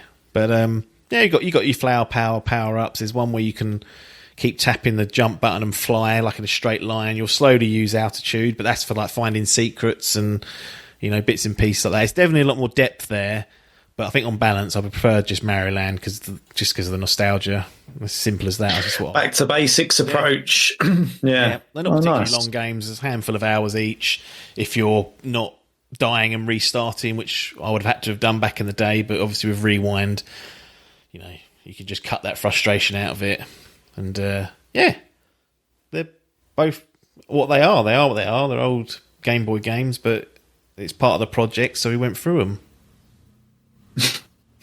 The project. Okay, I assume you want to stick them in the gallery, or not. So we'll go in there. Really. I mean, this is where the pressure will get on, because if you don't put these in the right place, then you have the whole of the Nintendo community. Well, I'm just saying, you be careful is what I would say. Put much love classics in the wrong category, and you'll get the whole internet after you. So pull their heads out of their asses. If I was a predicting man, which I am, I would say these will go in the bronze, but I'll let you declare. Almost. So Super Mario Land 2, the lost 6, what the fuck is it? 6 golden coins. Yeah. That goes in the bronze category. And then Super Mario Land gets a 1 grade bump for the nostalgia and the sounds and we like this. This is what we remember. A nostalgia bump. Yeah. Although, and it didn't run sluggishly compared to Land 2. So you can justify it however you want. I mean, there's no. You can put whatever you like wherever. There's no criteria that it needs to meet to get there. If you liked it, then it goes where it goes. Yeah.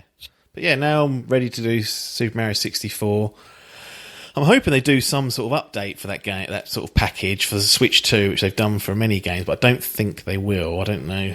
I just don't think they'll do that. So I'll just find a slot and work through those, I think, and see how we get on. And then we'll be going back to things like Bowser's Fury and whatnot, getting those ticked off. The project. Exactly. Okay. Demos. Yep.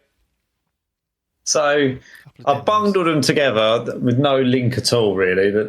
They're completely separate things. But the first one which we're going to call Cairn, it may not be, but Cairn appears to be what it is called. I mean, it might be an idea if there's a store page or some sort of description for you to read it. But basically, some sort of... It reminded me of Jusant. Is it Jusant, where you're climbing up a mountain? Like it was like that, but back at it. Yeah, but it looks like a bit more. They played on a bit more narrative, and it looks a bit more like there's a mechanical element to the climbing. And there's a similar climbing game out there. Have you seen these games where there was this one? Can't remember what it's called. Where you had like I'm not going to call it a pickaxe, was it a sledgehammer? And you had to swing the sledgehammer around to get up. And there was a mechanical element to that and stuff like that. And I wonder whether they've sort of taken... Using like a pot or something. Is what part? You're in like a pot and you're like picking your way up the... No, this was... Not that one. No, I can't remember what it's called. But basically, it was like you had to hook your sledgehammer. It was stupid. It was like a 2D game. But essentially, it looks like they've taken a narrative element versus a mechanical challenge to get up. And I don't know how you can obviously clarify how challenging the mechanics are. It looks like it might just be a bit of brain power required to get it in the right order. But it didn't. It didn't look like it had much depth to it beyond that. But maybe it doesn't need it. You tell me. No. So it's basically the easy way to describe it is this is like Jusant, but hardcore mode. Yeah. Like much more of a simulation in more aspects than just climbing as well. So the actual climb mechanics are quite challenging to get your head round. It's not always exactly clear what you can and can't do, and you kind of have to plot out your route before you go, because you can't just climb up flat surfaces. It won't let you do like a Zelda Breath of the Wild and climb up it. So you need to find something that's got ledges and you go, right, I can go up here, but I'm going to have to go round and then up, and you've got stamina to manage. You can't just hang her in like awkward positions for too long, because you start shaking, you'll fall and you take damage and can die, and that will end the run.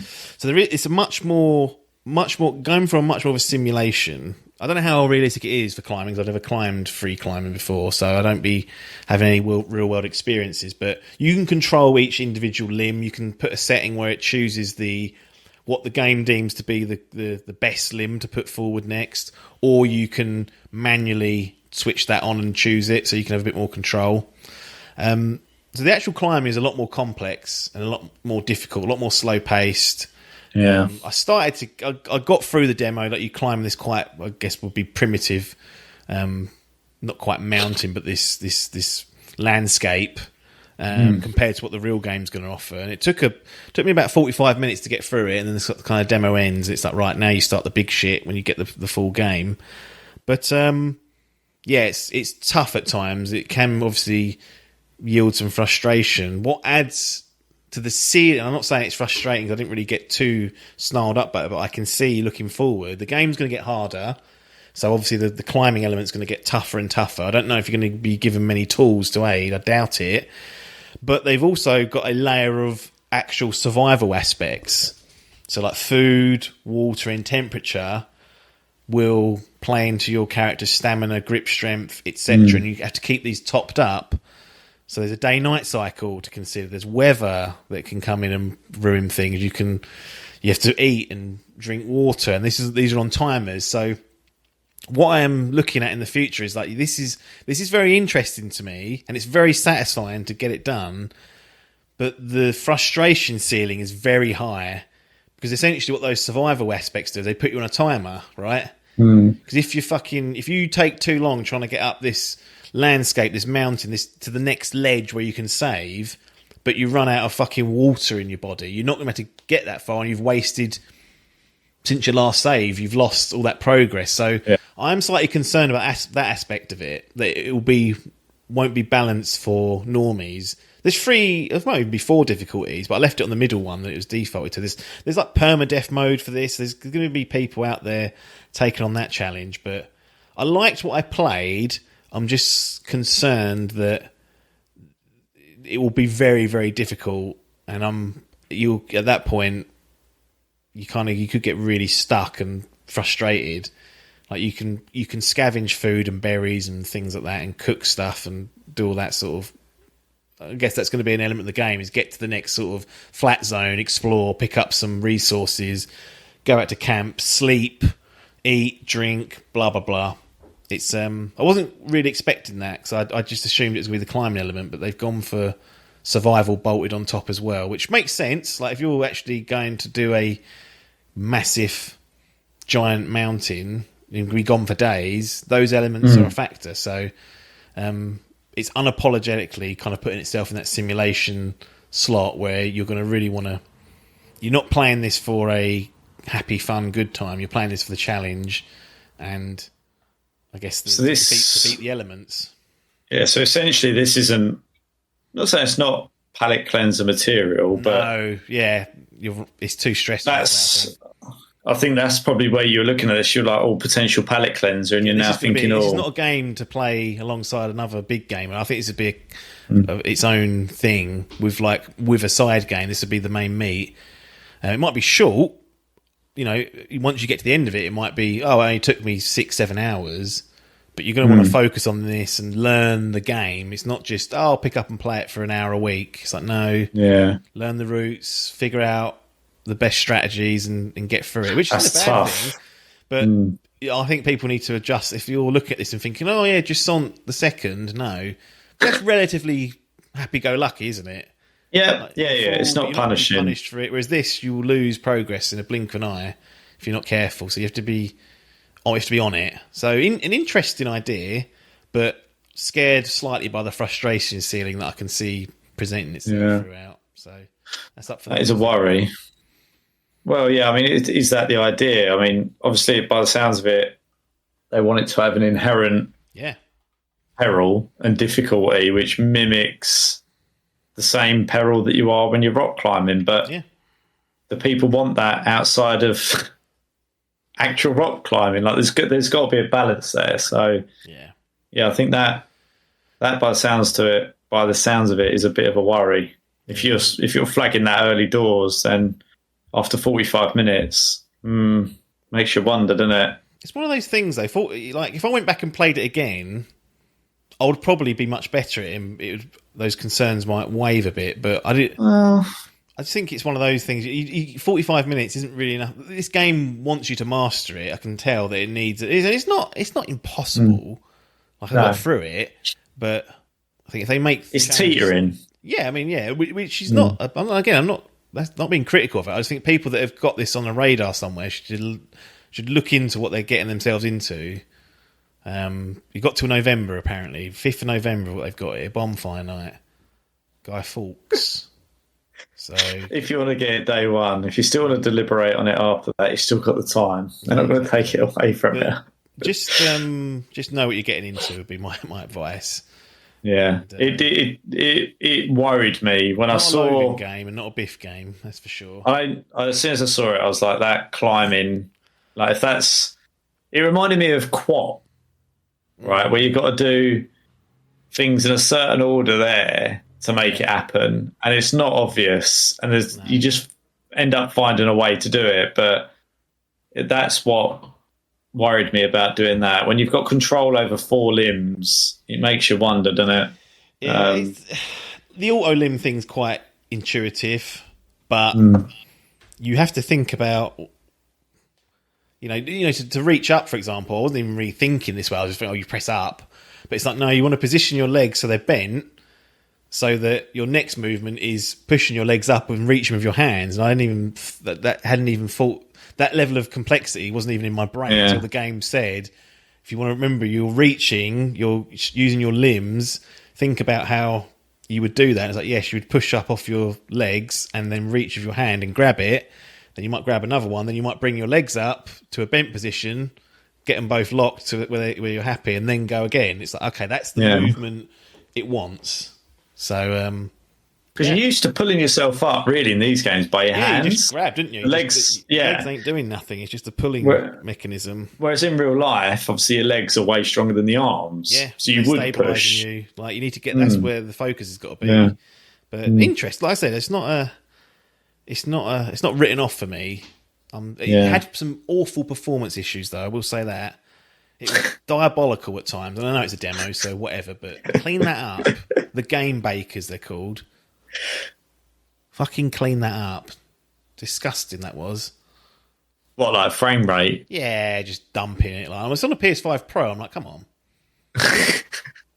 Let's just get that up to snuff, shall we? Before we and it's not like a graphically demanding game, so it should have no problems. It's just poorly optimized, isn't it?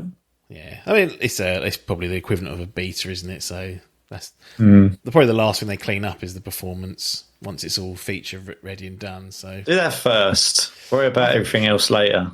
I think they should. But yeah. So do you want to do an official sniffometer? Well, yeah, I've got this sniffometer. I think we should change the tiers because it's one of those. In fact, am I around the wrong way? I think I am, aren't I?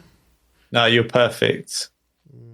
At least on my screen you are. Yeah, I think that's the blur, isn't it? So that's actually, let's real-time correct that for the audience. If we remember how to. How do you fucking do this? Transform, is it? No. That's what I've not got it highlighted. But yeah, these tiers need to be revisited, essentially. So it might not be best to... Cool, I'll fuck that up now over there. Anyway, it might not be best to go through them, but it ain't the fourth coming of Christ, that's for sure. Is it a bollard tickler? Probably not. Wouldn't call it a bollard tickler at all. Is it? Cool. It's probably lurking. Yeah. Okay. It's lurking somewhere. So Mid range. Yeah. What's below lurking? I can't quite see that. Well. Yeah. Then 2. What's the bottom one? Blower. Yeah, for me. Yeah, so I'll put it somewhere on lurking, sort of middle way. Yeah. We'll get an official sniffometer ratings out there. But yeah, not for everyone, this game, so it will filter people whether or not I get Be aware. Yeah, you need to.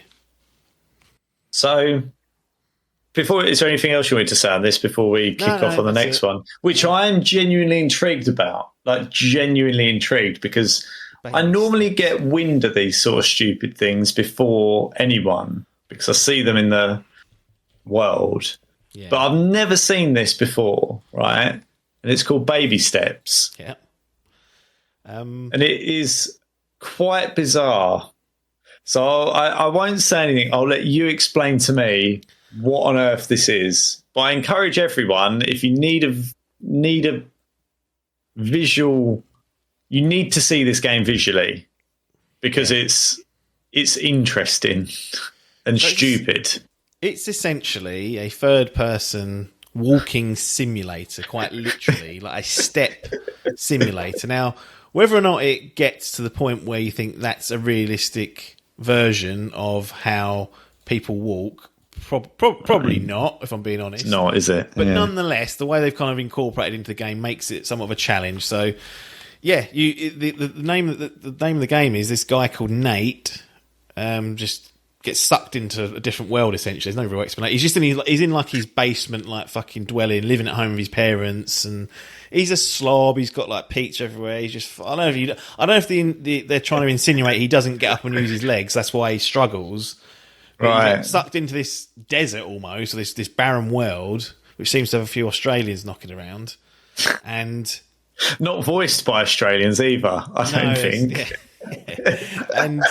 and then there wasn't really any goal. I mean, there's 45 minutes I've played of this, and you just wander, or you try and wander around. The game is about movement, and we talk about Death Stranding 2 being a walking simulator. This is the bare bones version of that. So there is a mechanic to walk, and you need to learn that to get about. So every single landmark you want to get to is a bit of a challenge, because going up things, down things, across things, it all has to be kind of done in a certain way, because you'll just fall over. It's one of those comedy physics games where I can see a lot of people have a lot of fun streaming it, falling down things and failing, and it has that kind of potential there. Does baby steps. And the way that's it works, where I thought I would have seen it. So a lot of these people, like, that follow on streams, would play this sort of dumb shit, and they'd chuck out a video about it, and they might get 2 or 3 out of it, depending on how well it does. But that's what it reminded me of, and I was like, I can't. It's more like I can't believe I haven't seen this crop up, because it looks dumb enough and stupid enough. Like it genuinely made me laugh watching the trailer. And I was like, I didn't expect you to pick this up. Like, so it's interesting to me that you've played a demo of this, when this is something that I'd expect to appear as a dumb content creator kind of game. Well, because it had been in the state of plays, I think, last year I saw it. And then the one they did kind of over the Summer Game Fest period, I think that's when the demo was released. The demo's on Steam, at least as we record this. And if anyone's interested in the climbing game, what was it called again? Cairn. That's on PS5 and on Steam, but this is on Steam only as I record this. But yeah, and then I saw the demo, and I was like, you know what, fuck it. I've been really resistant to playing demos, but for smaller games like this, I think there's a great deal of value. Like, I'm not going to play the demo of Final Fantasy 16, which you spoke about earlier. I'm just going to buy the game and play it when it's out. But something like this, where I'm like, that looks interesting. I want to just have a little flavour of it. Let's dive in. And yeah, so I can see this being hilarious.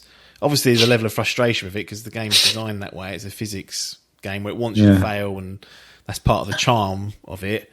And the way in which you kind of walk is you use the triggers. So the right trigger does your right foot, your left trigger does the left foot, and all that does is lift the foot up, and you use your stick to move forward, and you release the trigger, and it puts your foot down. So initially, you'll just press forward and you fall over. So you have to use your legs to sort of plant them out in front and move.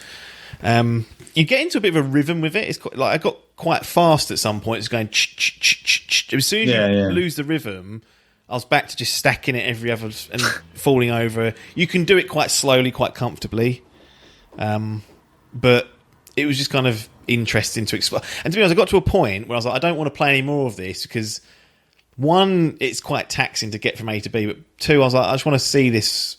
If I decide to go for the game, I think a lot of just exploring around and finding the secrets is going to be a big part of it. And I was like, I don't want to spoil many of them for myself. Got to the bit where it comes to the splash screen and said, wish list, blah, blah, blah, gave me the instructions. And it's like, you can go back into the world and just wander around if you want. So I did for a little while. And some parts of it were sectioned off. There was like these red demo holograms that came down to block you. So you were contained to a certain area. But, you go pretty far. I picked up a hat that I found and put that on. I was like, okay, there's going to be things like that to find. There was a sign up. I think it was asking for a cup or something, and then I found a trailer that had said cup here. So I'm assuming somewhere in the world there's a cup to find, and if you drop it there, I can imagine there being a load of quirky shit to do. As to what you're supposed to do, I don't really know. I guess try and escape from this land that Nate's found himself in, but right. It's a comedic game using its physics and its control scheme. I think people are going to have a lot of fun with this. Whether it blows up to be a sensation, I don't know, but it's got potential there if it falls into the right hands and the right eyeballs get put on it. Yeah, I think it'd be one of those, a bit like a game, I think it's called Only Up, that was like a stupid climbing game that was like about getting to the top of a stupid, I wouldn't say it's a mountain, but a set of obstacles, and you have to get out that, and that blew up and had its 5 minutes of fame. There's been a couple of these recently that have done that. So this was one that looks to me like it could easily You can play do it that, now. as you're saying. Download it on your PC and have a go of it one afternoon or evening. Yeah, I might actually have a look at it just to see how stupid it is. 8th of September is the full release date, so you've got a bit of time. But yeah, I mean, it just looked fun from when I saw the trailers, and I was like, oh, why not? Why not give this a go? Yeah, I agree. I think it looks stupid and fun and funny, and that's all some of these games need. Need a bit of levity sometimes in this dreary world. So. Levity. Yeah, exactly. All right, well, shall we do Sniffometer for baby steps then? So you go first, where you're at on there. Yeah, I think I'm going to keep it in lurking. I think it's obviously a completely different tonal game compared to Sim. But I do wonder how... once the comedy wears off and you're like, I just want to get through this. Like, will you get to a point where you want to get through it? And then at that point, the game's mechanics get in the way rather than being the challenge. Yeah. It's quite simple to move around, but you will rush, trip, fall, slide down a fucking hill and lose. You know, fuck me, I was just right next to getting that bloody cup. I just saw it on top of that crest. And now I've got to climb my way back up. So, yeah, I'm reluctant to put it any higher than lurking, but it is lurking. I think it's a good place to be. And maybe lurking should be higher up on this sniffometer rather than middle way. It should be a bit higher up. So we'll have some discussions off air with the team about getting a full structure for that. But I might, off the back of both of these games, I might just try and play more demos now and again just to have a go. I'm not going to play a demo of Death Stranding 2 or Donkey Kong or anything. But these smaller games, I think, if they're chucking them out there, have a go. If I've seen them, I'll have a little go at them and report back. Yeah, I think there's good value in them, but I think it's like no harm, no foul. You can play them and go, I just didn't enjoy that. It's not a bit of me. No. Or like this one, I played in an hour and a half combined. Yeah, I was like, well, done. Yeah, agreed. Yeah, and I think sometimes there's some stuff where you'd be put off by price or whatever it might be, reviews, commentary, tweets, like whatever you see. You play it yourself, no harm, no foul. You can make your own mind up, right? And I think that's what is great about demos, and why I'd like more of them. Yeah, I think they are out there, just in smaller games. Usually, you need the exposure or want the exposure, whereas big titles. I just think they're hidden away in a lot of the time. Like I feel like sometimes the store it should have like a new demos or available demos or some sort of like top 10 demos. Like something like that actually showcases them would be helpful. I think because otherwise, the place to be getting those down. I mean, 9 times out of 10 they're on Steam first. So particularly for those smaller games, they tend to release there first. Anyway, so that's the place to go. And I know they over like Summer Games Fest. There's normally a slew of demos that go on there. So, but the only reason I saw this is because I watched one of those showcase, like those State of Plays months ago. Had I not done that, wouldn't have known. And I know a lot of people can't be asked to watch them because I can't a lot of the time, and I skip a few. But sometimes you just find little interesting nuggets like this to lurk on. Yeah, no, that's fair. Oh, we done it. Ticked it off. Right, next set of games, which might be based on how you're churning them out next week in our time. In their time, listener time, essentially same podcast, maybe not. Might be all you get, then you have to wait another month.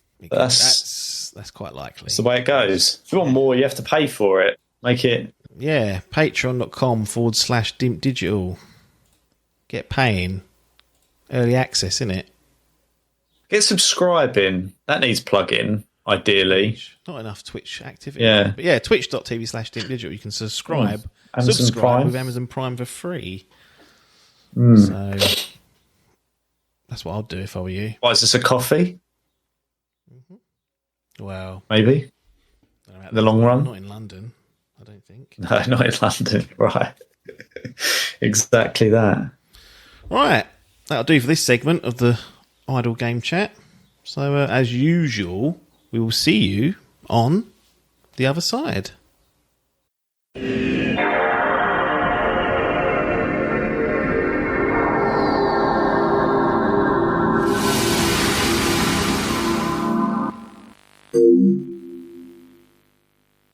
So there we have it, another edition of Idle Game Chat in the books. As I said, it was jam-packed with all manner of different games being discussed. I hope you enjoyed it. As usual, we'll be back next month with some more game chat. And yeah, I'll just close up by saying I bloody loved Death Stranding 2, in case you couldn't tell. Actually, in hindsight, there's probably a lot more I could have said, but I don't know where these conversations are going to go. Maybe I should actually refer to my notes properly or organise my notes. Or give Logan a strike. I don't know. I like it just to be kind of natural anyway, and I do have things to refer to, but only if they make sense in the context of the conversation. He was very interested in the combat side of things, as a lot of people were, so it kind of led there, but there's a ton of great things in that game. If you liked the first one, you're going to love the second one. And if you didn't like the first one, you're not going to like the second one unless you really your only problem was the combat. And for those that haven't tried it, my recommendation is just to go into the first one because you can get it cheaper, you can access it cheaper now, and you'll know within a few hours. That game does start slow, so you kind of have to give it a little bit more leeway, but you'll know soonish whether it's for you. And if it is, finish playing it and then just get on the second one. It'll probably be on sale by the time you get to it. So that's my recommendation. Anyway, that's the end of this episode. Thank you all for joining us. Patreon.com/DimpDigital if you want to support us. Thanks to all of those people that are, say all of them, there's a handful, but we appreciate it nonetheless. And actually, it makes you very, very special in our eyes. Lots of beers being bought there. Well, they haven't used them yet, so I haven't cashed in this year's funds. Maybe we could do something. Maybe we could hire someone. No, I haven't got enough money for that. I'm rambling. Let's get this episode shortened up a little bit. Idle Game Chat done. Thanks for your time, and ta-da.